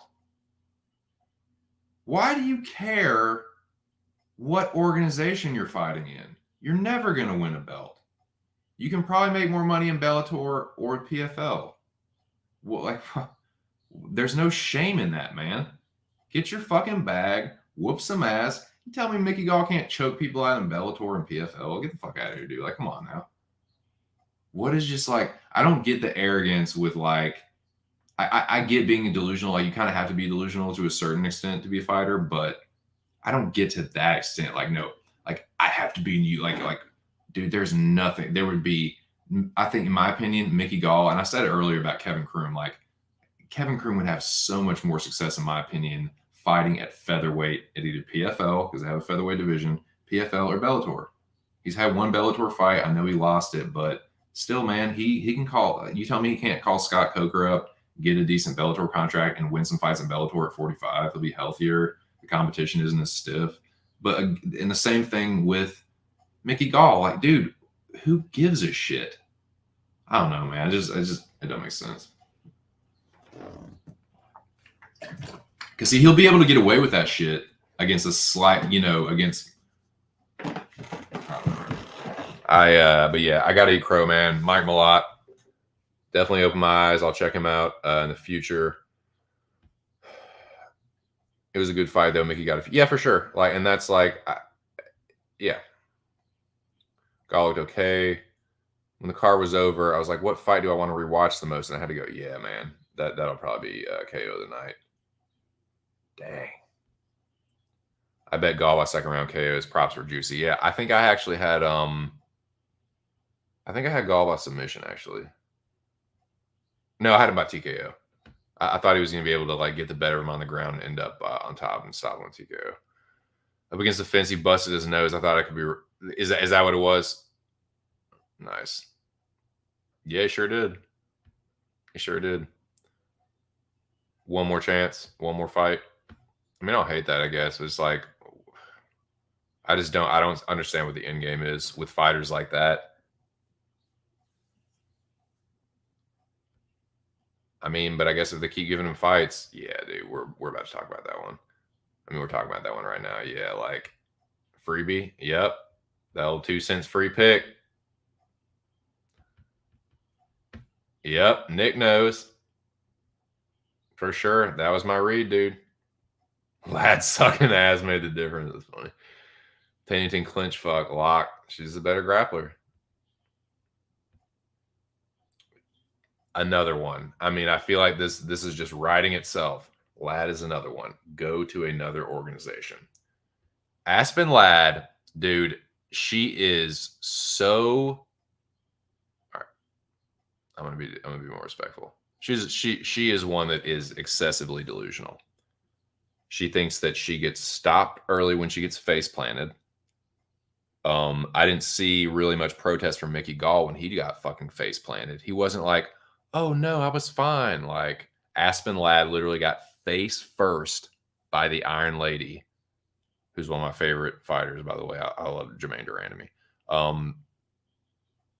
Like Jermaine face plants her in 15 seconds, and she's bitching about that. She's doing all this fucking pulling stunts on the scales left and right.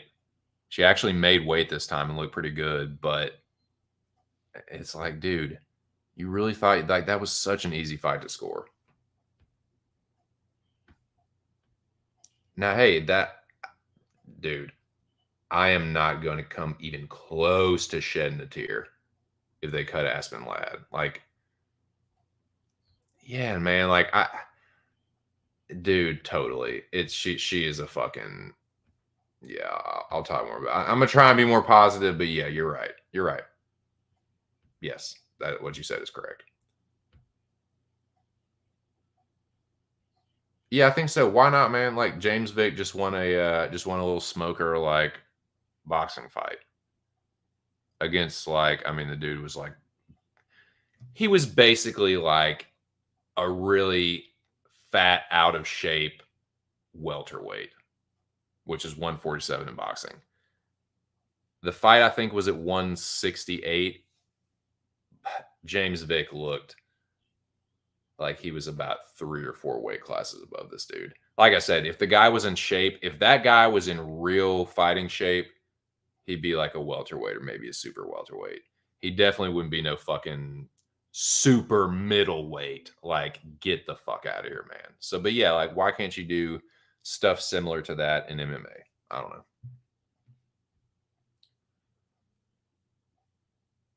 Yeah, and I mean, he spent his whole career in the UFC and just hadn't really done shit. Yeah, I picked her in that fight. I picked GDR, excuse me. Yeah, he won a boxing fight, dude. I mean, it was like, you want to talk about someone getting served up on a silver platter? The dude looked like I said, he looked like a fat, out of shape welterweight. Vig just tore him up. Yeah, knocked him out. Stopped him pretty bad. Dropped him a couple times and then he got stopped by the ref, I think. If he doesn't do great in BJJ competitions, I don't know what to say about Gall like that. Yeah, like maybe do that, but I've heard you don't make a lot of money doing that. But why don't you teach? Like, I feel like, I don't know.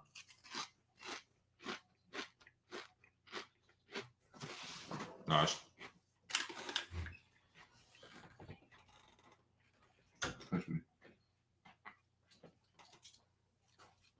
Do you want me to switch with you? No, I'm just going to get a table. You sure? Mm-hmm. All right. Hold on.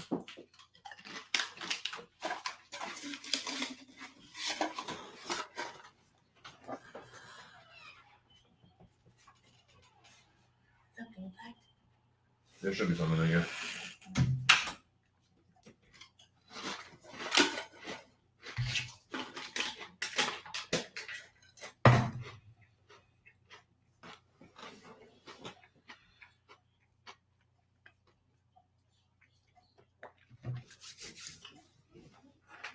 Yeah, I mean, it is 420. Fair share. 420, dude. Holy shit. 10 people in the building for like, might be like a dozen times there's been 10 people in here. Not even at 5 hours. Like, that's what's up, man.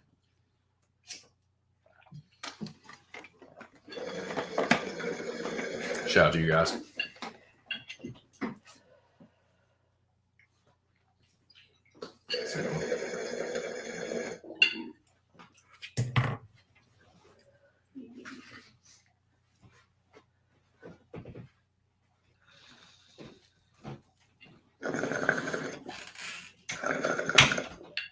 So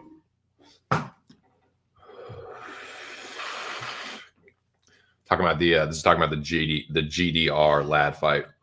I bet on two, but only time him out for some stupid reason. I used to be super conservative and just refuse to bet on big underdogs. I mean, that's not a stupid policy, but it's just, I don't know. It's just conservative. Nothing wrong with being conservative. The GDR lad event was the only one I cashed big on, dang. If you remember, lad was on the scales, dude. Yeah. Yeah, no shit. I mean, that's the thing. Like, you pull stunts on the scales, you pull stunts in the octagon. Like, she's just kind of overhyped, man. You know, I think you do really one of those long drive competitions. No, but for real, I think she might be better suited. Bare knuckle? I don't know. She doesn't have like. She has really bad striking defense, dude. You want to talk about somebody that's a heavy bag, like, dude, she gets lit the fuck up sometimes. Like, she was getting toe up by Raquel's boxing. Out grappled, out struck. Like, 2 cents free pick, boys. I don't put them out there for nothing. They're just there for free. It's 420 somewhere. Hell yeah, Bo. Hell fuck yeah, Bobo. Looking like she was gonna die. Yeah. Oh man, that one dude. I was surprised when they were actually talking about it because that was not immediately waved off. Like they actually had to like think like, should we let this fucking fight go on? She almost died, but you know, whatever. We'll just see what happens. Flip a coin. Like flip a coin. Well, it landed on heads, so we're just gonna call the fight off. You know what I mean? Ark is the matchmaker, but I wonder if I mean, yeah, that's not the worst Ark can say is no, or like I have something else in mind. You know what I mean? I mean, that's kind of how I look at it. Like, yeah, of course, Ark is going to be the one that makes the fight card. It's his fight promotion, as he should. Like, but there's nothing wrong with like, you know, maybe it comes to a point where Ark is like, okay, like, you know, maybe he puts it to the chat, like, you know, has anybody called anybody out? You know what I'm saying? Like, so yeah, I mean, call your shot, Bobo. What can it hurt? So, speaking of which, somebody's been poking bar. Somebody been poking old 2 cents bar about Arc FC. So you might hear a little call out yourselves here. We'll see. Herb Dean did a great job of stopping the fight. I'm sure he took into consideration how bad her weight cut. Oh, the GDR fight? Oh, yeah, man. People like, I definitely gave Herb Dean props on that one because you really have to look at when Lad goes down, dude, Jermaine is literally like cocked back about to fucking drill her with another one. Like Herb, if you watch Herb's face, dude, on my old channel, I did a very detailed breakdown of that fight because people were bitching about that. I was an early stopper. Like, nah, dude. Jermaine dropped her and it was like what that movie analyzed. It's like, you want a fresh one? Like she had a fresh one lined up for her, dude. And like she thankfully and respectfully, like Herb just like, no, Jermaine, like stop. Like you're gonna like you're about to kill her. Like just stop. So yeah, like that was a very good stoppage by Herb. And I've been critical of him in the past. So yeah, I'm gonna watch that one, dude. When we get to that point, I'm gonna watch it.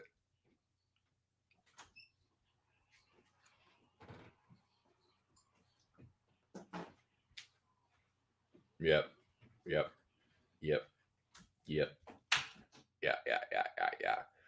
Yeah, man. Fuck it. Who want the smoke? Who want the smoke with Anon Adham? Or if Ark would just give me an opponent. Oh, yeah. Ultimately, it's up to Ark. He might just give you an opponent, but there's no, I don't see any harm in just like talking some shit. You know what I'm saying?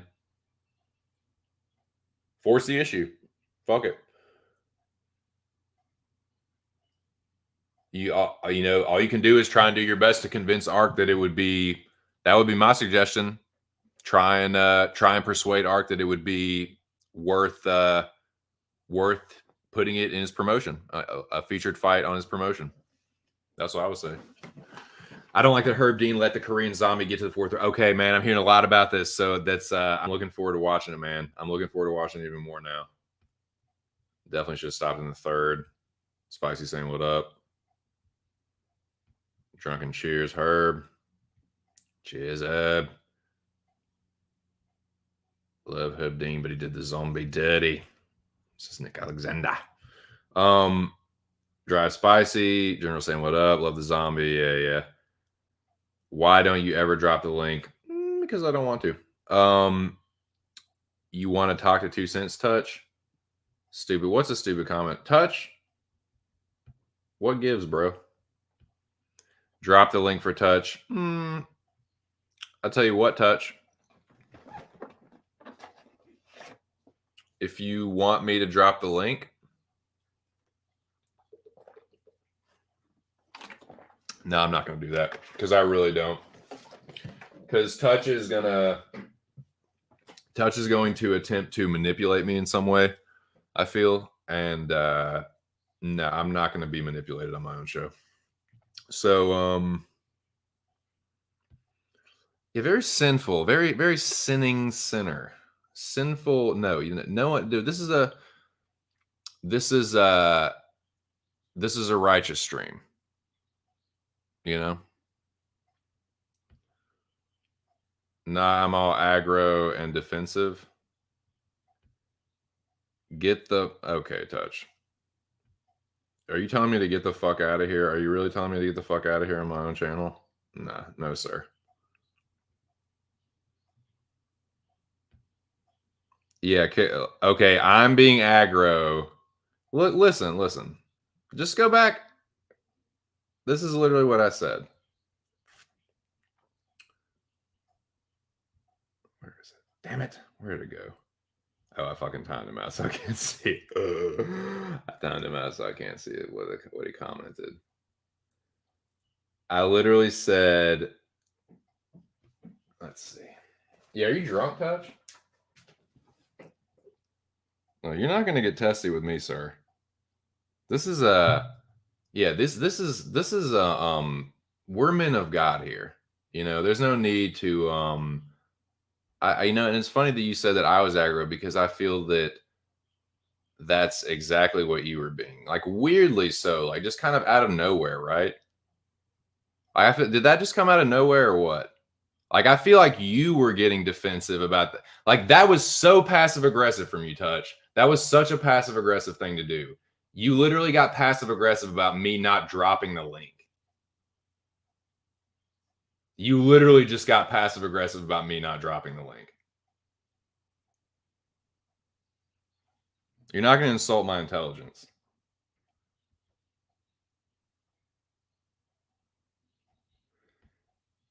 It's just unnecessary. Seek Christ. Touch. You must seek Buddha. You must seek Christ. You have killed. You have helped kill. You've killed a part of yourself. You must seek Buddha. You must seek Christ. I don't know what Touch is. Yeah, Touch, seek Jesus.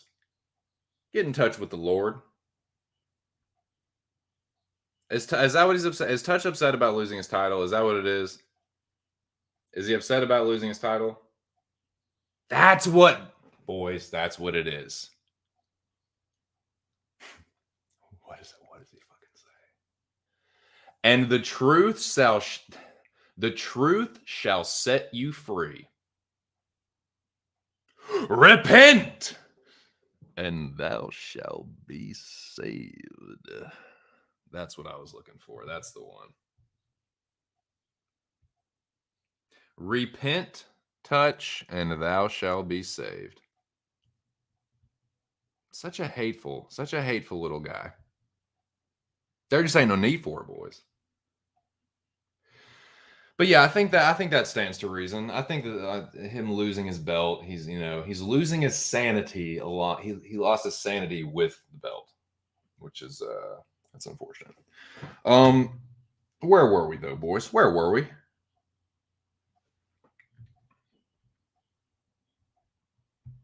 He's Gollum since he can't get the belt. He fucking retreated into the mountain like his precious is gone, dude. It's just been fucking driving him insane.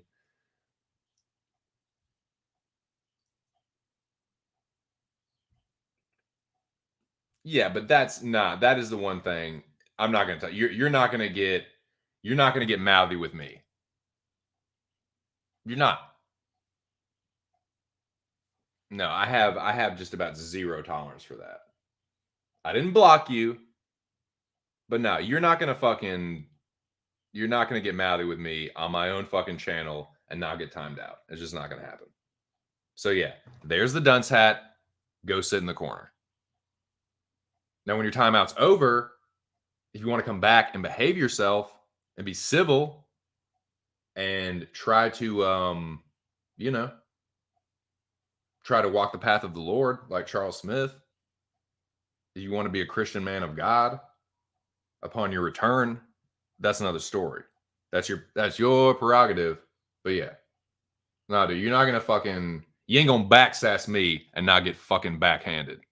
On my own channel, no sir. Ain't happening. Try again. Try again. I mean, sometimes you got to, boys. I do have a little law dog in my family. It's in my blood a little bit. Got a little outlaw, got a little law dog. So where were we?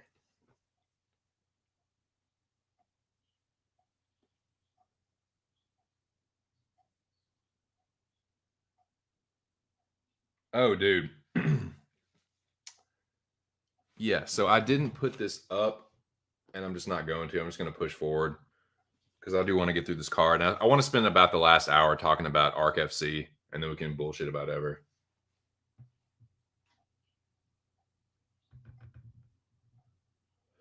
I actually asked why you don't drop the link in general, and you had a tone when I've been cool, but all right, noted. Touch, I literally just said because I don't want to. But like the other thing is this, like I think I've said a few times why I don't drop the link. I just don't want to. Because I don't like trying to. I've already said like plenty of times that I'm not a very good multitasker. I mean, maybe you missed that, but like, nah, I just don't. Yeah, you gotta behave yourself a little bit now. Like this is a lounge for gentlemen, sir. You'll behave yourself as a gentleman, or you'll be kindly asked to leave. I think I'm gonna do horribly with my predictions. This Luke Bilal card. Fair enough.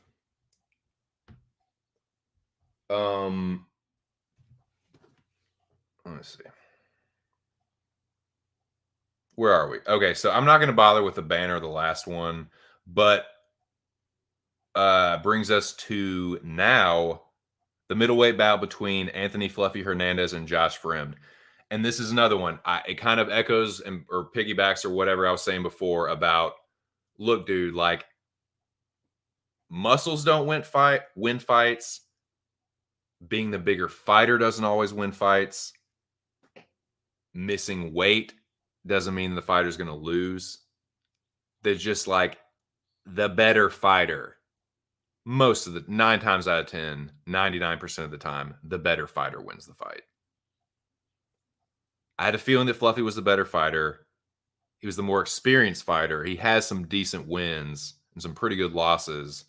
So, yeah, this was a pretty easy pick for me. And I can't remember if I gave this pick out or not. I might have kept this one close to the vest, but yeah, this was one of the easier picks to me. Like, so what? Fremd is a little bigger. Like, and credit to him for surviving, man. It looked like he was going to fold right the fuck up. It looked like he was going to pack it up and pack it in. But he hung in there. He got, kind of dog walk, man. He kind of got schooled by Fluffy. So yeah, I was all over that one. That was a pretty easy pick, in my opinion. Yeah, dude, you can't pick a fighter because they're like, oh, he's bigger. Like, oh, okay, man. And you can't pick a fighter just because the other guy missed weight. So anyway. But yeah, so I'm trying to speed through these. I won't bother putting up banners. Ian Gary defeats Darian Weeks by unanimous decision. Yeah, dude. Ian Gary's a pretty good fighter. Like, yeah, he's probably gonna get knocked out at some point. But he's got pretty good boxing, man. Like, he did they not have? Didn't he knock Weeks down? Did he not knock him down? He definitely at least stunned him very badly, but I could have. No, he knocked him down, dude. Why didn't they score that as a knockdown? Hold on, let me look at UFC stats. No, he definitely knocked him down, man. I know I'm not making that up. I know I'm not fucking imagining that. Ian Gary UFC stats.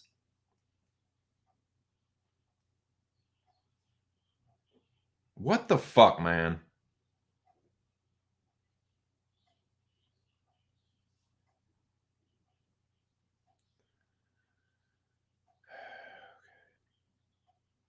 Are you fucking kidding me? They really didn't count that as a knockdown?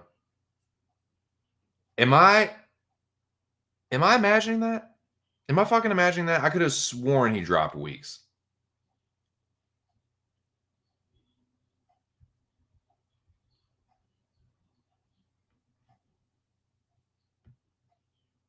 Yes, indeed. Yes, indeed.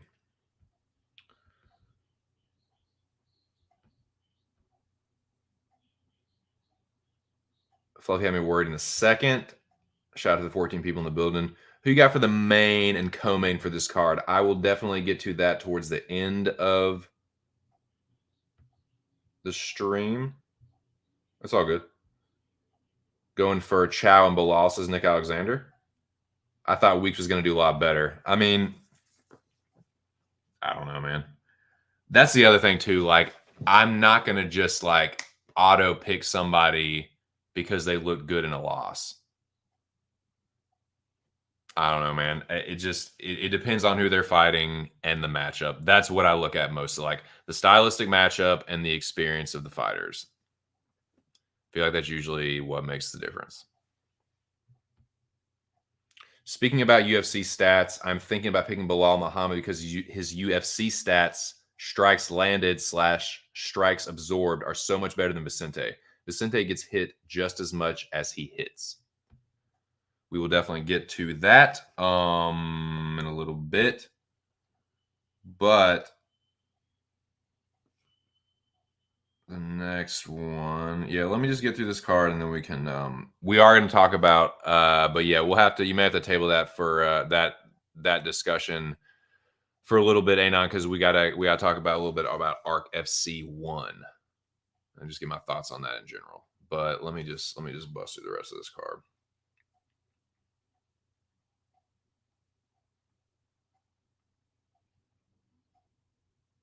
So yeah, I thought Ian Gary looked pretty good. You know, got the better of Darian Weeks. But I do think he's going to get knocked out at some point. Like he does leave his chin up too much. Like he has decent head movement when he wants to, like at close range. Like he's good at ducking under punches. He's decent at slipping punches too. But like when he backs up, at long range, I think someone's going to snipe him. Like I think someone's going to snipe him either with an overhand or like a long left hook or something. Because when he does pull back, his chin's wide up in the air and his hands are down. So someone is going to fucking clean his clock, but it's not going to be till he fights a higher level competition. It's just unless he shores up his defense, which he can do. He still has time to do that. He's what? How old? How old is Ian Gary? Ian Gary, the future, 24. So yeah, he definitely still has time to shore up his defense, but he's going to need to do that as the competition level rises. Let's see.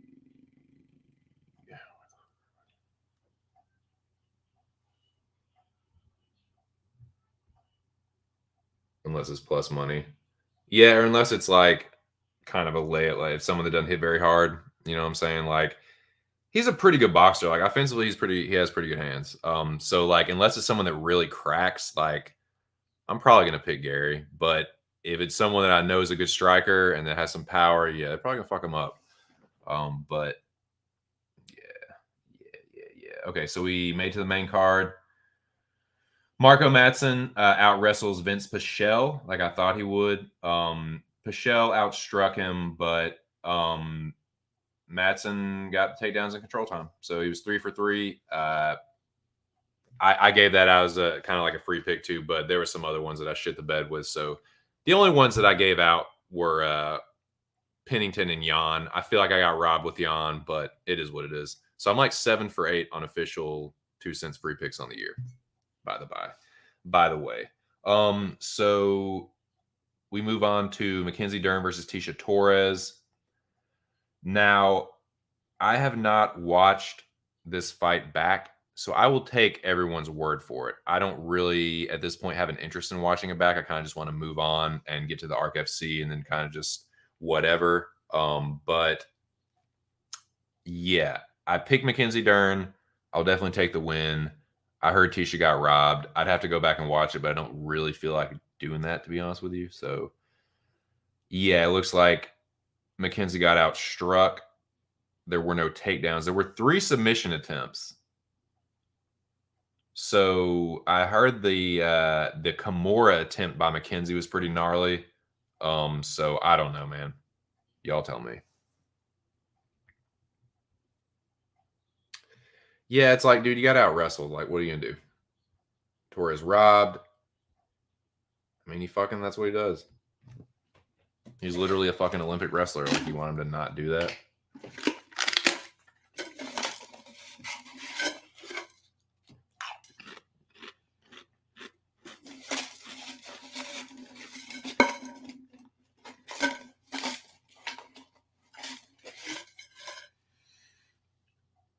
Okay, I'm gonna watch this one though.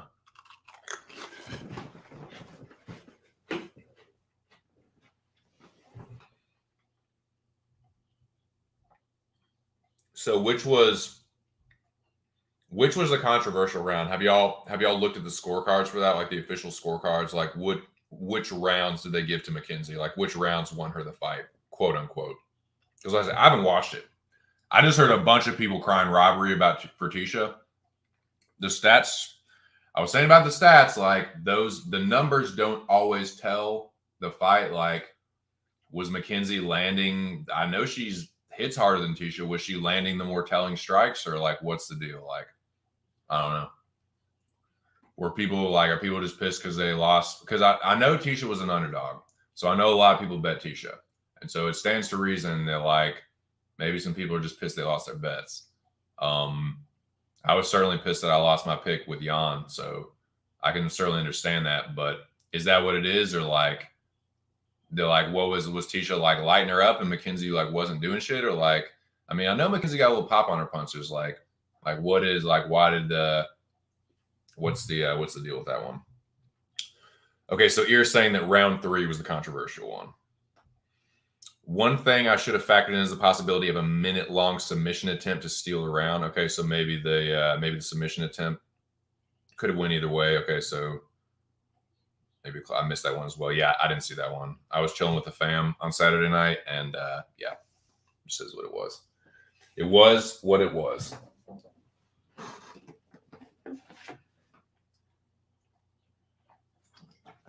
It is what it was.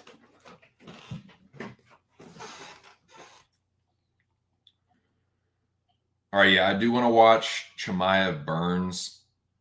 Let's see. Ooh, that's interesting. Anti-lesbian parlay conspiracy theory. The stats made it seem like Tisha should have won. I thought Mackenzie was hitting with the harder shots and walking. So that, hey man, like you're supposed to score. I was reading the official UFC stuff, like, or sorry, the unified rules, and the first sentence of the first paragraph of the first article is talking about the effect of striking, and it says that strikes that have the immediate impact, like the more immediate impact, excuse me, aka the most damaging strikes, are supposed to be weighed over the cumulative strikes. So, yeah, if that's the case, and McKenzie was like landing harder, like that may be where it happened. I don't know. I haven't watched it, but I'm just trying to play devil's advocate, like maybe why they might have given it to her, but I don't know. I need to watch it. I will watch it after the stream. Couldn't tell you. Maybe Dern being the aggressor in round 3. So I'll have to watch it. I'll have to watch it. I've seen the highlights. Like I saw Chimaev getting dropped. Whether you think it was from a push or it was more like he kind of got clotheslined. He kind of got like forearm clotheslined. He got dropped. Like you can't tell me he didn't get dropped. He fucking went down face first. Whether you think it's from the clothesline or a punch, whatever, he got dropped. So, but yeah, I haven't watched the whole thing. I've seen the highlights, and I watched I tried to start to watch it last night, but I was so zonked by the time I got back to Maryland, dude. I was just fucking one round is all I could do. But yeah, I might watch the live watch. I'm gonna watch the second and third round right now.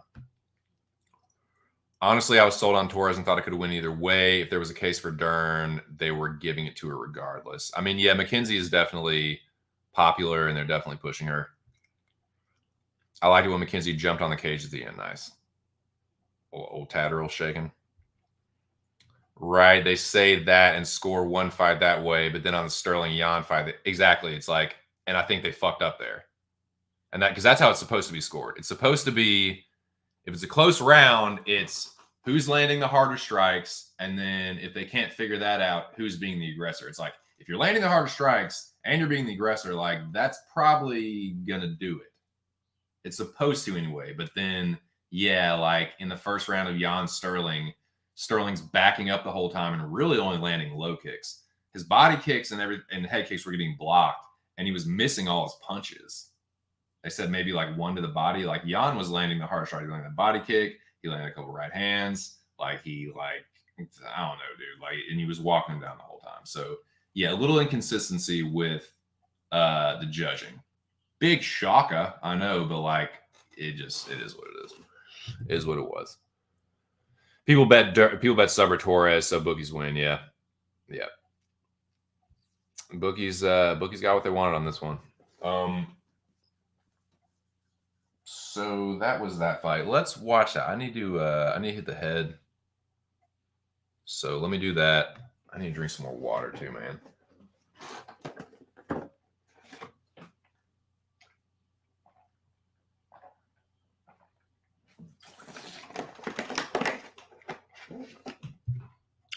Drunken says fucking bookies.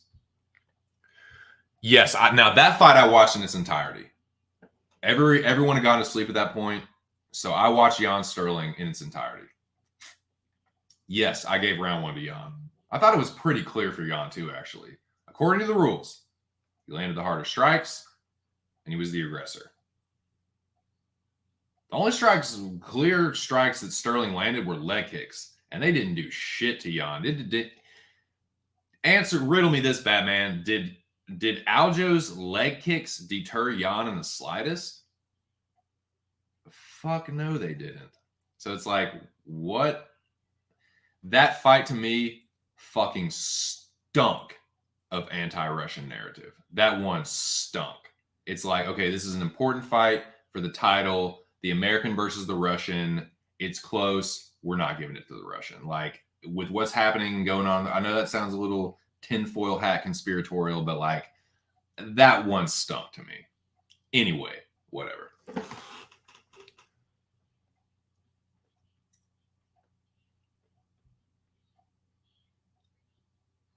Yeah, I mean, it definitely came down in the first round, but that's what I was saying. You're telling me that Jan tossing around and beating the shit out of Sterling in the championship rounds, those rounds to me were much more dominant. Yes, Sterling had a body lock and control time, but other than the second round, he wasn't landing a ton of ground and pound, and none of his submission attempts were close. I feel like Jan got closer to getting a submission in the 5th round than Aljo was. Jan looked like the way better fighter. in my opinion. Overall, you look at that fight as a whole. Jan looked like the better fighter. Sterling ran the whole time. Really only landed low kicks. Looked like he was just, I don't know what the fuck he was doing in the 4th and 5th round. He was spamming takedowns. 22 fucking takedowns. Running the whole time, spammed 22 takedowns, and only got 2 of them. I'm sorry, stuffing 20 takedowns has got to count for something. I don't know, man. Like, I was one of those where I feel like the better fighter didn't win. Like, the better fighter kind of got screwed. But that one stunk to me of a narrative too. But it is what it is. That's how I feel about it.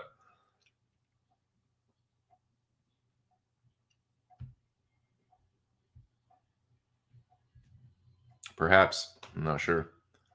Yep. Exactly. Get him out of there. But anyway, that's what I feel about that.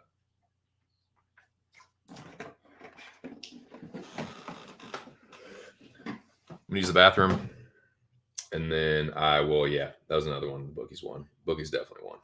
Oh yeah, because people hammered the online. People bet him as a favorite like a motherfucker.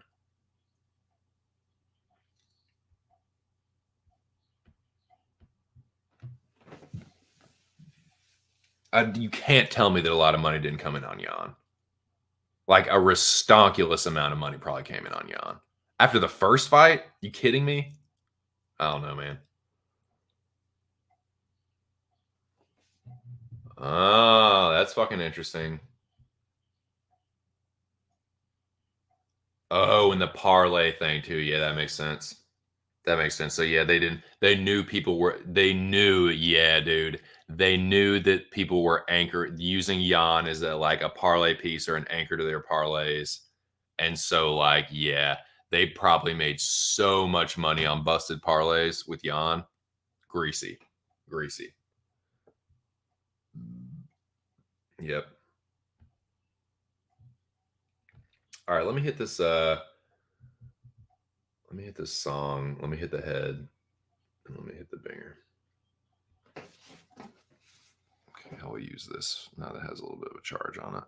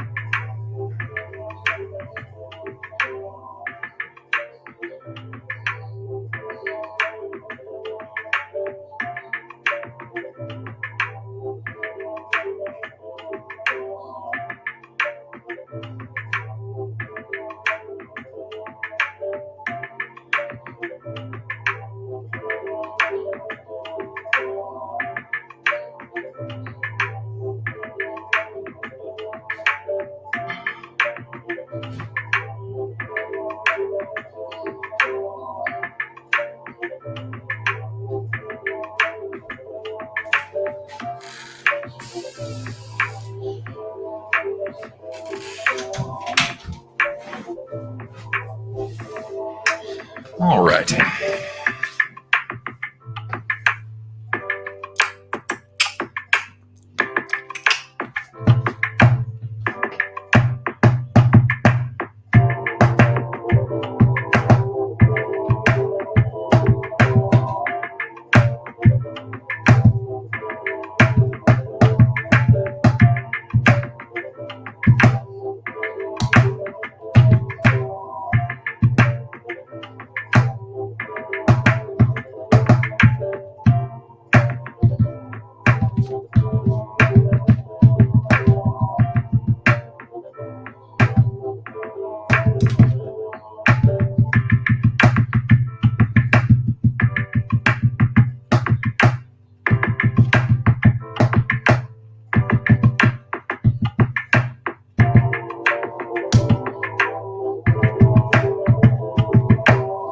Two Cents remix. Okay.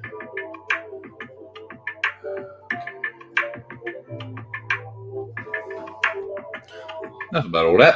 All right. Where are we now, gentlemen?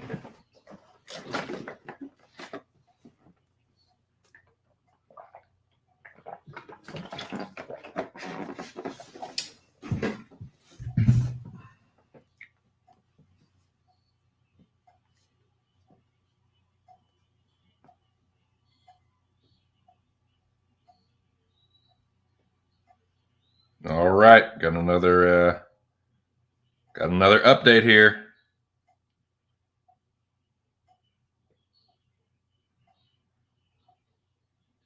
Let me see. Boom. Update. Okay,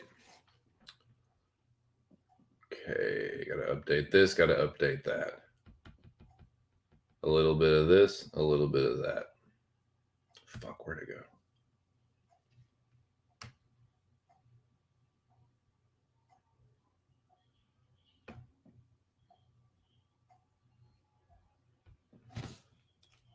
I put these thank yous up in the order in which they are received.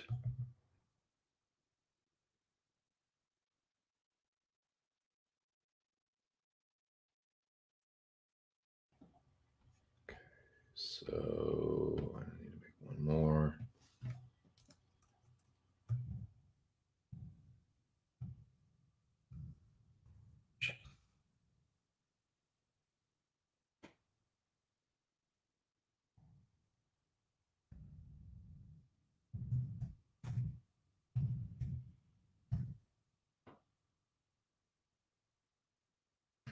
Emoji.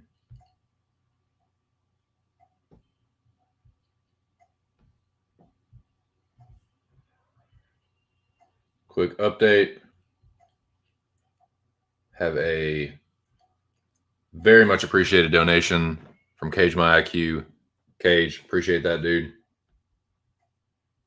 And with that, I will update this as well.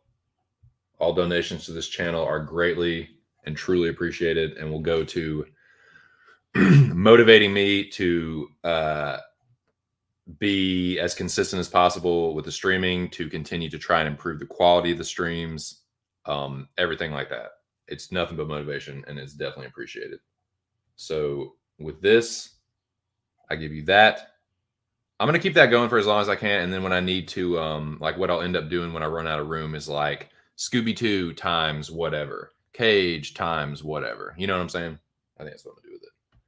But yeah, shout out to Cage, dude. Face Cage making another dude. It just seems like something's in the air, something's in the water with this with these face turns, man. So, but yeah, so we're at 5 hours, boys. I thought it might end up being a longer stream. It's looking like it's gonna be like it's not gonna be a marathon. Don't worry about that. It's gonna be less than 8 hours. I can assure you of that. But for the next, I see my voice is already starting to get a little hoarse. I am making another cup of coffee, and that will get me through the rest of this card. It will get me through ARC FC recap. And yeah, I might just chill with the banners to save some time, but I will definitely put it like when we're talking about ARC FC, I'll put a banner up for that. But as far as like individual banners for like this fight and that fight, I'll kind of just probably just kind of like talk you through it. I mean, most of you guys saw it anyway, but I need to kind of like update myself, so I will listen in when it comes to that point. But what I'm gonna do now is rewatch the Hamzat Shemaev and Gilbert Burns fight. Drum roll, please. Yep. So shout out to Cage Man. Appreciate the dono. And yeah, good looking, man. So where are we? Where are we on this fight card? Holy shit, we got another one, boys. What have you started, Cage? Gotta update it. Gotta update the shit when I see it. I don't always see it immediately, but we got another one.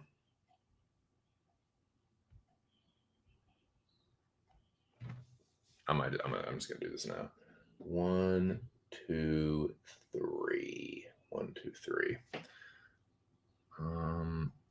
Scooby-Doo times 3.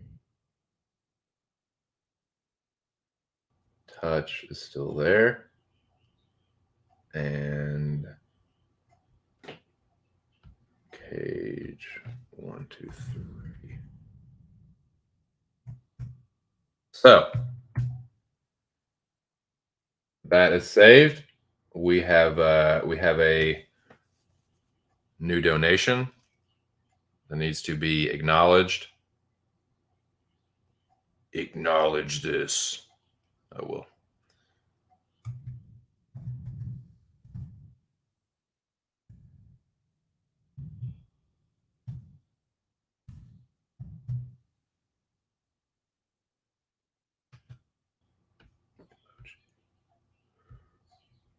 Thank you / prayer hand emoji. Scooby-Doo. Us. Appreciate it, man. Like I was saying with Cage, it's nothing but motivation, dude. Nothing but motivation and fuel to the fire. So yeah, let's keep this thing going for a little bit, boys. Now with that, okay, let me do this.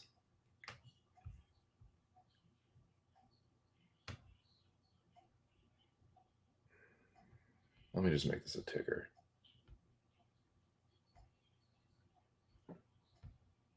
Yeah. So we got that there. Boom. Boom. Gentlemen, thank you both. Us. Let's fucking go, boys. Let's fucking go. I'm filled with just a fire, dude. I'm filled with a motivation now. What should I smoke next, dude? I'll tell you what. I'm gonna go with this mystery strain. That's what I'm gonna smoke right now. I ain't got time to be fucking wasting time with slow posts like 2 cents. You got time for that shit, dude.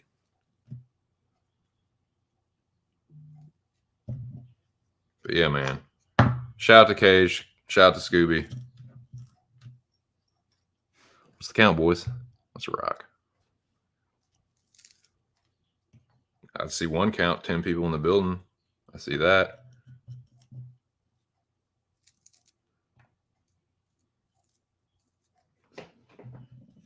So yeah, this dude, I gotta find out what this is. I gotta press my old lady's homegirl on this because she knows she can find out from Buddy, from old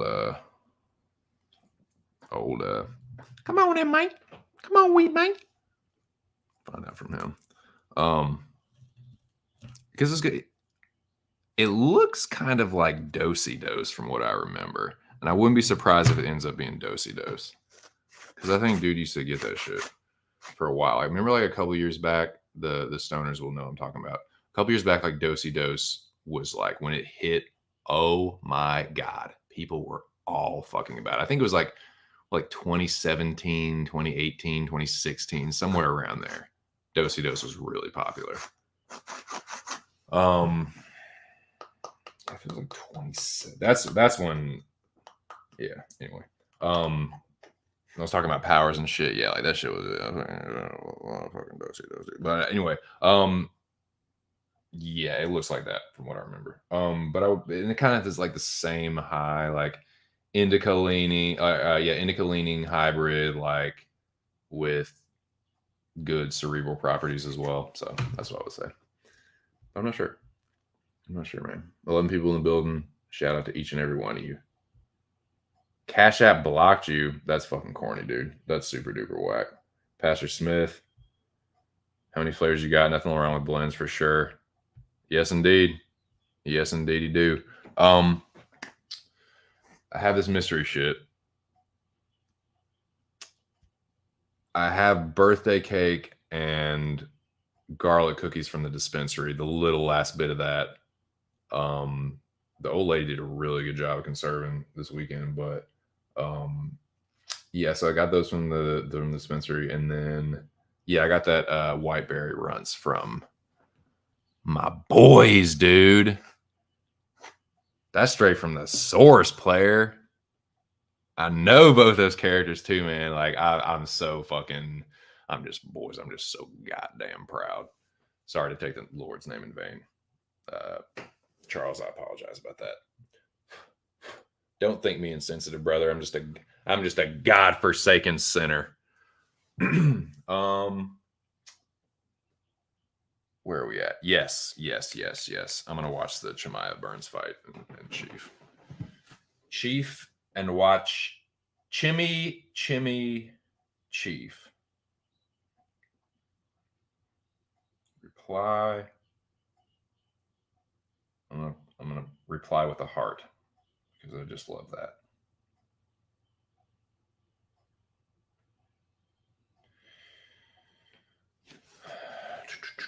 So, without further ado, let me go ahead and get to this this viewing here, this live viewing / reviewing. I'm going to be using MMA Core, which I was using last night. Google. Oh, just take me to the fucking search engine, god damn it.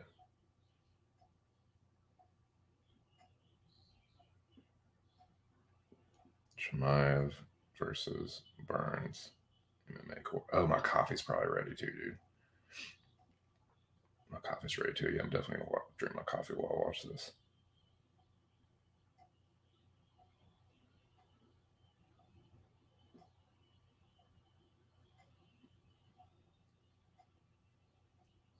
All right, yeah, watch the first round. That should be the first one. So this is part C. So while this loads up, I'm going to grab my coffee real quick. I'll be right back. Chris Curtis versus Vieira. Nice, dude. No, not the whole thing. I watched the first round last night, and I've seen the highlights. I watched. Yeah, first round was good, dude. Chimaev flat. I definitely gave Chimaev the first round, but I'm about to watch the second and third. So let me grab my my bean drink, and then I will be right back.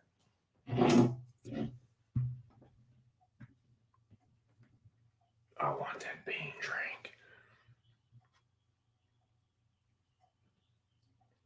Can't remember what skit that's from when he's talking about the fucking. I want that purple drink. Maybe that's a fucking stand up. I can't remember.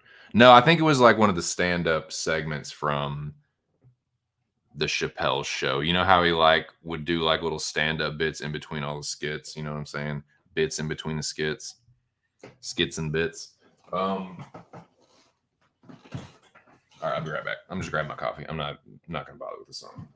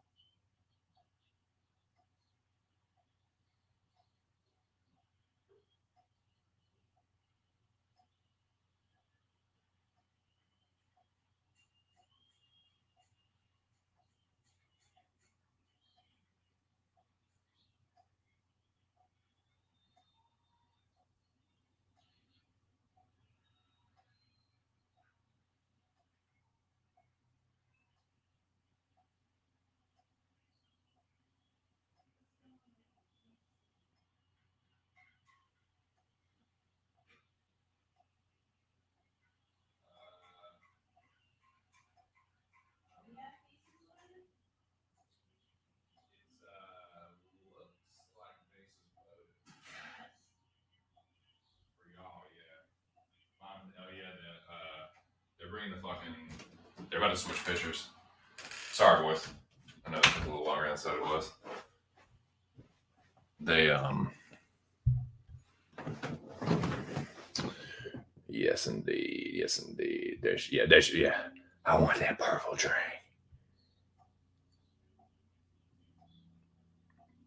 Was it the fucking live? Was it live from San Francisco? Was that it? He's so fucking funny, dude. Oh yeah, killing him softly. Yeah.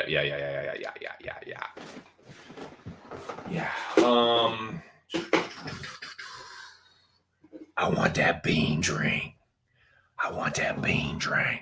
Oh,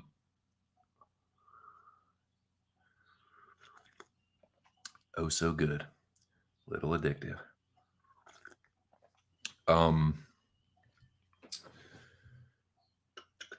Yeah. All right. Here we go. I'm about to watch this fight. I'm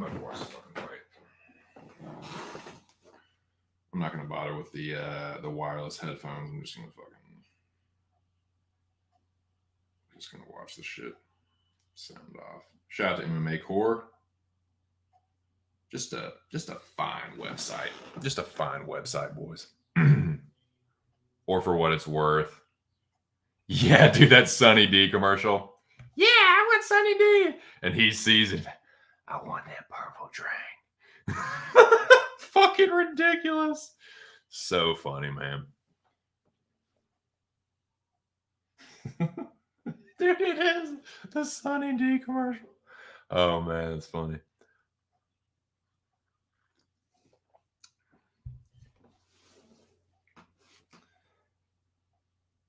All right, here we go. Second round. I'm not going to do a play-by-play. I'm just going to react to the big moments. I'm just kind of give you my overall thoughts. Man, Chimaev is a strong low kick, dude.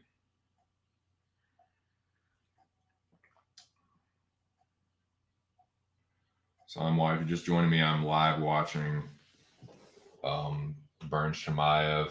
Good takedown defense from Chimaev there.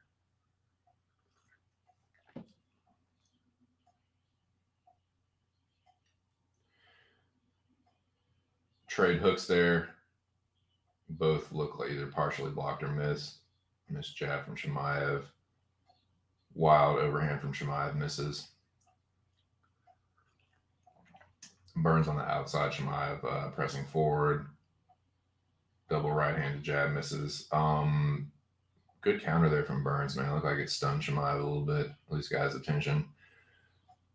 Right hook from Chimaev. Good body kick from Burns. Chimaev's got a good, strong outside low kick, dude. He's got a good jab, too. 344, 343, 332, 340 for the second round. I think it's the second round, yeah. Good low kick from Burns and another one.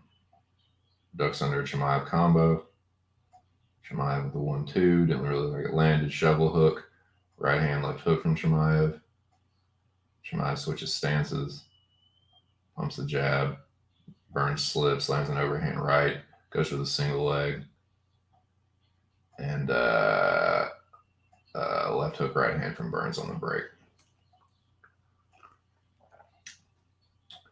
Body kick jab from Chimaev, switches back to orthodox stance. Chimaev's doing a lot of stance switching. No, okay. All right. Dude, okay.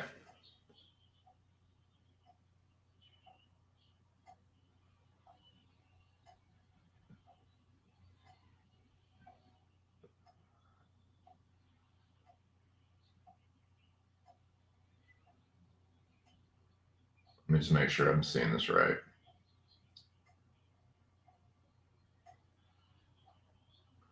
Okay, nah, I'm sorry. He dropped him. I don't give a shit. Like, he dropped him right there, dude. He dropped him there. Burns dropped Chimaev at... Fuck, what is that? Man, don't freeze on me. Don't do me like that.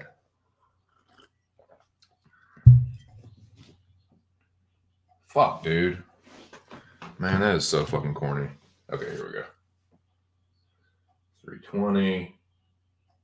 Misses that. Okay, so right after they break, Burns tries the right hand on the break. 312, 310, 309.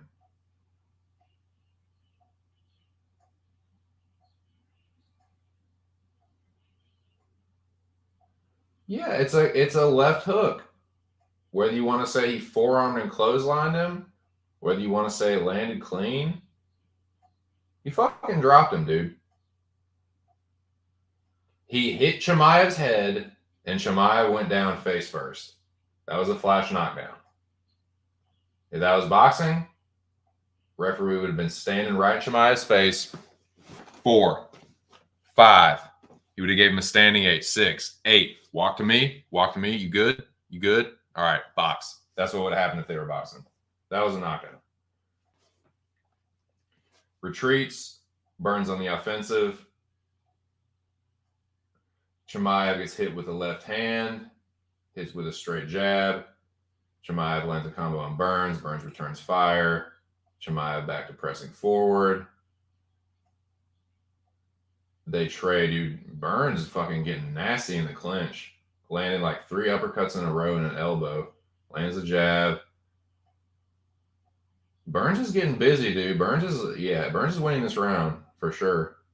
Burns for sure winning this round right now. I'm at 217. Chimaev's got a really strong outside low kick, dude, from orthodox.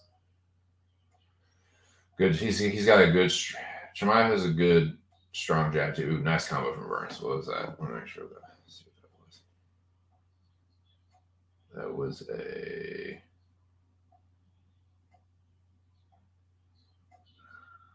Sorry, I'm just trying to see what this combo is real quick.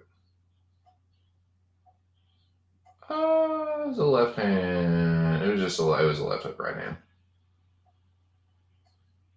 Good jab to the body by Burns. Misses the overhand right. Chimaev was like connected on the counter. Jab from Burns. Left hand right hook from Burns. He likes it. Burns really likes it. Burns likes the left hand right hook, left hand. So lifts the takedown. Chimaev tries to Darce. Burns breaks away. Falls back in the guard. Oh, I love that, man. He I did see the highlight of that where he kicks Chimaev off him. That was pretty cool. They both give a wry little smile to each other. 125, 124. Burns steps in with like an elbow, looks like. Chimaev looking for that uppercut. So in the second round, it's 39-23 Burns. Burns definitely. Chimaev won the first. I definitely give Chimaev the first. Giving Burns the second for sure. For sure, giving Burns the second. He's landed the better strikes. He dropped Chimaev. Burns with a nice left hook, jab to the body, right hand. Ooh, I love that, man. I love that, like that left hook step off to the side. You kind of like parry the counter with both your left hook and your shoulder. You kind of like shrug them off with the shoulder and like the momentum of the left hook. You kind of like land and like parry the counter with the same arm at the same time. It's pretty cool. It's like you're doing both with the same arm at the same time. You're landing the hook and then like their counter, you kind of just like shrug it off and pivot off of it. It's a nice little boxing thing. Oh man. Oh, see, nah, man. He just dropped him again. He just fucking dropped him again. He dropped Chimaev twice. Yeah, Burns definitely won the second round. You get the fuck off me, motherfucker. The round just ended. Get your fucking bitch ass off me. Yeah, Chimaev trying to do all this tough guy shit. It's like, nah, motherfucker, you just got dropped twice. And he's still like, yeah, okay, dude, fuck off. Because, nah, Beltran broke them. He tapped him and told him to get off, and he still just laid there on him, trying to recover. Get your fucking bitch ass off me. Nah, Chimaev's a bitch for that. Because Burns like, motherfucker, get off me. Beltran just tapped you and told you to get off. You just mad because you got dropped. And you think you're some fucking tough. You ain't ready for Usman, motherfucker. Usman will whoop your motherfucking ass. See, now I'm starting to get mad. See, that pissed me off. I didn't know about that at the very end. You got your bitch ass dropped and you got butthurt about it. And you're sitting there trying to recover. Beltran taps you, told you to fucking get off, and you can sit there and still lay there. Burns just pushed him off, and then he tried to fucking hammer fist him afterwards. Nah, you just look like a punk right there, dog. You ain't no fucking tough guy. Nah, that whole I'm some killer gangster, nah, that aura is fucking gone. That shit is this, he's like, that's that Giga Chikadze shit that he was trying to do. This like, I'm some assassin, I got these guns, and like, nah, dude. Nah, you just got your fucking ass whooped by Gilbert Burns in the second round. Got dropped twice. You want to know what Kamaru Usman was doing to Gilbert Burns in the second round? Do I need to fucking remind y'all? Do I need to remind y'all what Usman was doing to fucking Gilbert Burns in the second round? Usman got dropped once. Chimaev's been dropped twice at this point. And losing, like, it's 1-1. Definitely momentum swinging heavily in Gilbert Burns' favor.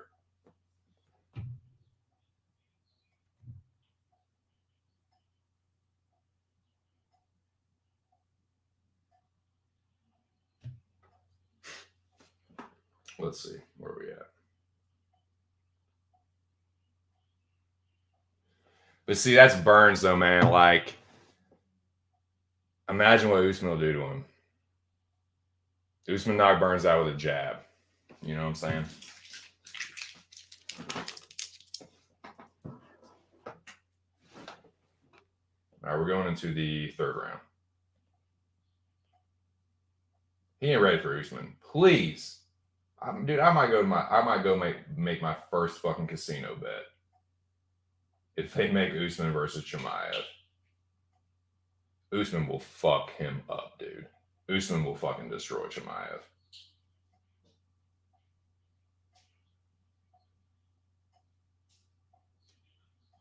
What is this? Oh, sorry. Wrong video. Oh, this is round 2. This is round 2 replays.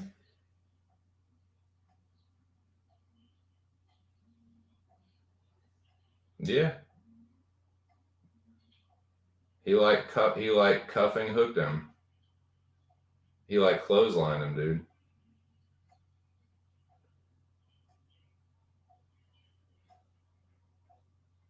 Yeah, hits him with the right hand that stuns him, and then he hit him on the back. He fucking hit him with the left hook right behind his ear. Dude, people, man, that shit pisses me off because people try to say, dude, you should have heard people try and explain away the fact that Chimaev didn't get dropped. Oh, actually, like the force of the fucking, like they're trying to do like physics explanations. Like, dude, shut the fuck up. He fucking clipped him with a hook right behind his ear. I know what I just fucking saw.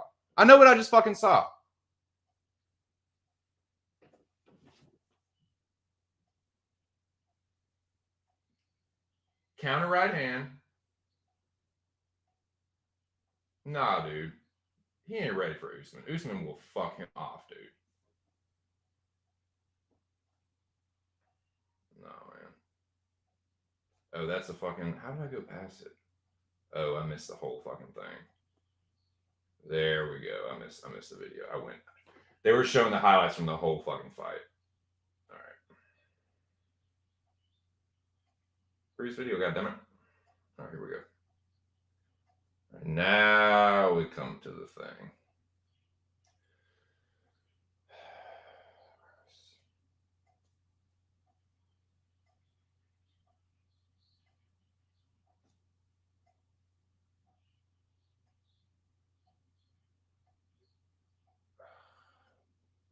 Come on, man. Don't do this to me.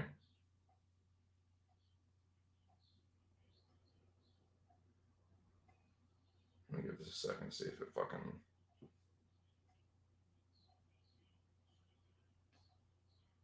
Okay, here we go. All right, this is replays from the second round. Yeah, dude, he cracked him with the right hand. Yeah, clean overhand right.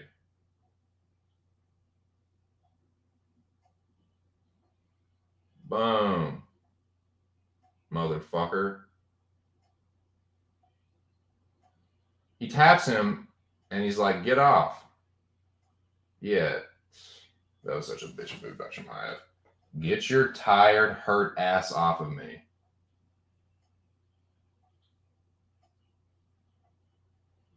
Tell you what, he sure as fuck won't look like no double champ.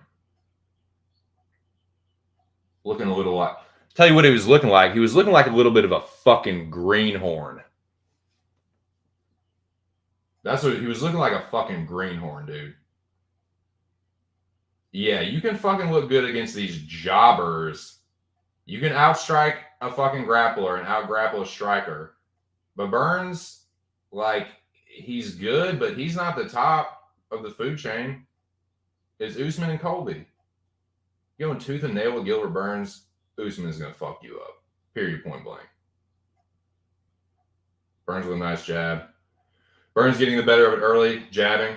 Chimaev missing with his jabs. Burns slipping Chimaev's jabs and landing his at the same time. Chimaev lands a nice right hand. Chimaev with a body kick. Burns with a left hook that misses. Burns with a nice right hand. Chimaev misses on the counter. Burns slips it well. Burns winning the first minute of the third round. Chimaev pressing forward. Chimaev, I couldn't tell if he landed that right hand. He lands the right hand there.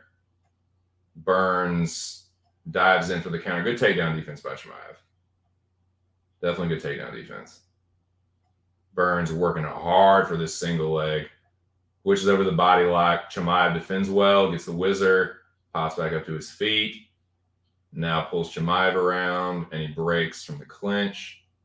Chimaev lands a jab, another jab. Nice right hand from Chimaev, and a counter left hook from Gilbert Burns. 1-2 by Chimaev that lands. Nice uppercut from Chimaev. Chimaev put it together. Burns getting worked against the fence. Oh, he's got Burns hurt, man. He's got Burns hurt. Chimaev laying it on, man. Laying it on. Nice uppercut. Clinch. Yeah, man.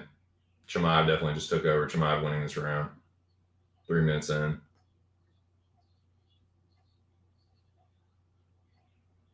$255, $254. They break from the clinch. Chimaev with a right hook that lands a left hook. Burns lands the right hand over the top. Chimaev with the right hand, it looked like it landed.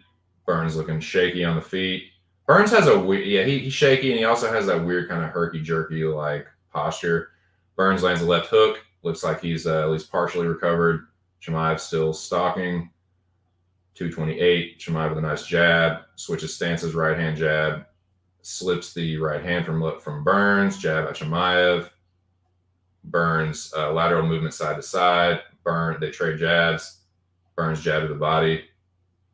Chimaev 1-2 that looks like he got blocked. Lands a jab. Burns lands a counter right hand. They trade overhands.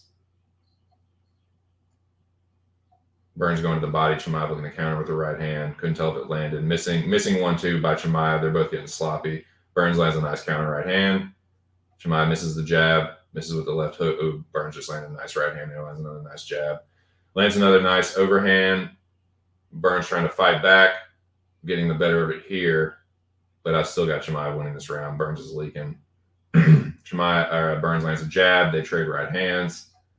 Chimaev lands a jab. Burns looking for the right hand left hook that misses. Lands a nice overhand there. Jab from Burns. 127, 126, 125. Right hand from Chimaev. Another 1-2 from Chimaev. Right hand jab from Chimaev. Switches back. He's constantly switching stances. Left high kick from Burns. Overhand from Burns. It gets blocked. Nice jab from Burns. Chimaev tried to jab it. It missed. Right hand from Chimaev.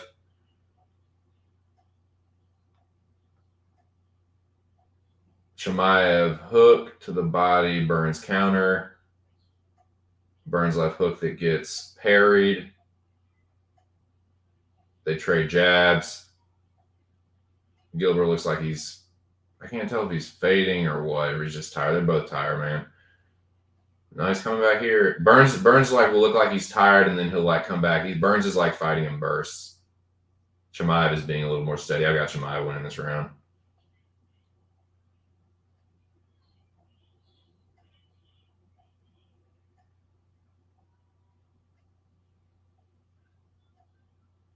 Gilbert just looked at the clock. Yeah, he's tired, man.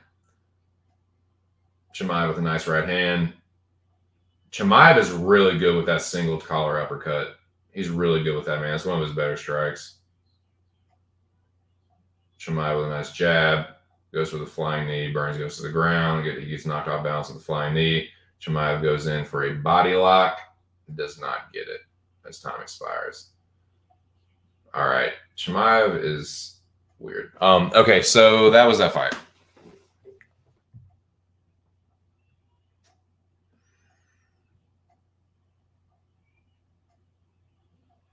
Drunk and laughing.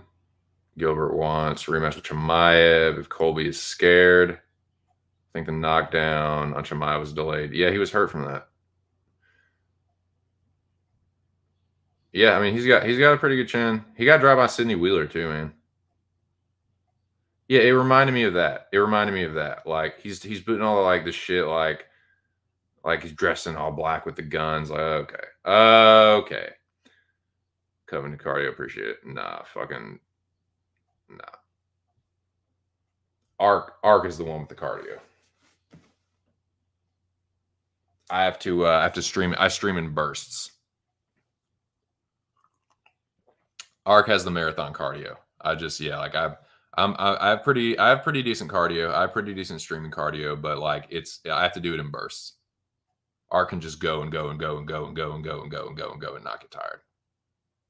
It has a toll. It takes you can't go 55 hours without taking a toll on you, but 9 hours and 10 hours does not affect Arc really at all, and it's like a big deal to me. Like it takes a big toll on me. So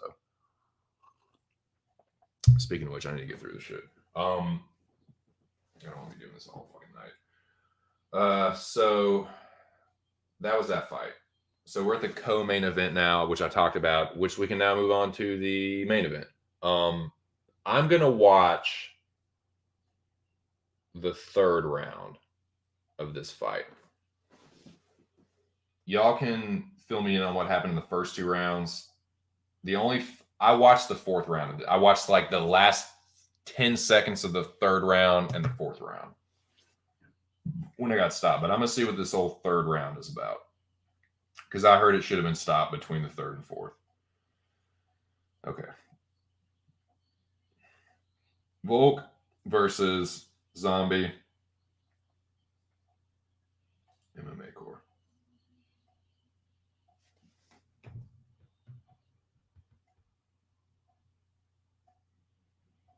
And I stopped out of the first scene. Bitch goes out the window. Grunge.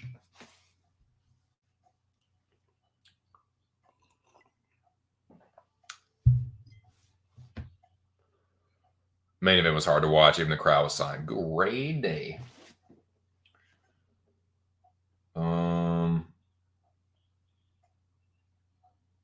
Full fight part C.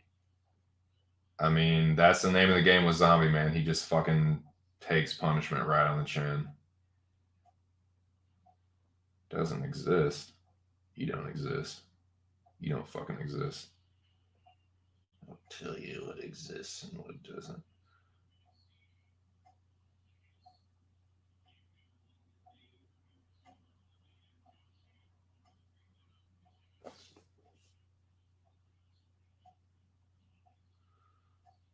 Okay, so what round is this? I'm about to see.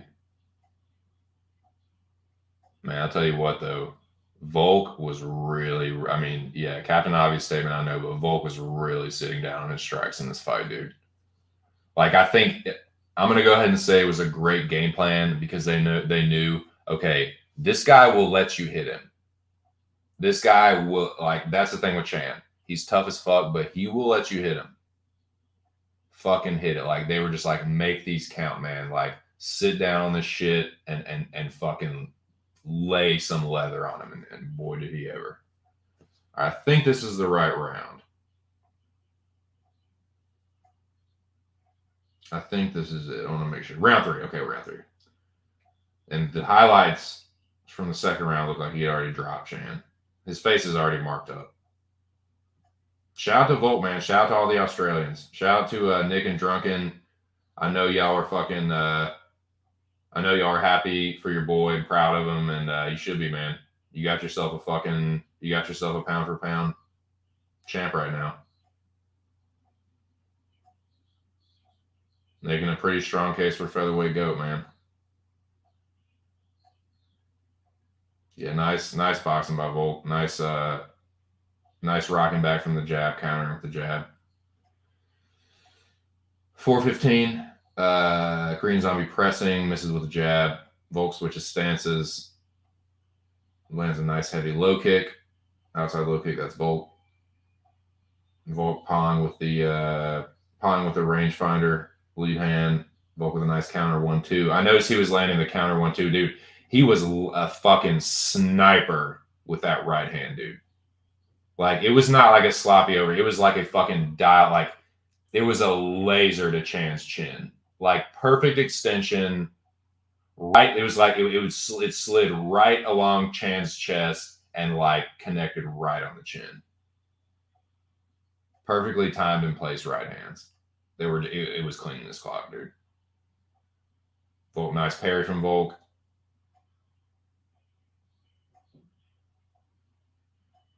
Dude, Volkanovski has an incredibly large skull. It's ridiculous. His skull is literally twice the size of Chan's. Volkanovski with a nice counter right hand left hook. Overhand right left hook. It was beautiful. Volkanovski really impressed me in this fight, dude. He's been like over the last 2, he's really, really impressed me, man.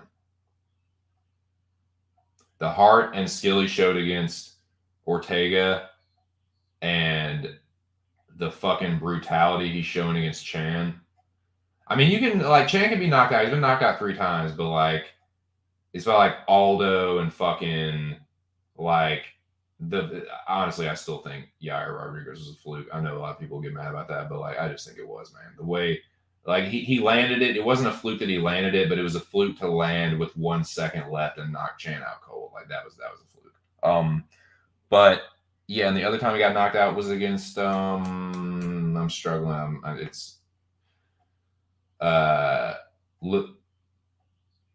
I'm losing it, but I can't remember, whatever. Jab by Volk. Double jab by Zombie.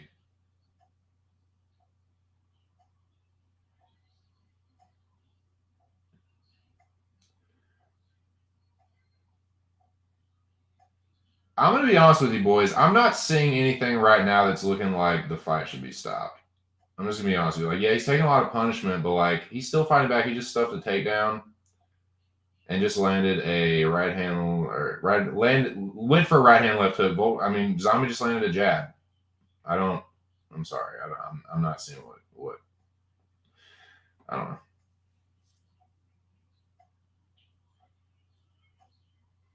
Volk's definitely landed on him, but like it's not like Zombie's not fighting back. He landed a right hand left hook. I mean, he's definitely getting lit up, but I don't know, man. I'm not. Don't get me wrong. I think it was a really good stoppage. I think it was a really good stoppage. But like Chan's in it right now. There's a minute left in the third round. Pumping the jab out. Misses the jab, but still Zombie walking forward. It looks like he's with it. Landed a combo there. Left hook to the body, right hand upstairs, another left hook. Pressing forward. Volk looks like he's maybe taking a little bit of a breather. Chan landed a check left hook. No, I don't know, man. I kind of disagree with it. Should be stopping between the rounds. No. He's in it right now. Just landed an overhand right left hook. No, yeah, he got dropped right there. He definitely got dropped right there.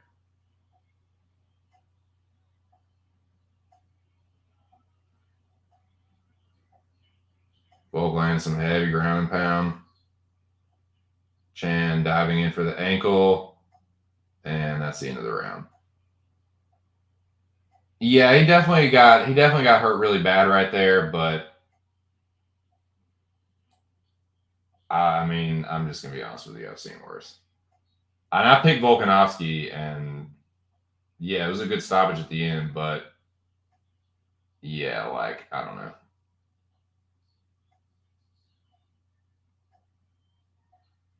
I mean, Chan's definitely hurt. He's definitely hurt, dude. Hurt, busted up, but I don't know. I think you can make stronger cases for Cater getting stopped against Holloway, and I can think of a couple other examples too, probably if I thought about it hard enough. But yeah, I don't know, man. He got dropped for sure. That fucking right hand, dude, from Volk is so nasty. Just threw it like a baseball, right down the pipe. Boom! Beautiful. Dropped him. Chan rolled to his back. Nah, it wasn't. I don't know, man. I don't see why it should have been stopped. He asked him if he's okay.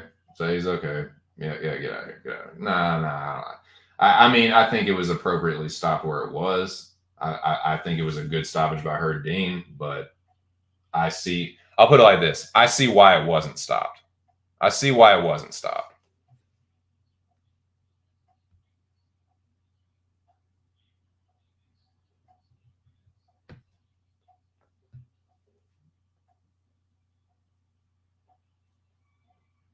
I mean, he looked fine until like the last 15 seconds of that round. I mean, he was definitely busted up, but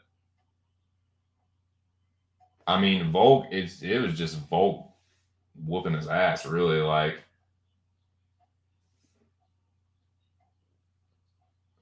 here we go.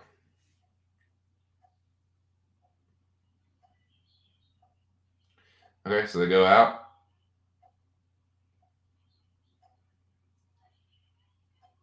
Chan takes the center, misses with the left hook.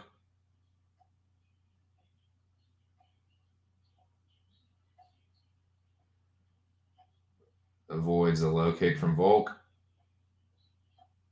I don't think it should have been stopped right there. I'm glad it got stopped where it did, but I mean, he just slipped the right hand from Volk. He literally just slipped the right hand on that. I don't think it should have been stopped then. I think it should have been stopped when it did. When it did get stopped, oh yeah, fuck yeah. But I think he's hurt bad right there. There you go, stop it. It was a very appropriate place to stop it, in my opinion. I mean, I think it was just it's a championship fight, man. Like, gave him a chance. He didn't. Yeah, I don't see anything wrong with that really. Volk just man. He just looked like he did look like a featherweight goat right there. He's looked like it in his last two performances.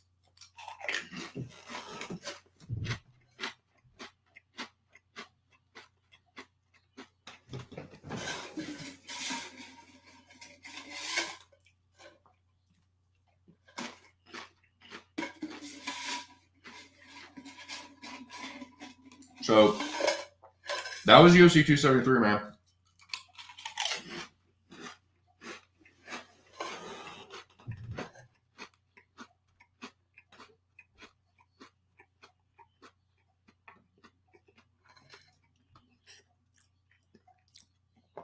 Oh yeah, he definitely Volk had the right game plan. It's like no matter what you do, he's going to keep doing the same thing, and it's not like Zombie's tough, but he has a chin that's been cracked. He doesn't have some unbreakable chin. So I think that they had a really good game plan. They knew that eventually, like, you keep popping this dude. Like Volkanovski, when he sits down on his punches, he does have some pop. He does have some power. So yeah.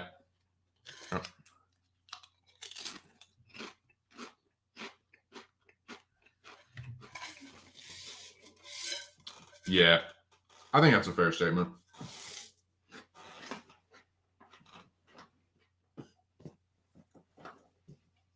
But yeah, man, Volk doing the damn thing. Fuck yeah.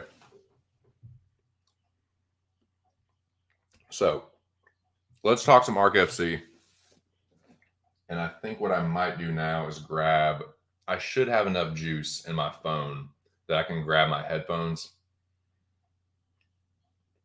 And I have the banners up from the last stream I did when I was talking about the bouts, so I can at least put those up in the right order and update them with the result.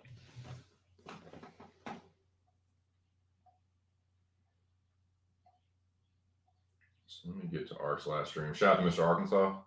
Let me put up this banner.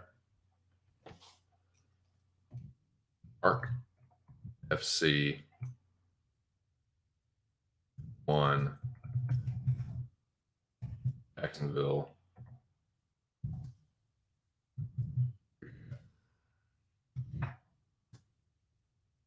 OG.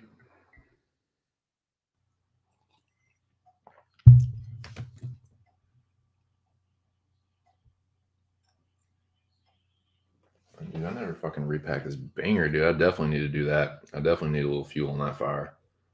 All right.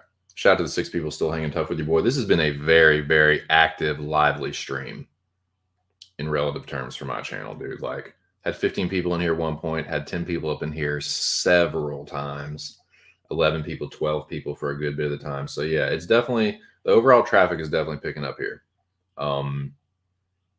And definitely like owe a good bit of that to Mr. Arkansas. I'd say 85 to 90% of my audience is dudes that I'm cool with and that I met being in the chat on his channel. So yeah, big shout out to Ark. And dude, the man that changed the game changes the game again. This is the only thing this is the first time I'm ever hearing about anything like this before. So it's a fight predictor promotion.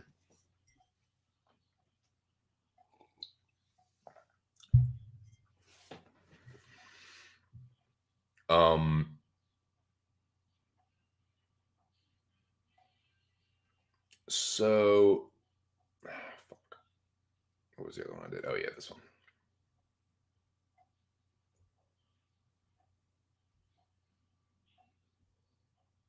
Banner, and let me make this. Oh yeah, let me make this a ticker.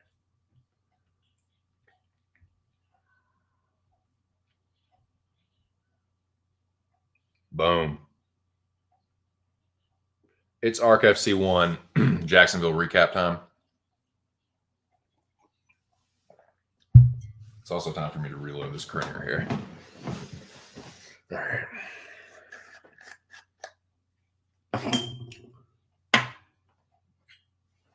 My God.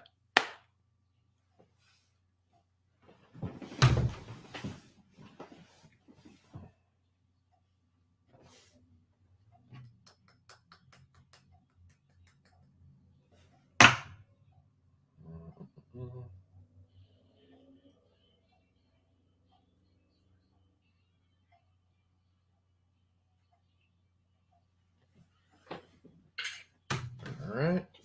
And that is that. Excuse me. All right.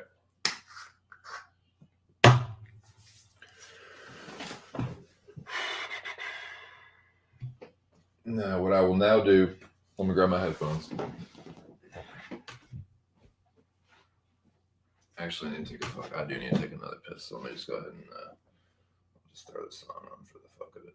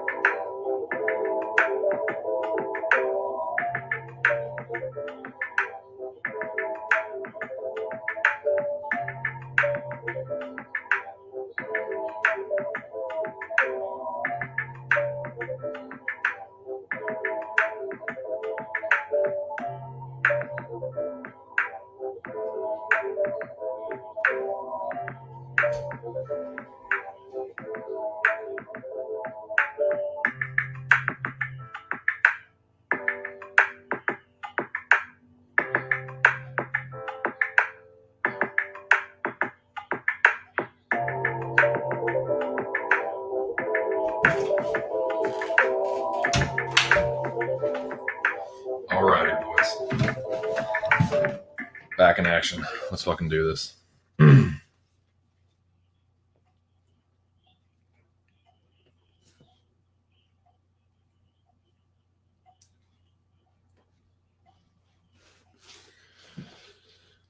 Is Foster's Australian for beer?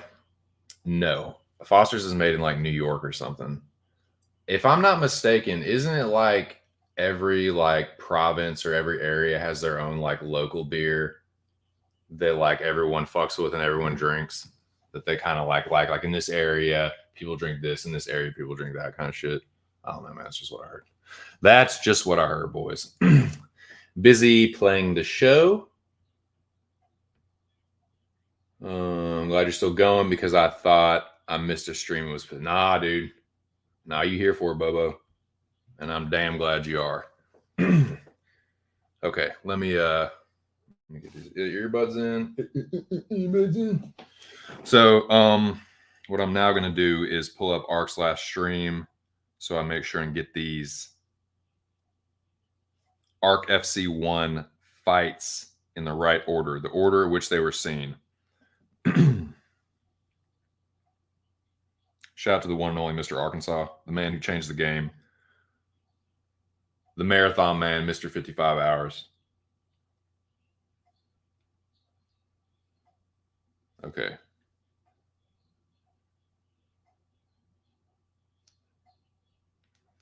Here we go.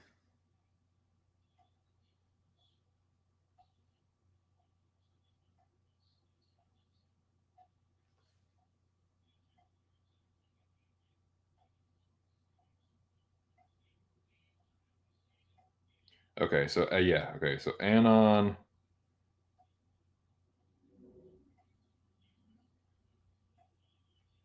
Okay, so we kick things off with this one. I'm just gonna try and blow through these real quick. The champ. Shout out Arc FC. I like those emojis, dude. I'm really liking those emojis. I'm glad you're so sorry. Doubled up on that one. Oh, you playing the show? Oh, gotcha. Big show. Yeah, for sure. White Sox good this year. Nice. Yeah. Trying to see how are the fucking cards doing? How are my cards doing? I have not been paying super duper close attention. I know we had opening day the other day. Let me just see real quick. Should we just beat the Royals? That's what's up. We're 3-1. Off to a pretty good start. Dude, we got Hicks back. Oh, fuck yes, dude. I'm fucking happy about that. Dude, Jordan Hicks. Woo! That dude throws fucking smoke, dude. He had surgery. Yeah, so I'm like, I hope he like, dude. Jordan Hicks. He was one of the most promising young pitchers. He's like one of the youngest players there is. But yeah, dude, he'd be throwing like 102. This will be like a Jordan Hicks like at bat. At least it was a couple years ago before he got hurt. Like it would be like 101, 100, 101, 102. That'd be like one at bat. Smoke, dude. Like consistently throwing over 100 miles an hour accurately. Just a fucking hater, dude. And the cards. Anyway, that's my baseball rant. Fuck yeah, dude. Fuck yeah. That's what it's here for, boys. Just have ourselves a good time. Talk about some fights. Philly's good too. Nice. I've never played fantasy baseball. I play fantasy football. I have for years, but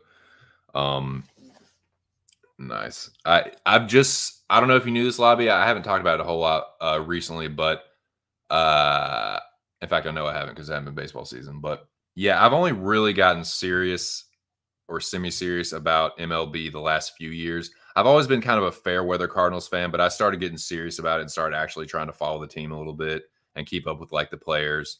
But yeah, I'm a Cardinals fan.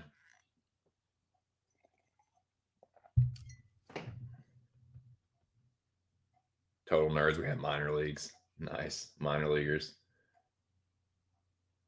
Trim pitcher, king ass arms. Dude, it helped in tennis. I'll tell you what, the long arms helped in tennis. It helped in when I was training boxing, I was sparring in boxing. It helped in karate. Like the long arms and legs definitely help. I got long ass legs too, man. The legs definitely help with karate. But yeah, the arms, man, yeah. It helps with the serve in tennis and the forearms. The forearm smash. Mostly follow when White Sox are good. Yeah, I feel you. Like I was a super fair weather Cardinals fan.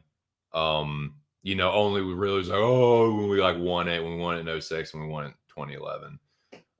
But yeah, I've started getting more serious about it recently. Speaking of that though, I did not. This has been the one season like between seasons that I didn't really keep a ton up with like the changing line, like the new roster. So like if a couple players aren't there, it wouldn't surprise me if it was just like, oh, I thought that guy was still with us. You know what I'm saying? But yeah. NATO going yada. And yeah, I guess Pujols. Is Pujols coming back for what, like a final season or something? Or just like I don't even know if we like signed him to a short-term contract or what. It was a dynasty too. You'd build a decent team, but didn't have a problem getting someone to and I didn't have a problem getting someone to manage it, right? Right on. Yeah. Dude, Pujols is a beat. Like Yadi Molina, that's the Cardinals go to me. Like that's my favorite Cardinals player. But like, yeah. Really like NATO, really like DeJong, however you pronounce his name. DeJong. I like Carpenter a lot. Obviously Wainwright. I like Wainwright. But yeah, Yachty's my dude. Yachty, as far as like the all-time, like Ozzie Smith, obviously, Yachty, McGuire, you know. Where are we? Where are we? We're transitioning, switching gears.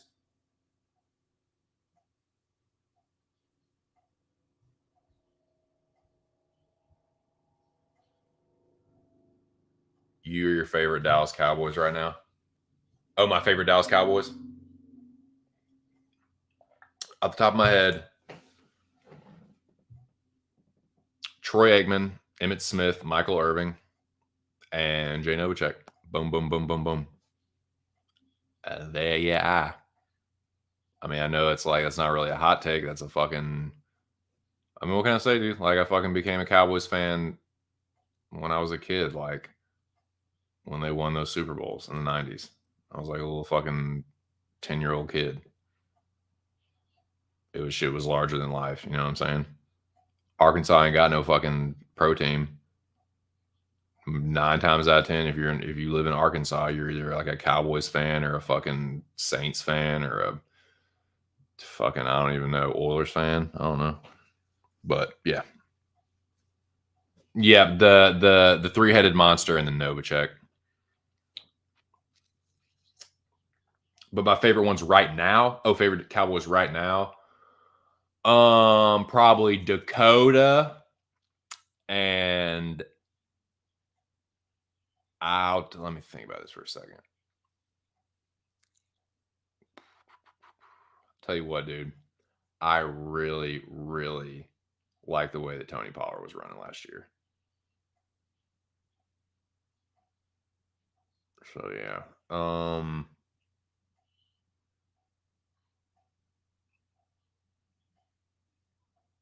Yeah, I'd probably say Dak.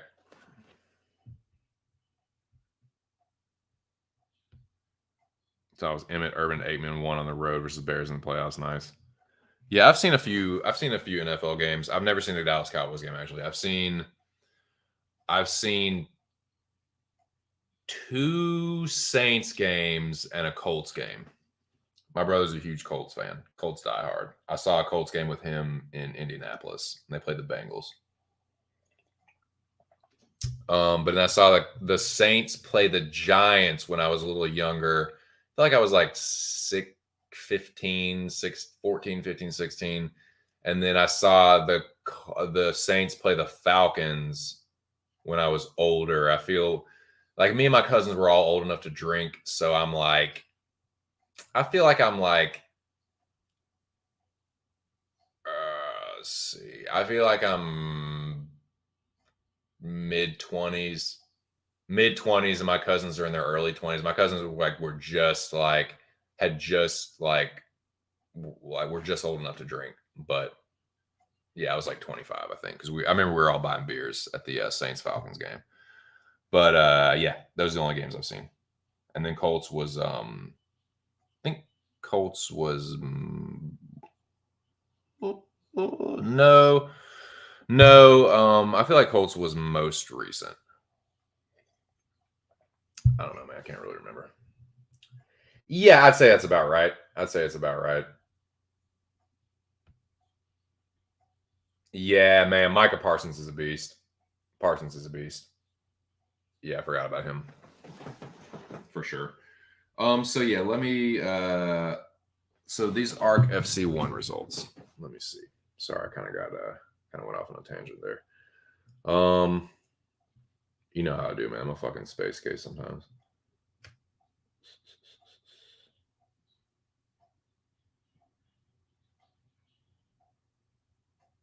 Find this one. Okay, here we go. Edit it. This was the opening bout. Let's see.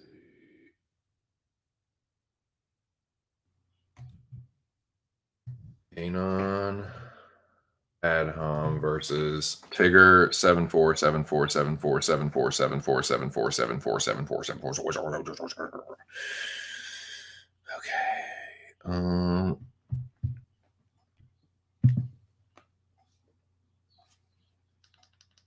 Yeah, man. So Artem killed it in the opening bout, dude. I'd say that's a fucking stoppage, man. That's a stoppage. That's a TKO. That's like a third round TKO. for Artem.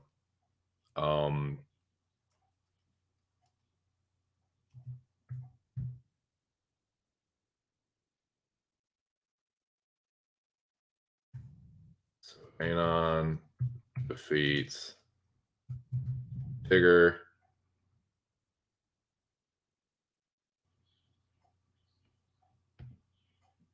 Yeah, man, he fucking he whooped his ass.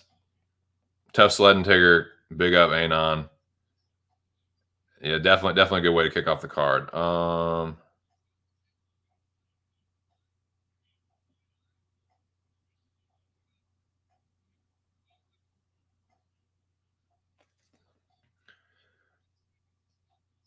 Yeah, and Art just said it. Like it was a stoppage. It was a third round stoppage, and Art just.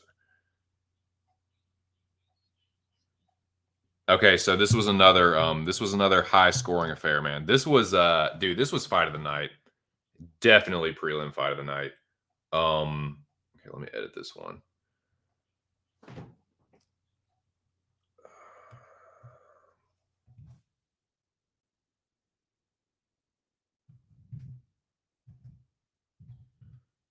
Lansky. Edges. Arnhem. And fight of the night. I mean, the audience was the winner in this one, boys. We were the winners here because we got treated in this one. This was fight of the night. Artem and Terlansky went to fucking war in the ARC FC 1 cage. What I wonder what ARC would call that. Is it, and this is to a question to Mr. Arkansas. ARC, if you watch this one back, what kind of cage are we fighting in? I couldn't really remember, man. It was all kind of a blur to me. I was just kind of on autopilot. You know, I was fighting, so I was just kind of in my own world. But what do we? Is it just a cage? Is it an octagon? Is it a hexagon? Like what is the shape of the ARC FC 1 cage? I'm assuming it's a cage because this is mixed martial arts fight predictions. But yeah, it was like 650 to 625. So dude, like Terlansky got the edge, but he landed a couple like he landed a good right hand in like the last 10 seconds that like just stole it. But fuck, dude, that was about as close as it gets. And they would have like whooped just about anyone else's ass. Like Artem would have whooped just about anyone else's ass that night. So credit to both of them. They put on a hell of a performance. Both left a piece of themselves in the ARC FC 1 cage on the first fucking fight card, the maiden voyage of ARC FC 1. They put it all in the cage. So shout out to them. Big up. Much respect. And Terlansky gets it done. So let's see.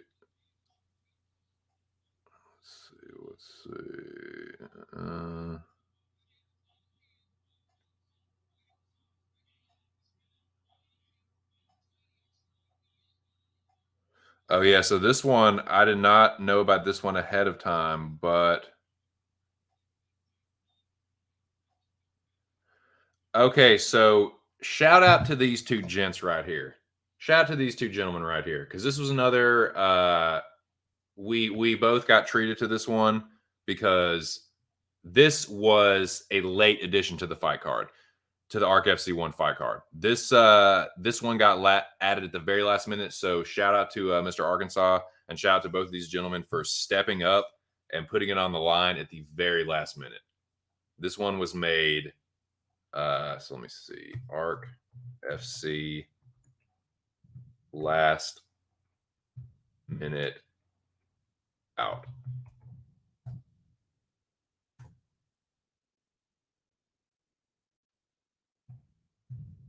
Big shout out to Greg Popovici and ravishing Rick Rude himself, B Flea, man. The emojis. Would not be a 2-cent stream without the emojis.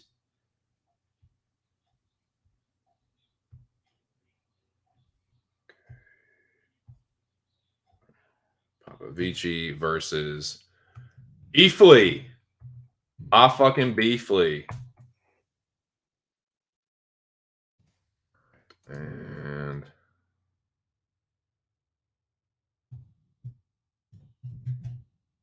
Greg Vici.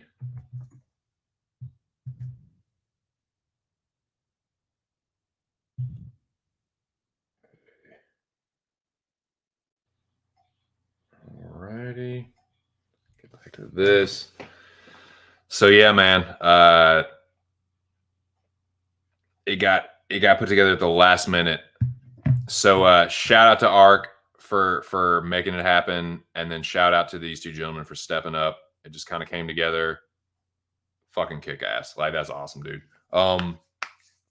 So yeah, and Greg got the job done. That was a little bit of a tongue twister. 465 to 415. That's a pretty good whooping. Like, that's pretty, like, I mean, I didn't score much higher than Beef Lee, but like 565 is a pretty solid score, man. So that's another one where it might be like a late stoppage kind of, you know. So yeah, shout out to both of them. It was a good fight for a little while, and then Greg took over in the third round. So yeah, I'd say that's probably like a third round stoppage based on what we saw in the first fight. But yeah. But Greg, shout out to Greg, man, because Greg is someone that has been, I feel like he's been relatively, like, I would say he's one of the usual suspects at this point, but like in relative terms, he is newer, sort of. Like, he's one of the newer additions to Arcadia. So, but that being said, like, he's starting to develop a reputation as a pretty good predictor in a pretty short amount of time. So I'm interested to see how his career in Arc FC progresses, but he's off to a pretty fucking good start. Like, just coming out of nowhere, hey, I'll take this fight at the last minute and then just put it on a show like that. But yeah, so shout out to both of these guys for making that fight happen, and Arc obviously for putting it together. But yeah, good shit, Greg.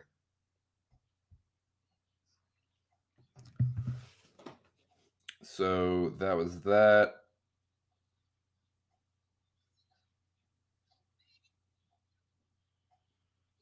Okay, and the next fight was this one. Fuck. Oh, wait.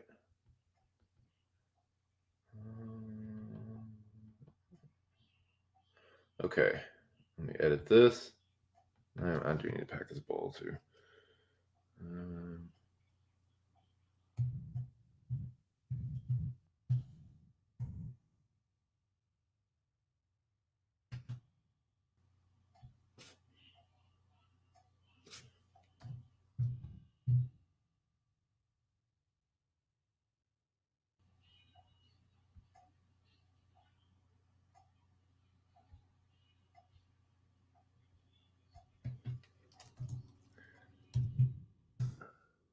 Excuse me.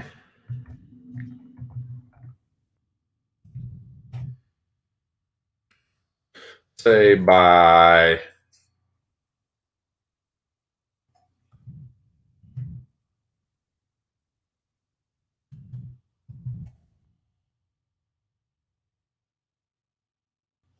Okay, excuse me. Yeah, so this one. Shout out to Shitstain and Ms. Devil. They put on a pretty good fight, dude. It was 565 to 545. So Shitstain edges out Ms. Devil by split decision. That was another like fight of the night contender. For like an early prelim bout, they definitely put on. So good job, Shitstain. Yeah, handled himself well against a tough Miss Devil in her debut. I'm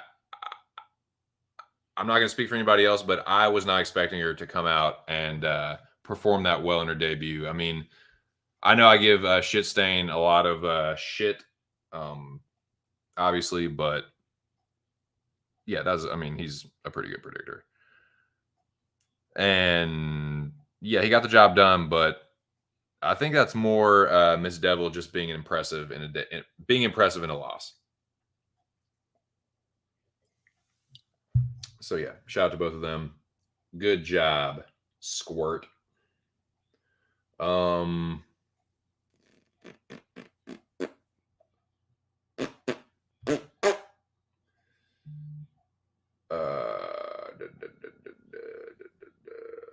let's see. Yeah, for sure. Yeah, fed the Anon. When is season 2 starting? I mean, bro, the next time Arc streams, just like if you don't catch the stream, just like leave a comment. See if you can get on. See if you can I just make your case. He's putting together these fight cards as the fight cards are but he did say he was going to do a thing, I think, where it's like, I don't know about the rest, but with the champion, maybe the champion doesn't fight every fight card, build it up a little bit, kind of build anticipation for a big championship match. So I don't know if that's going to be the same with every other fighter. Like take me for example, and I'll get to my fight in a second, but I had a very lackluster performance. My fight, me and Zach's fight was the stinker of the night. People were booing. I still hear the boo birds. I wake up in cold sweats from boo bird nightmares. Not really, but we put up a stinker, man. So it's I don't know if I'm going to be on the next card. I'm training and preparing for in case I get the call, and just hoping I do. But I can't really be all I can do is promise that I'm going to do better, and I am going to do better. I'm training.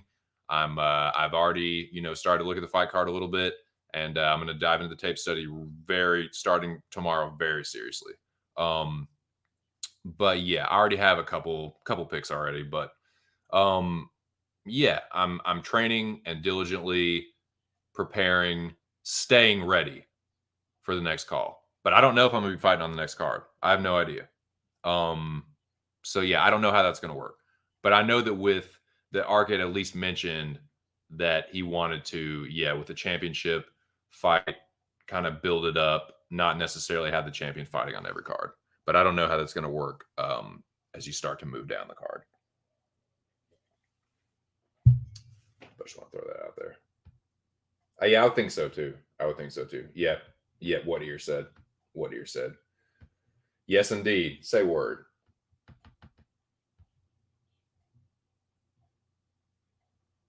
Yeah. Yeah, there's an FC card every UFC card. That's correct.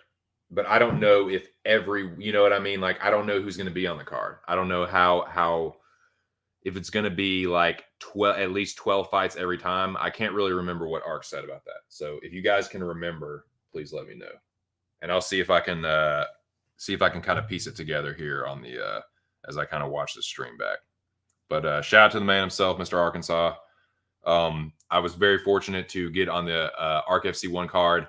Didn't really deliver a very exciting performance, so I apologize to Arc McMahon / Arc White / Arc Shelby / Arc Maynard. I do solemnly swear that next time is going to be a finish. My next opponent is getting finished. So sorry, whoever you end up being, you're going to fucking get it. But yeah, I don't know who that's going to be. I don't know who it's going to be yet. So let me just get through this card, this recap, and then we'll talk a little bit. That's what we'll end the stream with. We'll talk a little bit about possible matchups. What's the word around the campfire sort of deal? Who's been fucking drumming up that smoke? Who's been talking that good shit? We'll see what's really good.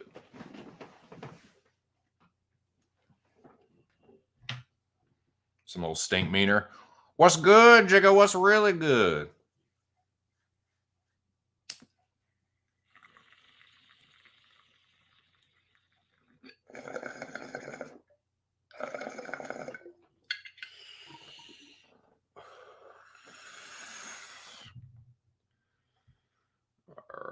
Yeah, just Tapology. You want this? You want this fucking smoke, dog? You want to fucking throw hands, dog? You want to fucking throw Arc FC hands, dog? For shits and giggles? Squid, I think I beat you in Mecha 5 and I'm coming off a loss. Call me after. Oh, dude, Beef Lee wants that smoke. Actually, dude, nah, I'm gonna take this opportunity. Don't you worry, boys. Old 2 cents has got a little something in mind. If you're picking up what I'm putting down, don't you worry. There might be a shot or two called before you know it. Ready to leave our solar system?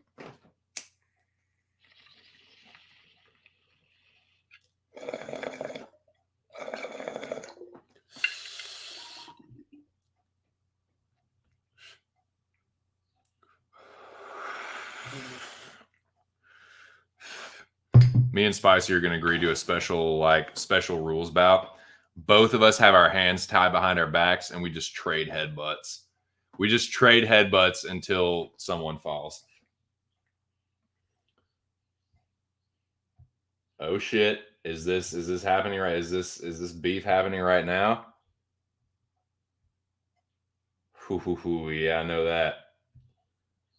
Let's hotbox Arc FC. I want the smoke. Hey, you want the hotbox to do? Hey, I'll hotbox. Let's fucking hotbox, dude. Fucking roll the fucking windows up. Crank that fucking Devon up.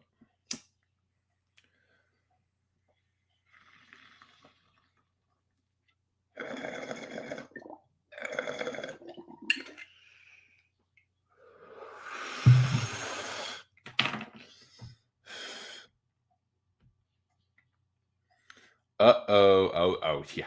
Oh yeah. Oh yeah, Bobo. I got a little something. Yep. Yeah, it might stay tuned, boys. It might not be who you think it is. And it might be. All right.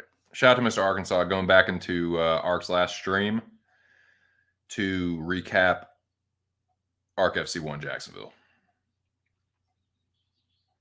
But yeah, like I said, good, very not good, very good performance in the loss by Ms. Devil to an experienced capper. As much shit as I give him, as much as, you know, he is a little shit stain. I'll just, it would be arguing in bad faith to say that he's not a good predictor. And I just hate bad faith actors. So that would be super hypocritical to not at least acknowledge that, as much as he gets on my fucking nerves. But it just is what it is. Gotta call a spade a spade. God damn it. I'm getting just fucking mad now. All right, here we go. This one stung, boys. This one really stung. This one got waved off, and it probably should have gotten. You can make an argument it should have been waved off even sooner. This one hurt to watch. I couldn't even watch it the first time. I had to go back and rewatch it, and it hurt to rewatch it. But I'm gonna put it up there, man. I'm gonna put it up there. Yes, indeed. Yes, indeed. Here we go. Let me find this. Edit this for television, for radio.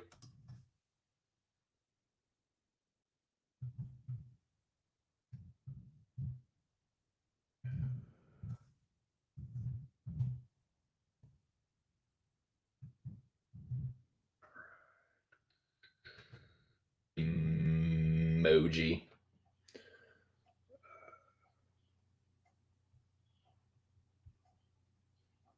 Yeah, this one hurt, man. This one definitely hurt your old bud 2 Cents' soul. I didn't like to see it. I mean, there just ain't no two ways about it, man. Savage put a whooping on him. I said I couldn't watch the first time. I could barely watch the second time. It is what it is. Good job, Cabbage. You whoop my boy. I should call your fucking ass out to fight. Honestly, I should call you out and just whoop your fucking ass and avenge Jackie boy. But nah, man. Somebody else been fucking running their mouth about your boy, and it might just have to get answered for. We're gonna see about that. Stay tuned.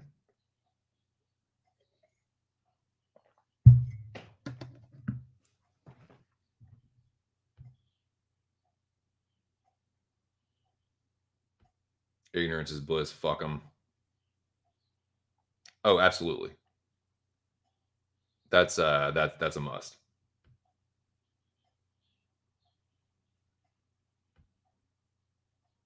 I have plans for the clown. Nice. Yep. So next, where are we at with this one?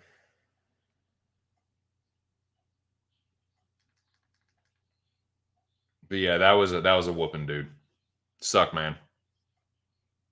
So yeah, it was a first round stoppage. Like it was a knockout. Like he sat Jack down. Jack got back up.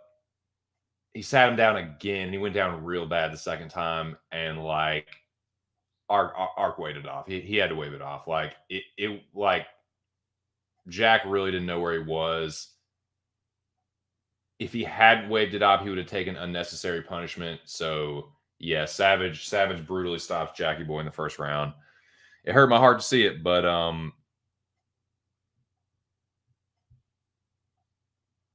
now there's a few clowns, dude. So you might have to be a little more specific on that one, Bubba. You might have to be a little more specific on that one, Bubba. Boudreaux.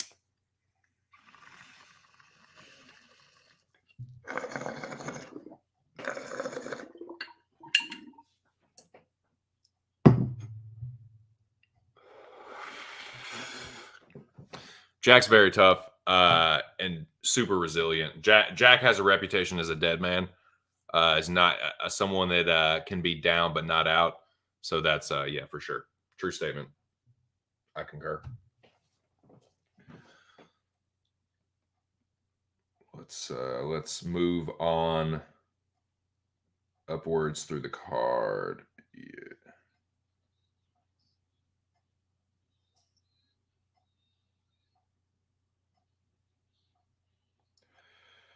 Okay, man. Well, with every they say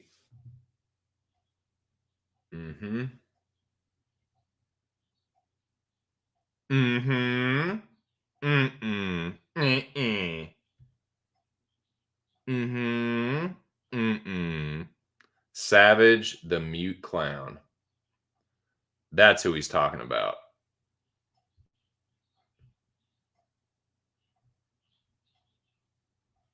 Yeah. Yeah, I think Jack got his water bottle spiked. I'm calling conspiracy on that one. Calling shenanigans on that. But with every cloud, there's a silver lining, and there was definitely a silver lining here. So let me take this opportunity to, let me see how I should put this. Banners. Edit.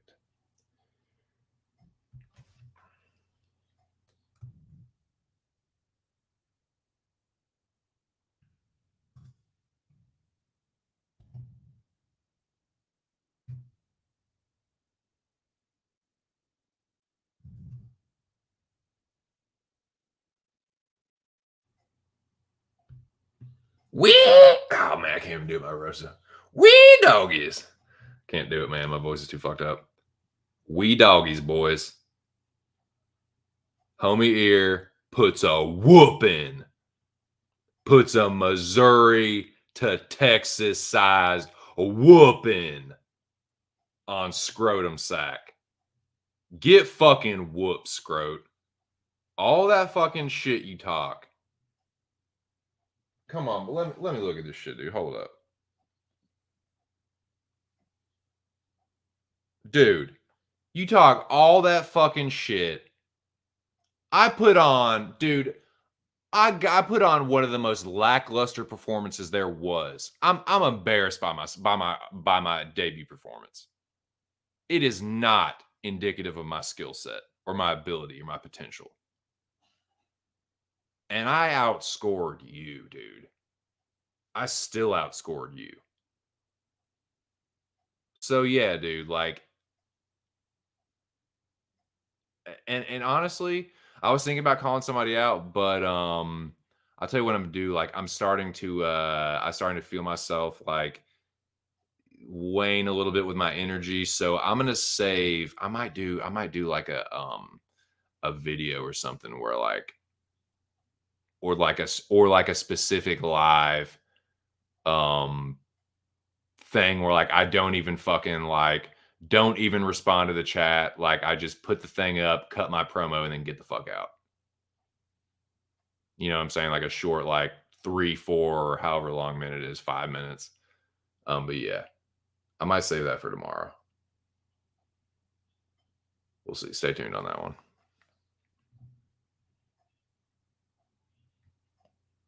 Cause yeah, I think I'm gonna get through this bullshit for just a little bit more and then probably wrap it up. But yeah. Yeah. Yeah, get whooped, Scroat. Get whooped.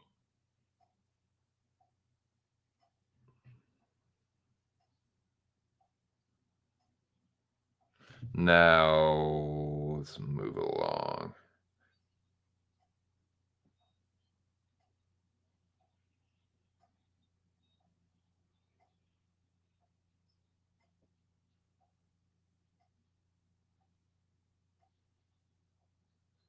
Now I think my fight was next. And I alluded to it before, man. Like, I'm not gonna make excuses. I'm not gonna sit here and make excuses. I did not, and I mentioned it towards the beginning of the stream. I went 8-6, so it's not like it was like terrible with like having the picks right. Not terrible. It wasn't great, but it wasn't terrible. But my problem was that like I didn't get hardly any of the methods right. I don't know if I got any perfects. I might have only. I don't even know if I got any semi perfects. But because I don't think like 8, 51, 52, 53, 54. So I must have gotten a semi perfect somewhere. Right? Because I got 8 right, 50 points per correct prediction. 50 times 8 is 400.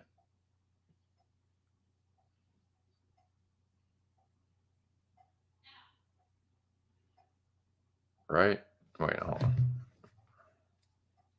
Yeah, 51, 52, 53, 54. Yeah, so I must have had a couple semi-perfects in there somewhere. Whatever. But yeah, let me update this one.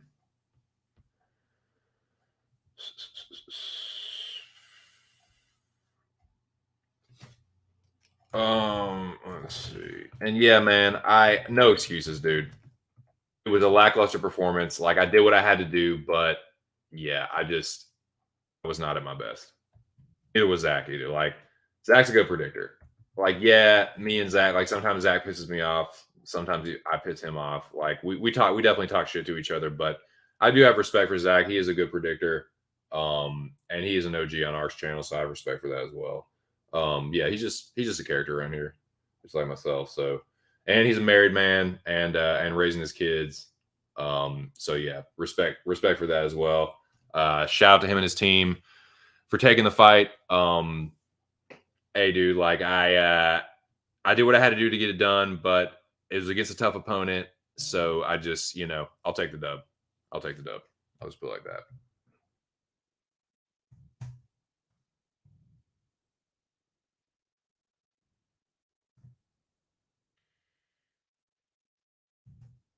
Yeah, the fight itself, like I said, came out very flat in the first round.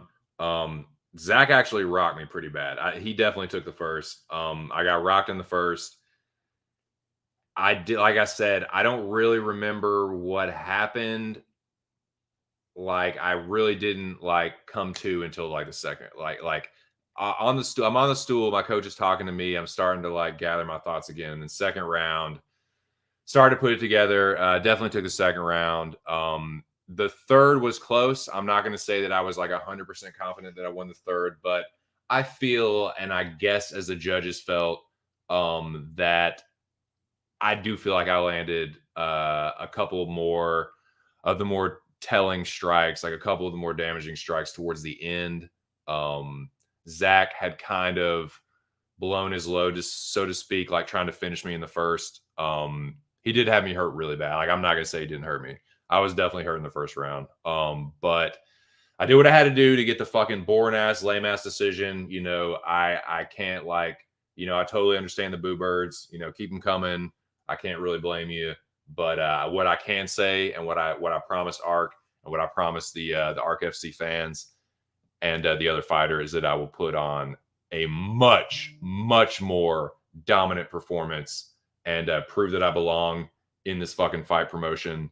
And yeah, I'm gonna make a name for myself with this next one. Believe that shit.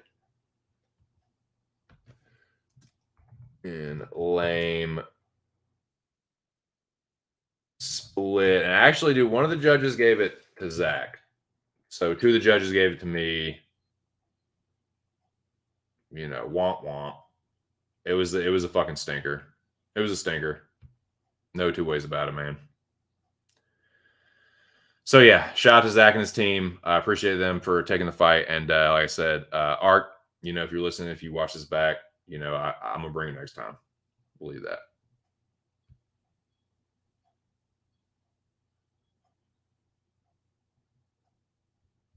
Yeah. Take a victory lap, homie.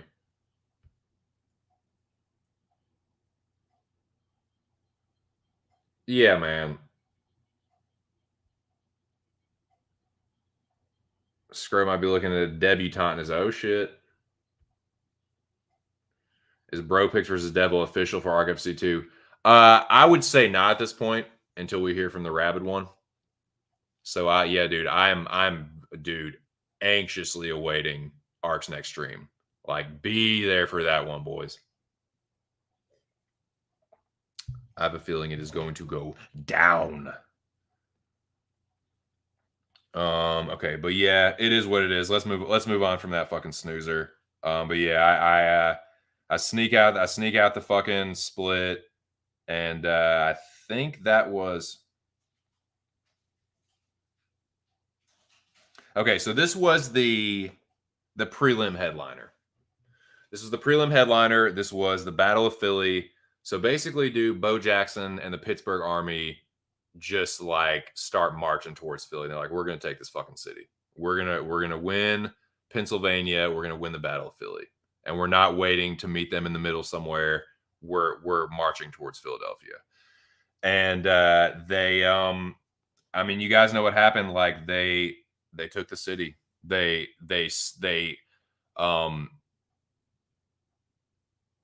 sieged. What is it? Sieged isn't the right word. They bombarded Philadelphia. It was like a 4-day siege, and eventually it fell, and they sacked the city, and they took Cage's head, unfortunately. Yeah, Cage, you know, he just made a fucking face turn, a glorious face turn. And but yeah, unfortunately he fell to Bo Jackson. Bo is the king of Pennsylvania right now, the king of well, I mean, Pubehead's from Pennsylvania too. So I mean, I would say they're pretty much ruling Pennsylvania right now. Bo is the season 5 champion. Hey dude, Charles, the pastor, Pubehead Smith, is the Mecha 6 champion, the lineal Mecha 6 champion. So yeah, there's 2 champs. Kind of hey dude, Pittsburgh predicting strong right now, man. Is strong. So yeah. Shout out to Bo Jackson. Let me put this banner up. I know I'm kind of getting ahead of myself before I have the banners ready, but I don't know. I'm getting a little tired, boys. It's almost midnight. Been going on 7 hours now. And I will. This will be over. I told you I'm not going 8 hours, and I mean that. I got to wrap this up here in a little bit, but we are at the prelim headliner, so put this up.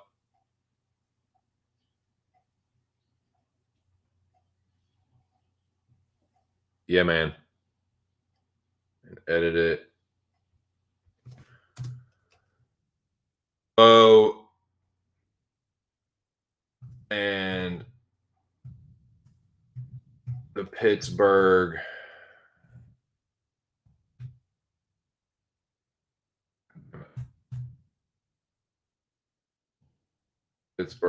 Army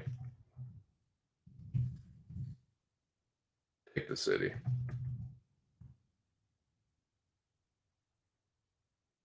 Shout out to Bo Jackson. I mean, dude, Bo is a very seasoned battle general. He's seasoned in battle. He's seasoned in Mecca. He is a top-notch predictor. Cage, there ain't no shame in that, Bubba. Like falling to Bo Jackson. Hey, dude, that's that's like losing a battle to like Robert E. Lee in the Civil War. Like you're going up against like a very skilled tactician and like battle tested like commander. Like he's a very skilled battle commander. So it just is what it is, man. But yeah, Bo took the city. Tough sledding for Cage. He'll be back. Old face Cage will be back. But yeah, congrats to Bo, man. He's the king of Philly. Bo is the king of Philly right now, and kind of like running. Bo and Pubehead are kind of running Pennsylvania predicting right now. Yeah, and they both improved to 1-0.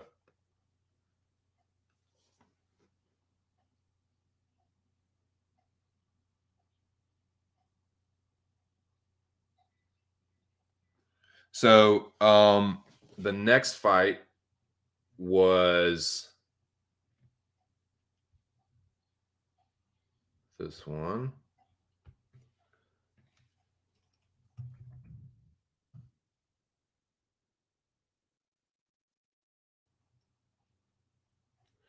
Noah beats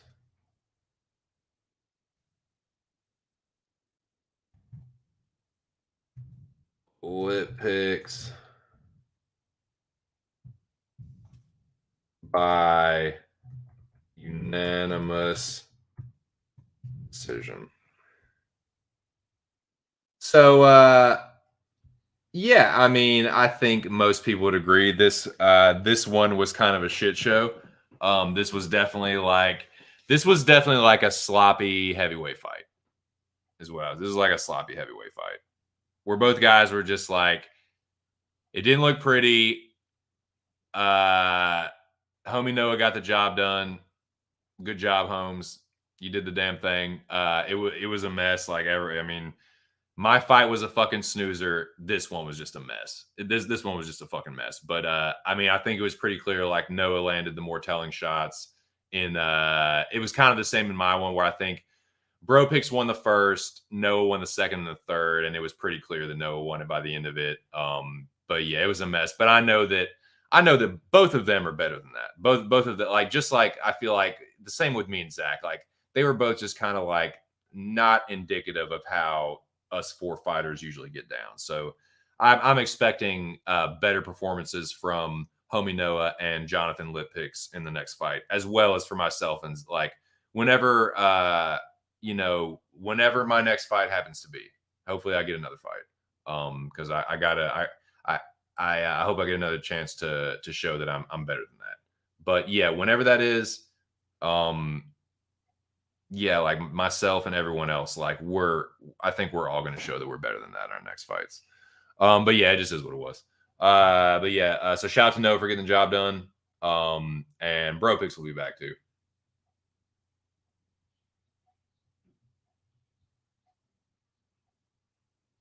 But see, that's the thing with Bro Picks, man. And I've said this before, and this is Justin will admit this himself. He is streaky, man. He is. Like, and so that's what you can't sleep on anybody, dude. Don't let your guard down, don't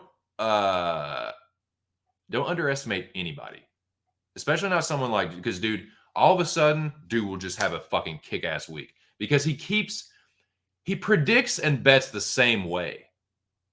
So yeah, he'll like shit the bed sometimes, but when he hits it, oh, does he fucking nail it? And if you catch him, if he catches you slipping and you catch him on a good week, he's gonna fucking embarrass you. And all the shit you've been talking is gonna come right back around and bounce right back up in your face. The shit is gonna hit the fan and hit you right in the fucking eyes. So that's the thing. Like, yeah, you can get bro picks and like he'll be down or whatever, but like, dude, like all of a sudden, if you're not careful, Justin will fucking hit a hot streak and you're gonna be on the wrong end of it. So do not sleep on bro picks. If you end up fighting bro picks, do your fucking homework and just know that Justin is gonna be taking dogs. Just know that. You calculate that, factor that into your equation however you fucking want to. But I'm just telling you, I've been around this community long enough and seen how Justin is with these picks, and that's just what it is.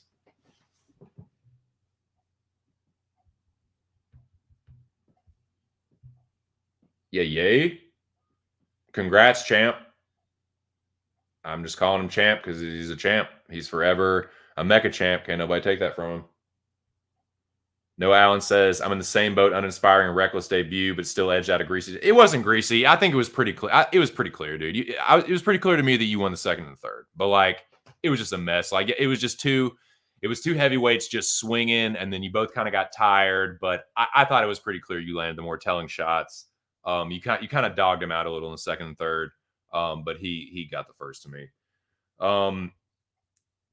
That's pretty fair. That's pretty fair. Yeah. Yeah, he came out hot. You kind of grinded out the second and third. Yeah, dude. I mean, I had already greased those wheels. Like, I had already kind of primed them up to get pissed off. So it was like they were pissed off at me and Zach, but it's like, okay, if you give us another one of those, yeah, like, so we put you in a bad spot, man. So sorry about that. Steelers beat the Eagles again. Story of my life. Steelers got one over on the Eagles. Yep. They sure did, didn't they? Might have to unify the belts. Hey, these are all potential possibilities, man. I would I would say take that energy to the rabid dog. Yeah, man. Hey, thanks for the good fights, dude. Thanks for putting on, dude. Putting on for the city. Putting on for PA. No, it wasn't a snoozer. Y'all's wasn't a snoozer. Y'all's was just a fucking train wreck. It was just a mess, dude. Like y'all's was like just it was just kind of like wild and sloppy. Like mine and Zach's was a snoozer because like it wasn't at first. Like it was action at first, but then they kind of like they were expecting more of that, and it was like I started to get my striking going in the second, and then I started to get tired, and so I took Zach down like towards the end of the second round. So that was pretty clear. Like I got the better of the striking in the second, and then I got the takedown with like a minute left. So secured that round. In the third, I was tired, so I went for the takedown early, got the takedown. Zach got back up, and then it was just really, ours turned into a mess at the end of the third, and like I kind of landed, I kind of like pushed Zach up against the fence, landed, like I said, the more telling strikes, but it was very lackluster third, and it was a snoozer. Y'all's were just two heavyweights, like rock 'em, stop 'em, and then it just turned into a mess. I would like to get 10 people in the building once again. Word up. I would like to get the tie with Touch back from Mecca 4. Interesting. Lose a lot of money that way. Yeah. Yeah, I think me and Bro Picks took more dogs than favorites. Really bad game plan by both. No, no, dude. I already told y'all about that. It's not. It's not even close to the same. You can't even call it mini arc because it's like it's not even like half of what arc does. It's like a fraction. It's literally like a fraction. This point, at this point right now, I'm just gonna tell you exactly how I'm feeling right now. I'm tired. I'm tired. My voice is getting hoarse. It's scratchy. I'm starting to lose my train of thought when I'm saying stuff. Arc would not be affected right now in the slightest. And I've also had 3 cups of coffee to keep myself fueled. Arc doesn't need any of that. He doesn't need the weed. He doesn't need the coffee. He just goes. The Arc goes on pure rabid dog energy. I'm not built like that's what I'm saying. Like I'm not. No offense, but like I'm just like when y'all say stuff like that, it's just not true. Like it's just no. I appreciate the compliments, but like nah, dude, it's not. It's to show y'all. This is like a cautionary tale. I'm like a cautionary tale of what happens when you try to do like long-term streaming. Like it's just to show you guys. Like, it's not just to, but it's like it should show you guys that like Arc is built different. He just is. Nah, nah, dude. Definitely don't say that because one, it's not. I know you're just joking, but it's not true. The dude is just fucking rabid, man. He has this rabid energy to just stream and entertain and just it's wild, dude.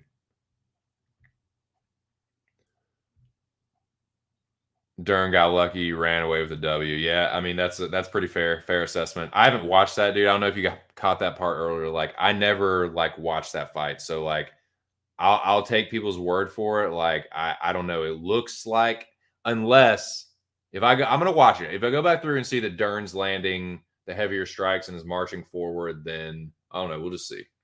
We'll just see. Yeah, yeah, for sure. He does, man. It's a really good fucking show.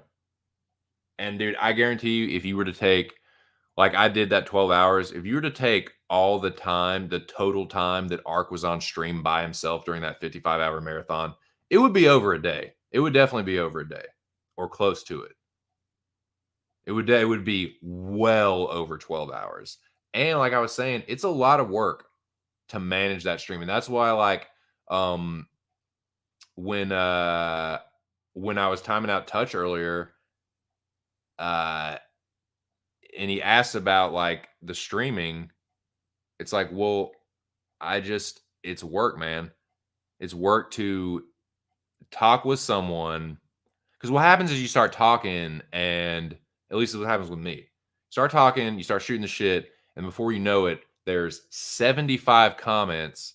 And yeah, like, and especially if you're trying to bring people in, bring people out. Arc's doing like 4, 5, 6 people at a time. Like, you got to be a good host. You can't just not say anything. Let like Ark is introducing everyone. He's managing the flow of the conversation. Even when he's not in the like even when he's not talking in the stream, he's still putting up all the chat comments. Like it's work, dude. So yeah, like no, Ark is on that mountain alone. Like, dude, you can have that one. Like you will forever be on top of that mountain. Yeah, Zach landed a good one at the end. Yeah, it was like a yeah, I kind of felt like I had the round at that point and let my guard down. Zach did catch me with one in the last few seconds. No, you clipped me at the beginning, dude. You clipped me and hurt me in the beginning. And yeah, like I feel like because you didn't get me out of there, like I was able to take the second one. But yeah, I was definitely hurt in the first round for sure. But yeah, Arc puts on a damn good show.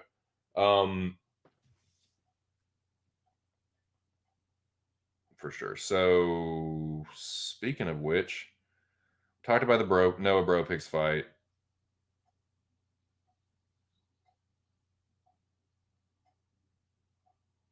Did I? Okay, here we go. Okay.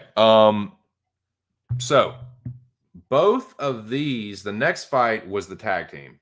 And this is another reason why ARC-FC is fucking brilliant, because not only is it like a fight, like a UFC fight prediction fight, but it also has elements of WWE. There's tag teams. Ark mentioned something about there maybe being three-way, four-way at some point. So there's that element to it as well, which is like that is genius, like god tier storytelling, entertainment value. That's god tier entertainment value to me. Yep. No one knows what time it is, dude. So yeah, let me edit this one. But yeah, there's no reason to like keep it hidden. Like, we know what happened, man. The fucking Aussies put on, dude. And I'll just fucking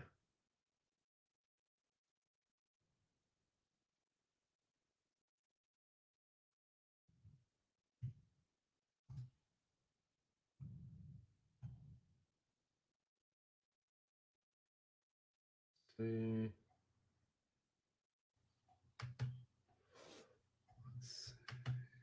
God damn it. You gonna give me the emoji prompt or not? Let's see. Australia. Bam. Peru. Emoji. Boxing. Let's see. Ah. Oh, nice. There it is.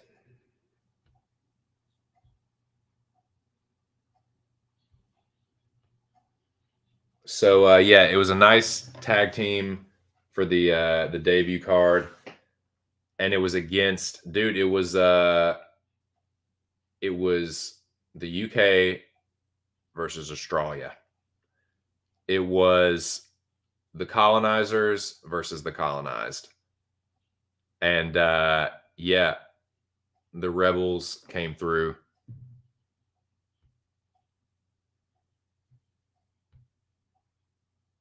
Aussie, Aussie, Aussie. Oi, oi, oi. Aussie, Aussie, Aussie. Oi, oi, oi.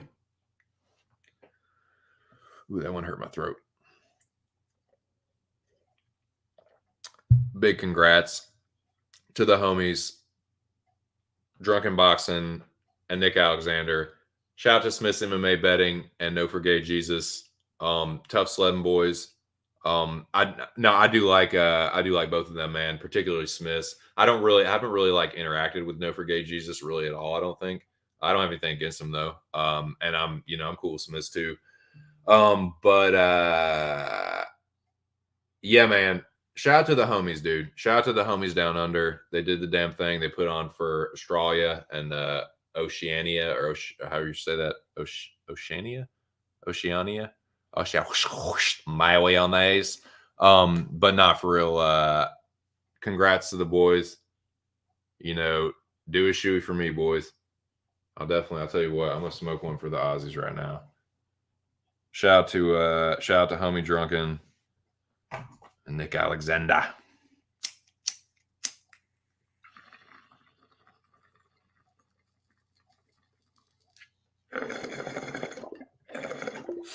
Everything Irie. Everything Irie.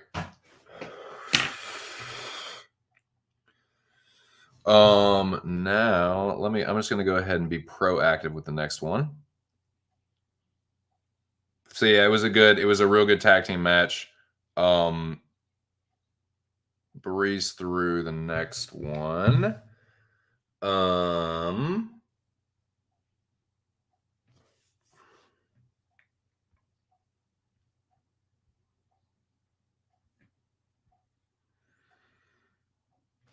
Okay, let me get to the banner. Shout out to the 8 people in the building. We had 10 again. I just saw that 10 a second ago. It's been a very active stream, man. I like that. Shout out to you guys for coming through, participating in the chat. Y'all really make the stream happen for real.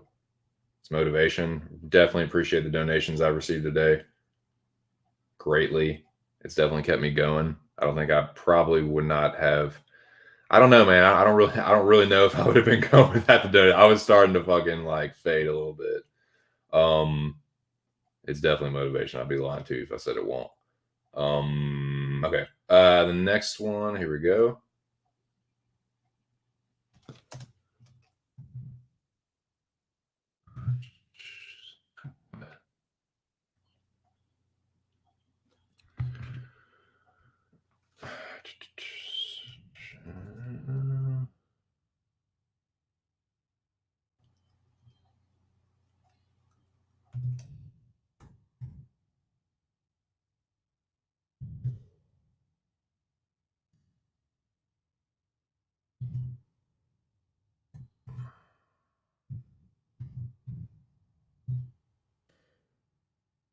Okay, so this next one, there was actually a good bit of money on the line in this one. Like, you know, in relative terms, decent amount of money for something like this for just one fight.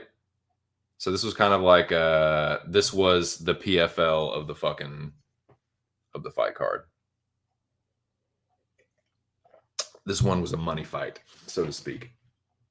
A money bout. So it was Rush versus Elo. The season 1 winner versus the curtain kicker. $200 on the line. Chav, unanimous decisions, mushmouth. So yeah, congrats to Rush. He won. But you know what? There's 9 people in the building. I was thinking I might save this one, but nah, dude. I'm not saving this one. I got another banner for you guys.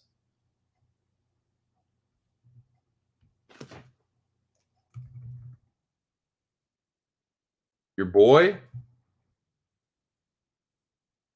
is about to call someone out for an ARC FC fight.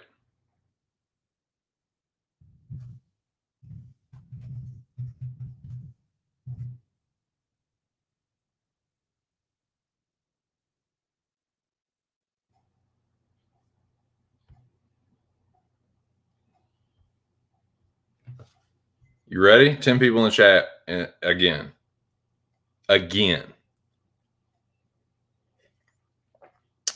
Nah, man.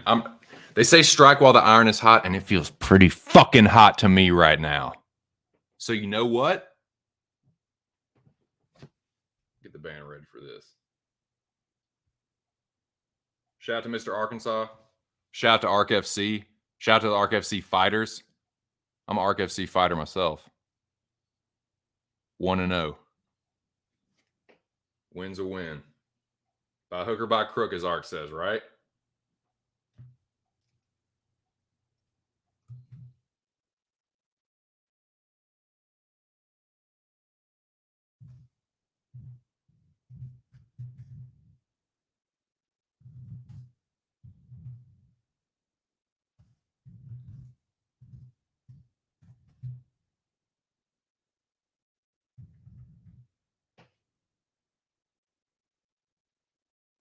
Tell you what, y'all can go back and look at this in the Arkandome.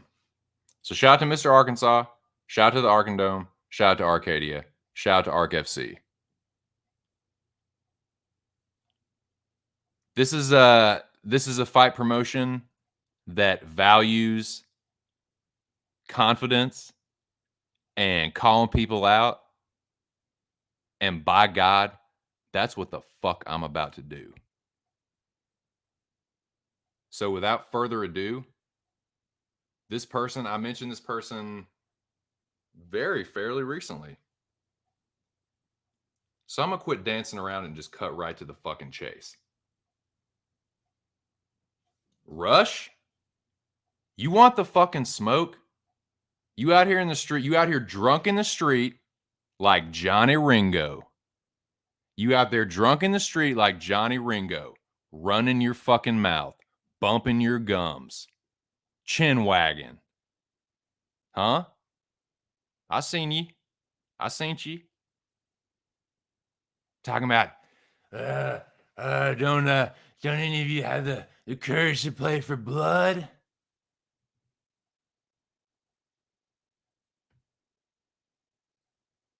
I'm your Huckleberry. That's just my game. You want the fucking smoke rush? I got smoke for you, motherfucker. So I'm calling you out. Rush, you and me, Arc FC. I got the smoke for you, motherfucker. Come get you some. Come get you some of this 6'7", 200-pound, all gristling dick, box you the fuck up smoke, motherfucker. I got it for you all day. I'm calling you out, Rush. You versus me on the next fight card. I'm a holler at Ark about it. On his next stream, I'm definitely echoing this exact same fucking sentiment. You want it? You got it. What do you think, boys? Not too bad, right? Not too bad, right? Not too bad for 7 hours in, 3 cups of coffee in, right?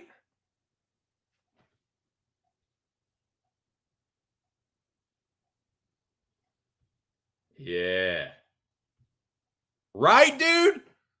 Rush, don't you ever fucking talk sideways out of your fucking neck and expect me to just fucking let. Dude, I am not one of these fucking mush mouths. You fucking know better. You know that if you poke at me, if you poke the bar, if you fucking push my buttons, the machine will respond. Like, you push the right buttons, you'll get the response you're looking for. So, yeah, get ready, motherfucker. Train the fuck up. You better get them rounds in. I'm gonna make a statement off your fucking ass. Let's fucking do it.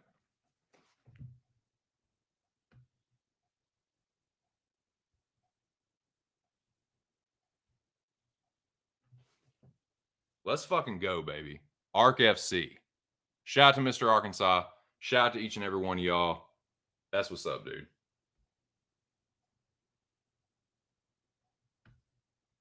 Yeah, work on that front kick. Work on your my Gary, dog. Work on that my Gary playboy. Because I promise you, you throw that fucking weak ass my Gary at me, I will catch that and sweep you in a fucking second. I will dump you on your ass in a. I will scoop throw you in a fucking second. If you ever come at me with that weak ass, you throw that front kick, dude, I will be all over you like white on rice and a glass of milk and a paper plate in a snowstorm. I will put my foot so far up your ass, the water on my knee will quench your thirst, Chav. Sorry, boys, I couldn't nail that one. I am 7 hours in on a lot of fucking good tree and several cups of coffee. Yeah. Yeah, come fucking get you some, dude.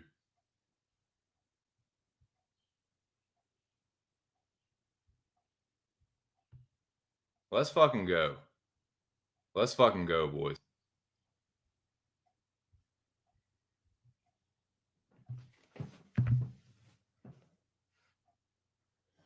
All right. All righty.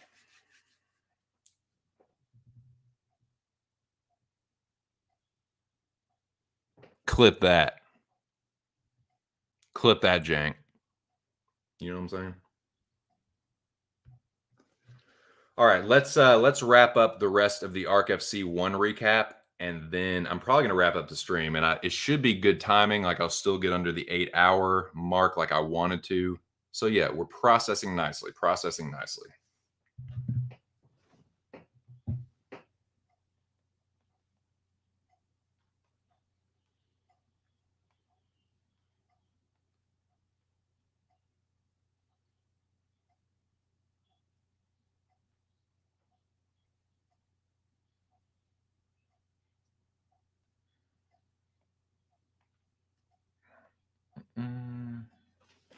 Get back to Arc stream here.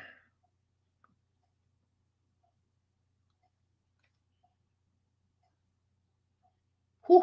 Got a little fired up there for a second.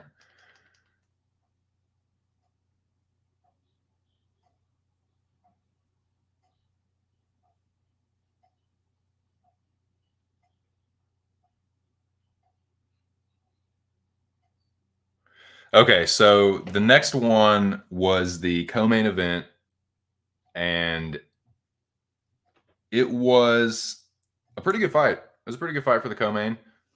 This was a very seasoned, not only Mecca veteran, but a Mecca champion. So this is a former Mecca champion against a guy, like I was mentioning with Cage, that has made a very, very notorious face turn recently. So they put on a pretty good co-main event.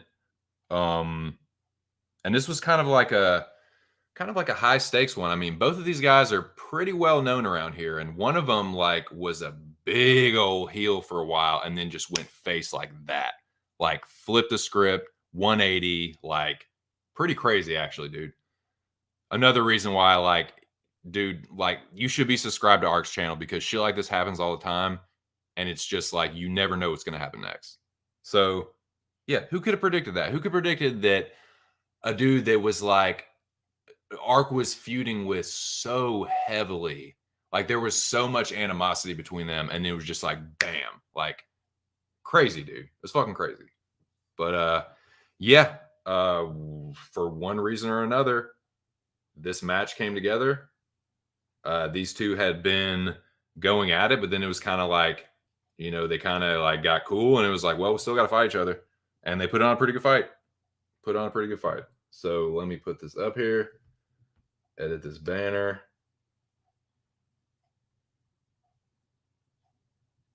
This was the co-main event. Arc FC co-main event. Oh.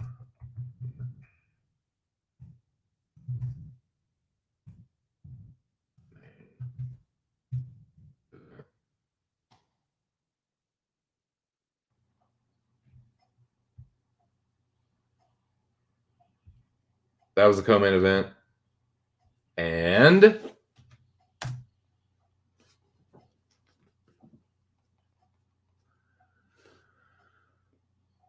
the General defeats Solar Warden by unanimous decision. So it was a good fight. This is how it was. This is how the fight went down. It was a good fight. All the rounds were close, but the General was getting the better of each round. So by the end of it, it was like, okay, it was a 30-27. But still, it was a close 30-27, if that makes sense. Like it was a round that was like, okay, the General is edging out these rounds, but all of them are close. Like it's clear the General's winning all of them, but they're still all close, if that makes sense. That's how I would assess that fight.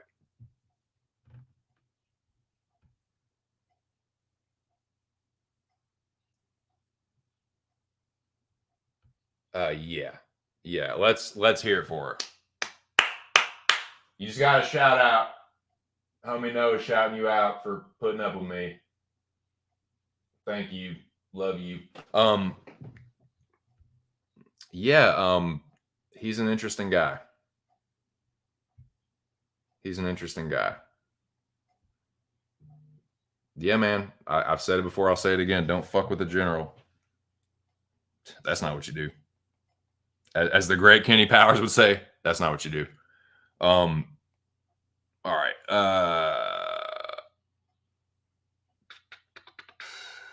That brings us to the main event.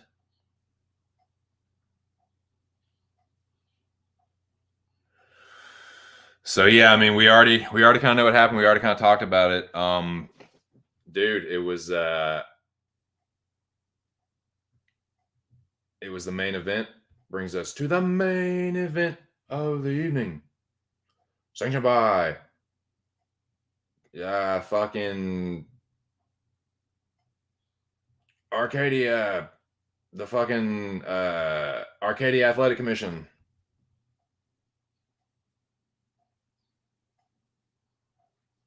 Let's see. Where are we? Okay, let me edit this.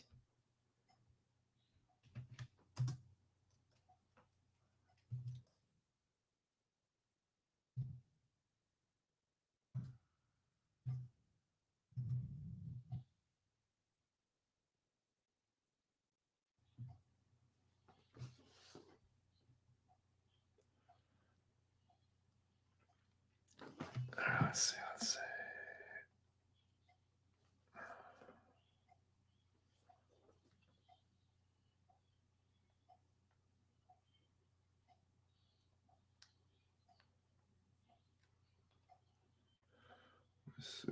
I was trying to get the okay. Okay.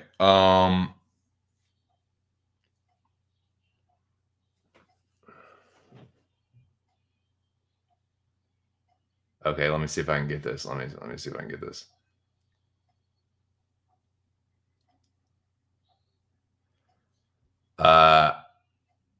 After 3 rounds, we go to the judges' scorecard for a decision. Ark Lee scores about 29-28. Oh, fuck. Let me get the. Oh, yeah. Ark Lee scores about 29-28. Hodge. Adelaide Bird scores about. Adelaide Bird scores about 29-28. Hodge. Chris Lee scores about 29-28. Pubhead. And. Or no, so it would be Ark Lee. Ark Bird, Ark Lee, and Ark D'Amato scores about 29-28, declaring the winner by split decision. And no! Charles Christ is Lord, Pubhead Smith. Pubhead is your new Mecha 6 champion. Congratulations, Charles Pubhead Smith. Take this opportunity to just put Pubhead over, man. He's a guy that hasn't been around a super duper long time, but he came like he hit the ground a running, like calling his shots. Definitely a character. Like, dude, like what you see is what you get, man. He's definitely pretty out there about what he is all about. Definitely a peculiar fellow. Fits right in Arcadia. Dude, congrats, Pubhead. It was close, man. It was I definitely see why it went to a split. I personally scored the bout for Pubhead. I had it 29-28 Pubhead. I don't know. Like, I'm not gonna say it was like scoring it for touch is like the craziest thing ever, but to me, I thought that Pubhead got the better of the 2 rounds. I think I gave the second round to touch and then 1 and 3 to Pubhead. But that's how I scored it. That's kind of how Ark D'Amato and Ark Lee had it as well. Of course, Ark Bird scored it for touch, but it is what it is, man. It's like, the judge, you can't do anything about the judging. But yeah, congrats to I thought it was pretty clear that Pubhead got it done. I mean, it was a pretty close fight. It was like 540 to 500, but yeah, I thought Pubhead was a rightful winner. So I'm glad that justice was done in that regard.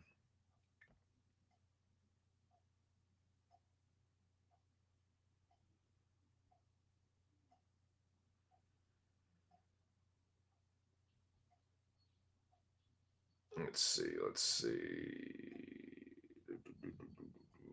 Sanctioned by Sins Coffee. Nick, I don't know if you caught the early part of the stream, dude. I've been smoking this shit that, like, I got a little sample of it that a couple of my buddies grew, man, and it is some fucking top notch, like some shit that is not even in, like, I don't think it's hit dispensaries yet, really.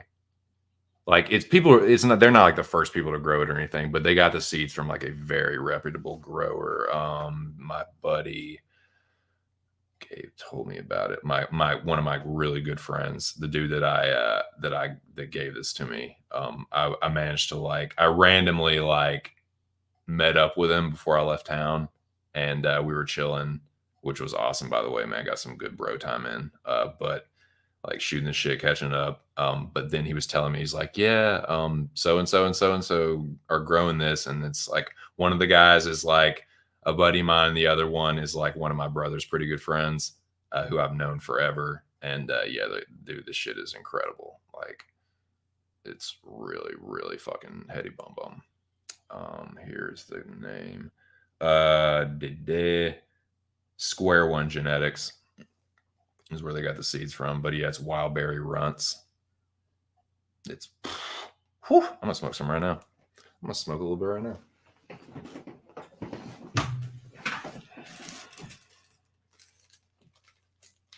A Percy, dude, a Percy Jackson? Is it lightning thief time, dude? Is it personal? Is it fucking Percy time? Is it fucking time for lightning thieving?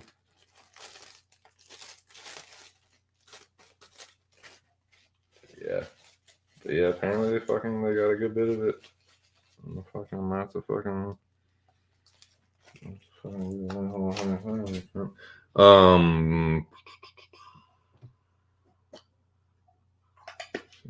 I think there's still some shit in there. Mix that up.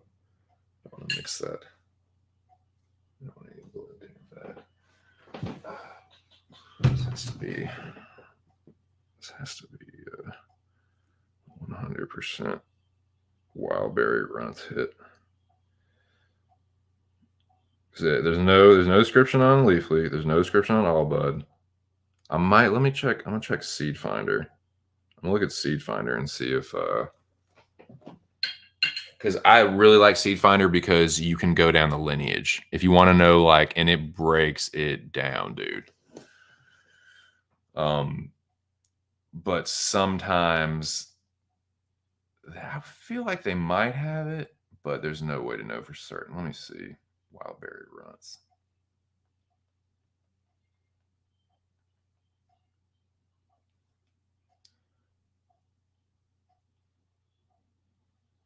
See, Leafly only has wild berry, and even wild berry, which is only one of the parents, like you look up wild berry and it's like hybrid, indica dominant. We're still learning about the flavors and effects. So like wild berry is probably in some dispensaries, but that's, you know, this stuff, wild berry runts, has only been grown for like a year or two, I would say at the most.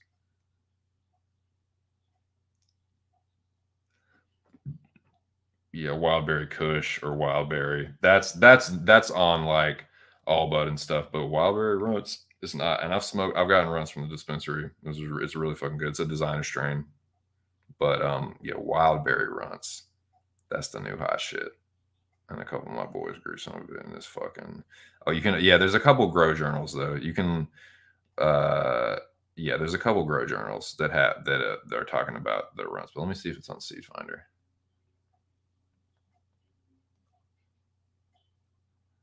No, it's just. But yeah, I guess, I mean, you can look at one. You can look at the wild berry.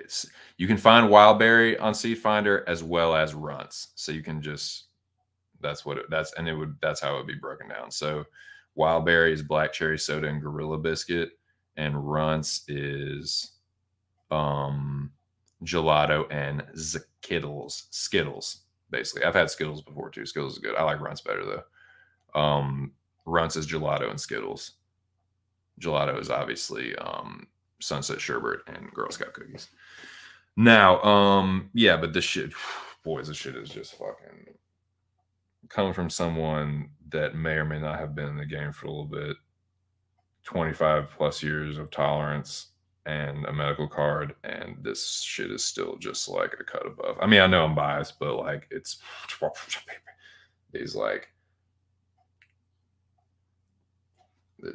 these kids are fucking weed snobs, and this it's really, really fucking good.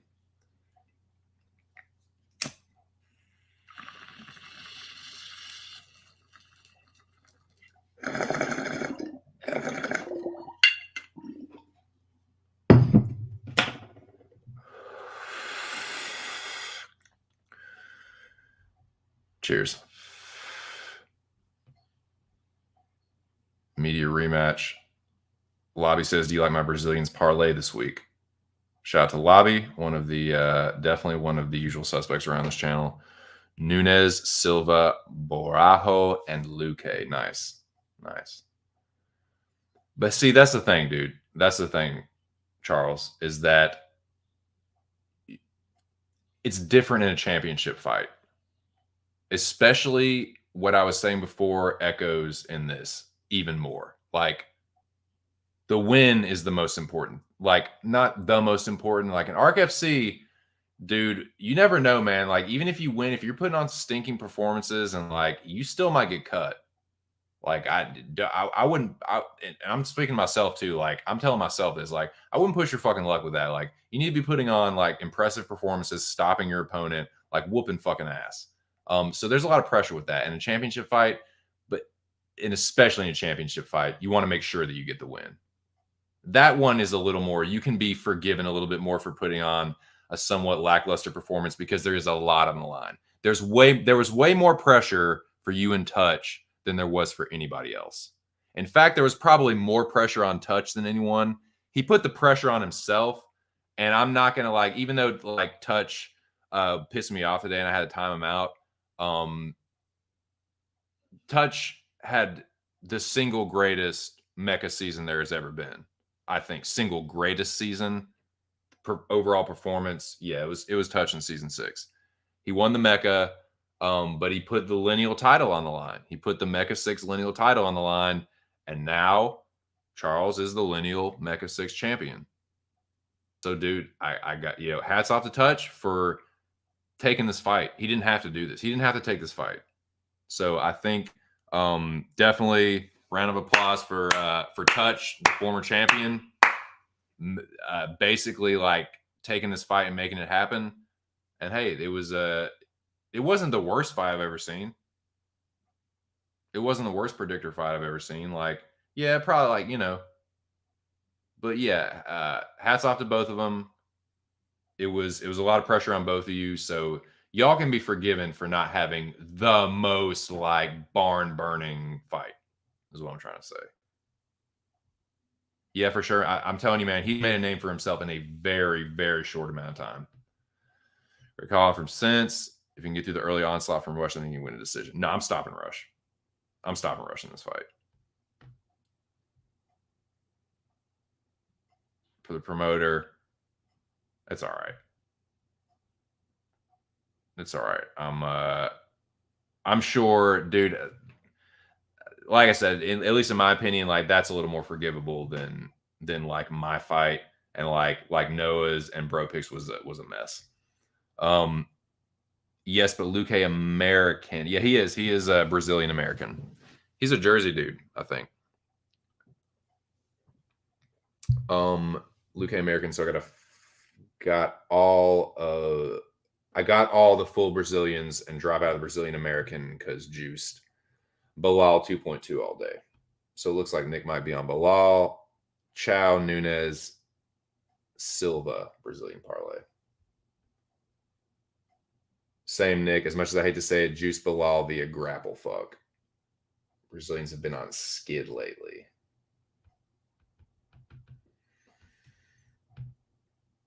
Yep.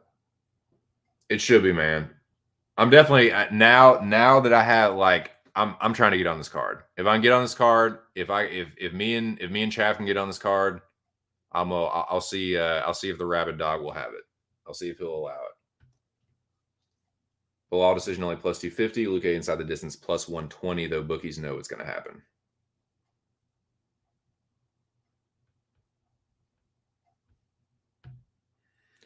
Chow seems a bit like Twitter hype job to me having tape the guy. I definitely have to do some tape. I'm training. I'm going to be taping this week. We'll probably end up a Luke decision then, so everyone loses and bookies clean up again. Man, good Carson's Terman, Cachoeira, and Nunes. Yeah, I mean, maybe Bilal's the way to go. So weird. Why? Because Brazilians used to dominate. Yeah, I know. Got to hit it. Long day tomorrow. I don't blame you, man. I appreciate you coming through, man. Long day tomorrow. Yeah, that's a hardworking man right there. So shout out to Labyrinth. Congrats on the dub, dude. I definitely. I hope I'm fighting alongside my dude, irregardless, on the next ARC FC fight card. It'll be cool, man. Labyrinth, go out there, get the dub. I knock Rush the fuck out. It'll be tight, dude. I think it'll be pimp tight. Hey, sweetie.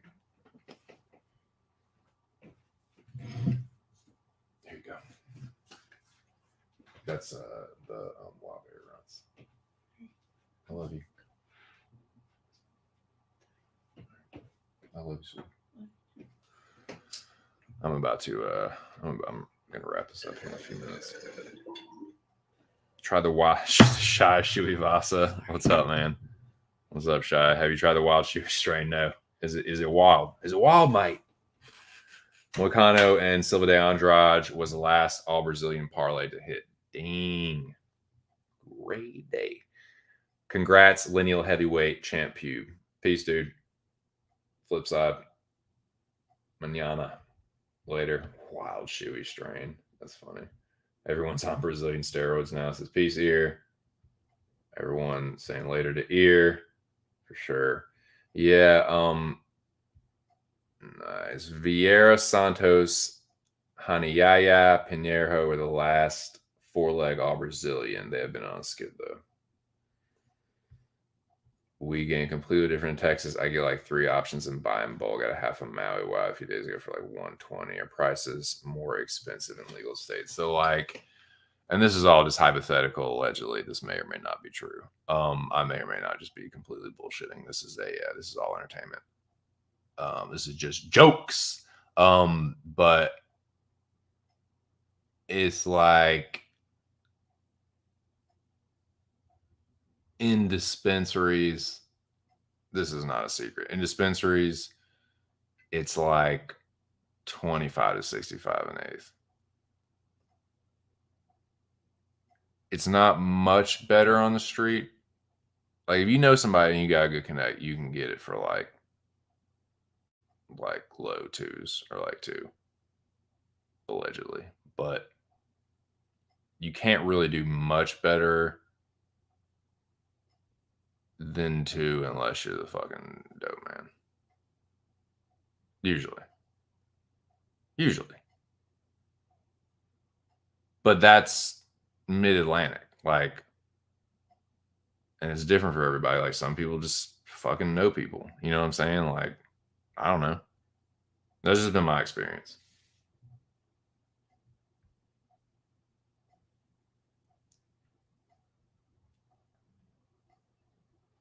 So like, yeah, 120. So that's 240 a zip. Yeah, like that's about right.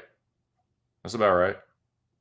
Because that's the thing. Like, yeah, like you can, like, yeah, I can get better prices over consistently better prices. Yeah, like I have enough powers that I can make that happen. But if you like, it's not bad in like the dispensary. Like the dispensary I go to, especially, they have pretty good sales and they have a point system, so you can like if you're disciplined about not spending your points and letting the points rack up, you can get like a nice little discount off your purchase, or sometimes even get your whole fucking purchase for free.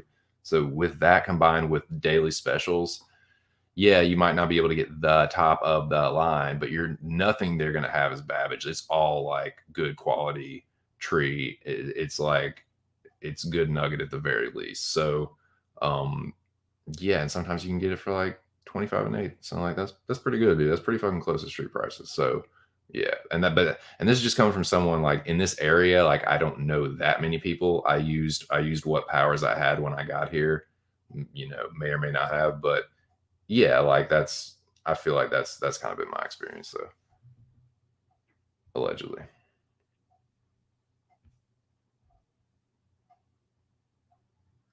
But yeah, it's it's coming from out of state, gotta, work within the system. Touch reverted back to his old stress pick disorder, yeah. Yep. Sad state of affairs, boys. But yeah, I'm on my goal, dude. I'm on par to wrap this thing up before 8 hours or just at 8 hours. I'm gonna make sure I do it under 8 hours. Yeah, I'll just be happy to get on the card. Yeah, same as I mean, if I don't get on the card, I'm gonna keep training, and if I don't get this fight, so be it. But hey, I threw the fucking gauntlet down. So what's up, Chad? You want this shit or not? You want to fucking do this or not? You gonna take this fight? You gonna fucking puss out?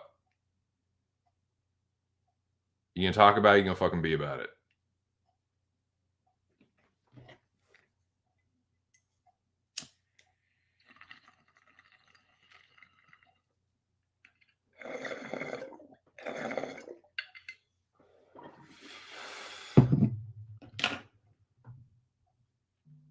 Yeah. Don't be a fucking punk. Sign the fucking contract. I'll take it to ARC and see if we can get on this fucking card.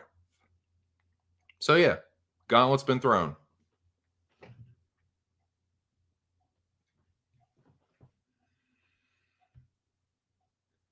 You'll like to get a few fights in quick and see our rank for sure. Yep. The mods are ending Canahome. Oh, damn. Damn, dude. Sorry. Taxes in my state are high. Yeah, sorry, man. That sucks. That fucking sucks. Yep. You just gotta fight the good fight, brother. Just do what you can do. You know? This is what it is. What is all this fucking alerts, dude?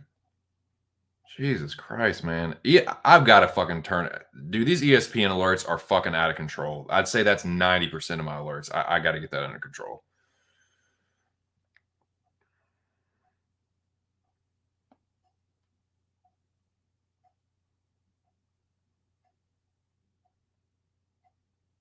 But okay, let me go back through and just I can't recap everything because I'll definitely be longer than 8 hours, and I am going to wrap this up before 8 hours. I'm that is my goal, and I'm not going to fail in it. Disco, don't get fucked up. Yeah. I've been educated. Knew you were the man to ask. No sweat, dude. I mean, I don't know everything that's going on, but I can just tell you what's been my experience. Dark.fail on Tor has links. There you go. Vendors are moving to different sites. Interesting. Well, that's what's up, man. So I'm gonna wrap this one up, boys. Yeah, so I'm not gonna go back through and talk about every single thing, but I just want to say once again, big shout out to Mr. Arkansas. Once again, Arc White / Arc my man. Appreciate you letting me fight in the last card. I know it wasn't the performance I know you hoped for, but I promise you, when I fucking knock Rush out, it's gonna blow the roof off the place. So throwing that out there. Chav, the gauntlet's been thrown down. If you're not a fucking total punk bitch, sign the contract. We'll see if we can get on this next fight card. But ultimately, it'll come down to whether Arc wants to see it or not. So I'm just gonna, make my pitch, cut my promo, and hope for the best, man. Hope we can get on the next card. But shout out to everyone that got, shout out to the victors, condolences to the fallen. But yeah, big shout out to everyone that participated in the Arc FC 1 fights, predictor fights. But yeah, man, I wrapped up pretty much everything I wanted to talk about. Talked about UFC 273, ate my crow where I needed to, gave my thoughts on everything, talked about Arc FC 1, bullshitted about some other stuff, talked about religion, talked about tree, talked about a bunch of different shit. Sign the contract, big boy. Sign the contract.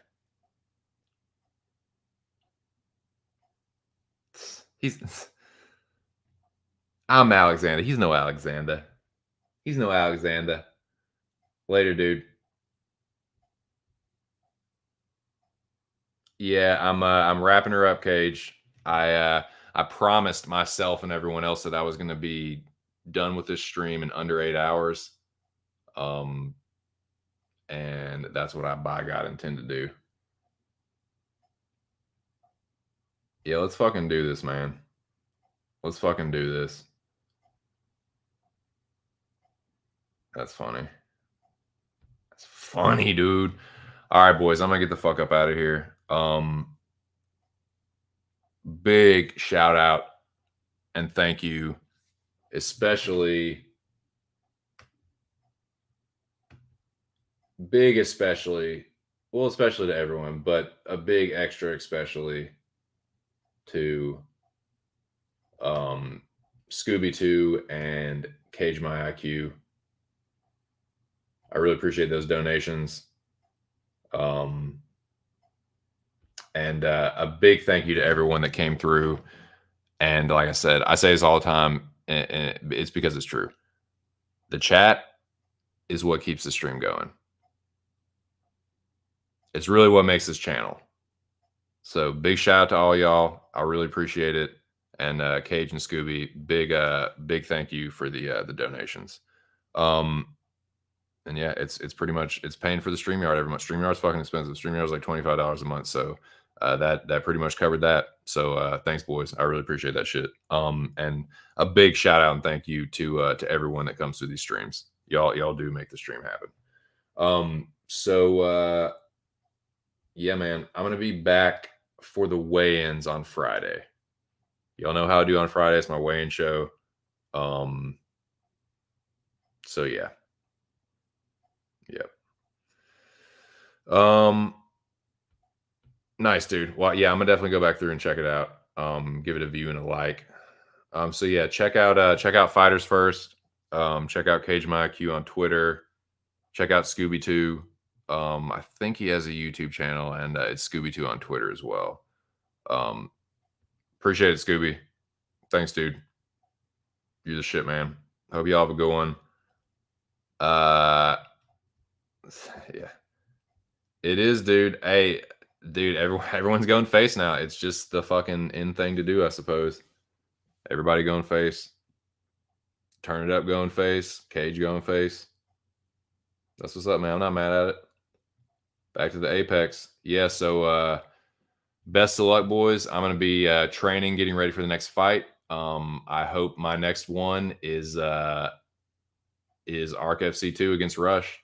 And if not, then I'm just going to continue to stay ready. So yeah, man. Shout out to Mr. Arkansas. Shout out to everybody in Arc FC 1. And I mean, I don't really have too much else to say. I guess I'll play it out here. And yeah, dude, hope you all have a great evening or day, whatever time it is for you. It's day for the daytime for the Aussies. But it's morning time for like Jack and Chav and No for Gay Jesus and Moyes. But let me see. Where are we at? Oh yeah. Where are we at? Library. Okay. Well, yeah, man. For sure, dude. Arc FC is the way to be. So, yeah, let me play this outro. Oh, yeah, it's ready. Later, champ. Catch you on the next one. I'll be back Friday. Good vibes. Peace, boys. It was a great fucking stream, dude. It was fucking good times. It was high times.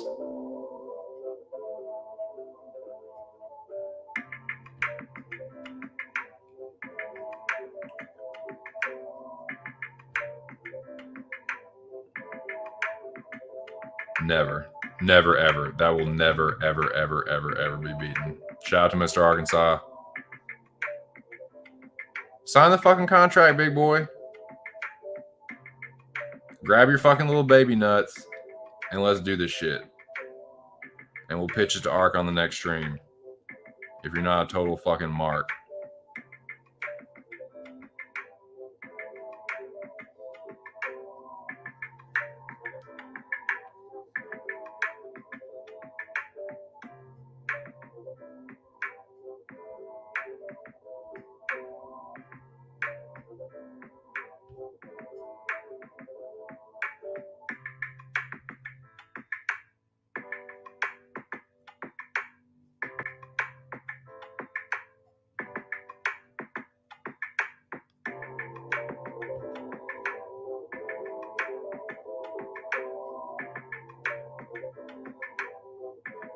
Yeah, man.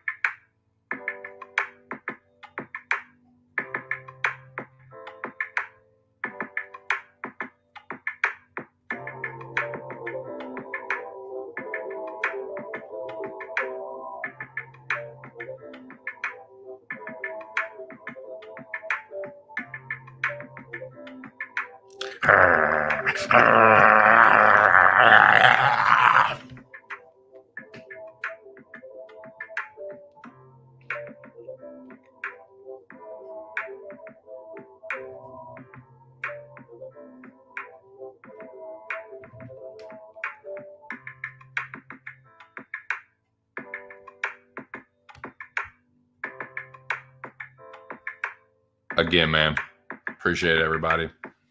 The usual suspects,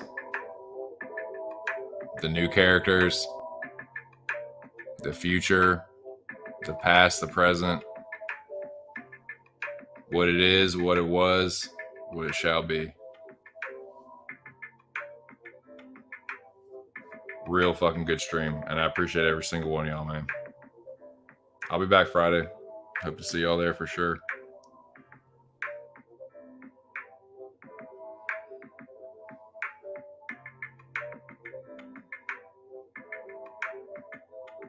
Yeah, anybody that's new, definitely subscribe to the channel. Ring the old bell, as they say. Hit all notifications. Smash the like button on your way out. And yeah, I appreciate everybody stopping through, man. It was a really fucking good stream. And we'll just keep getting better. Keep getting better, get more consistent. But that's all I got. This has been just my 2 cents. And I'll catch y'all in the next one. Peace!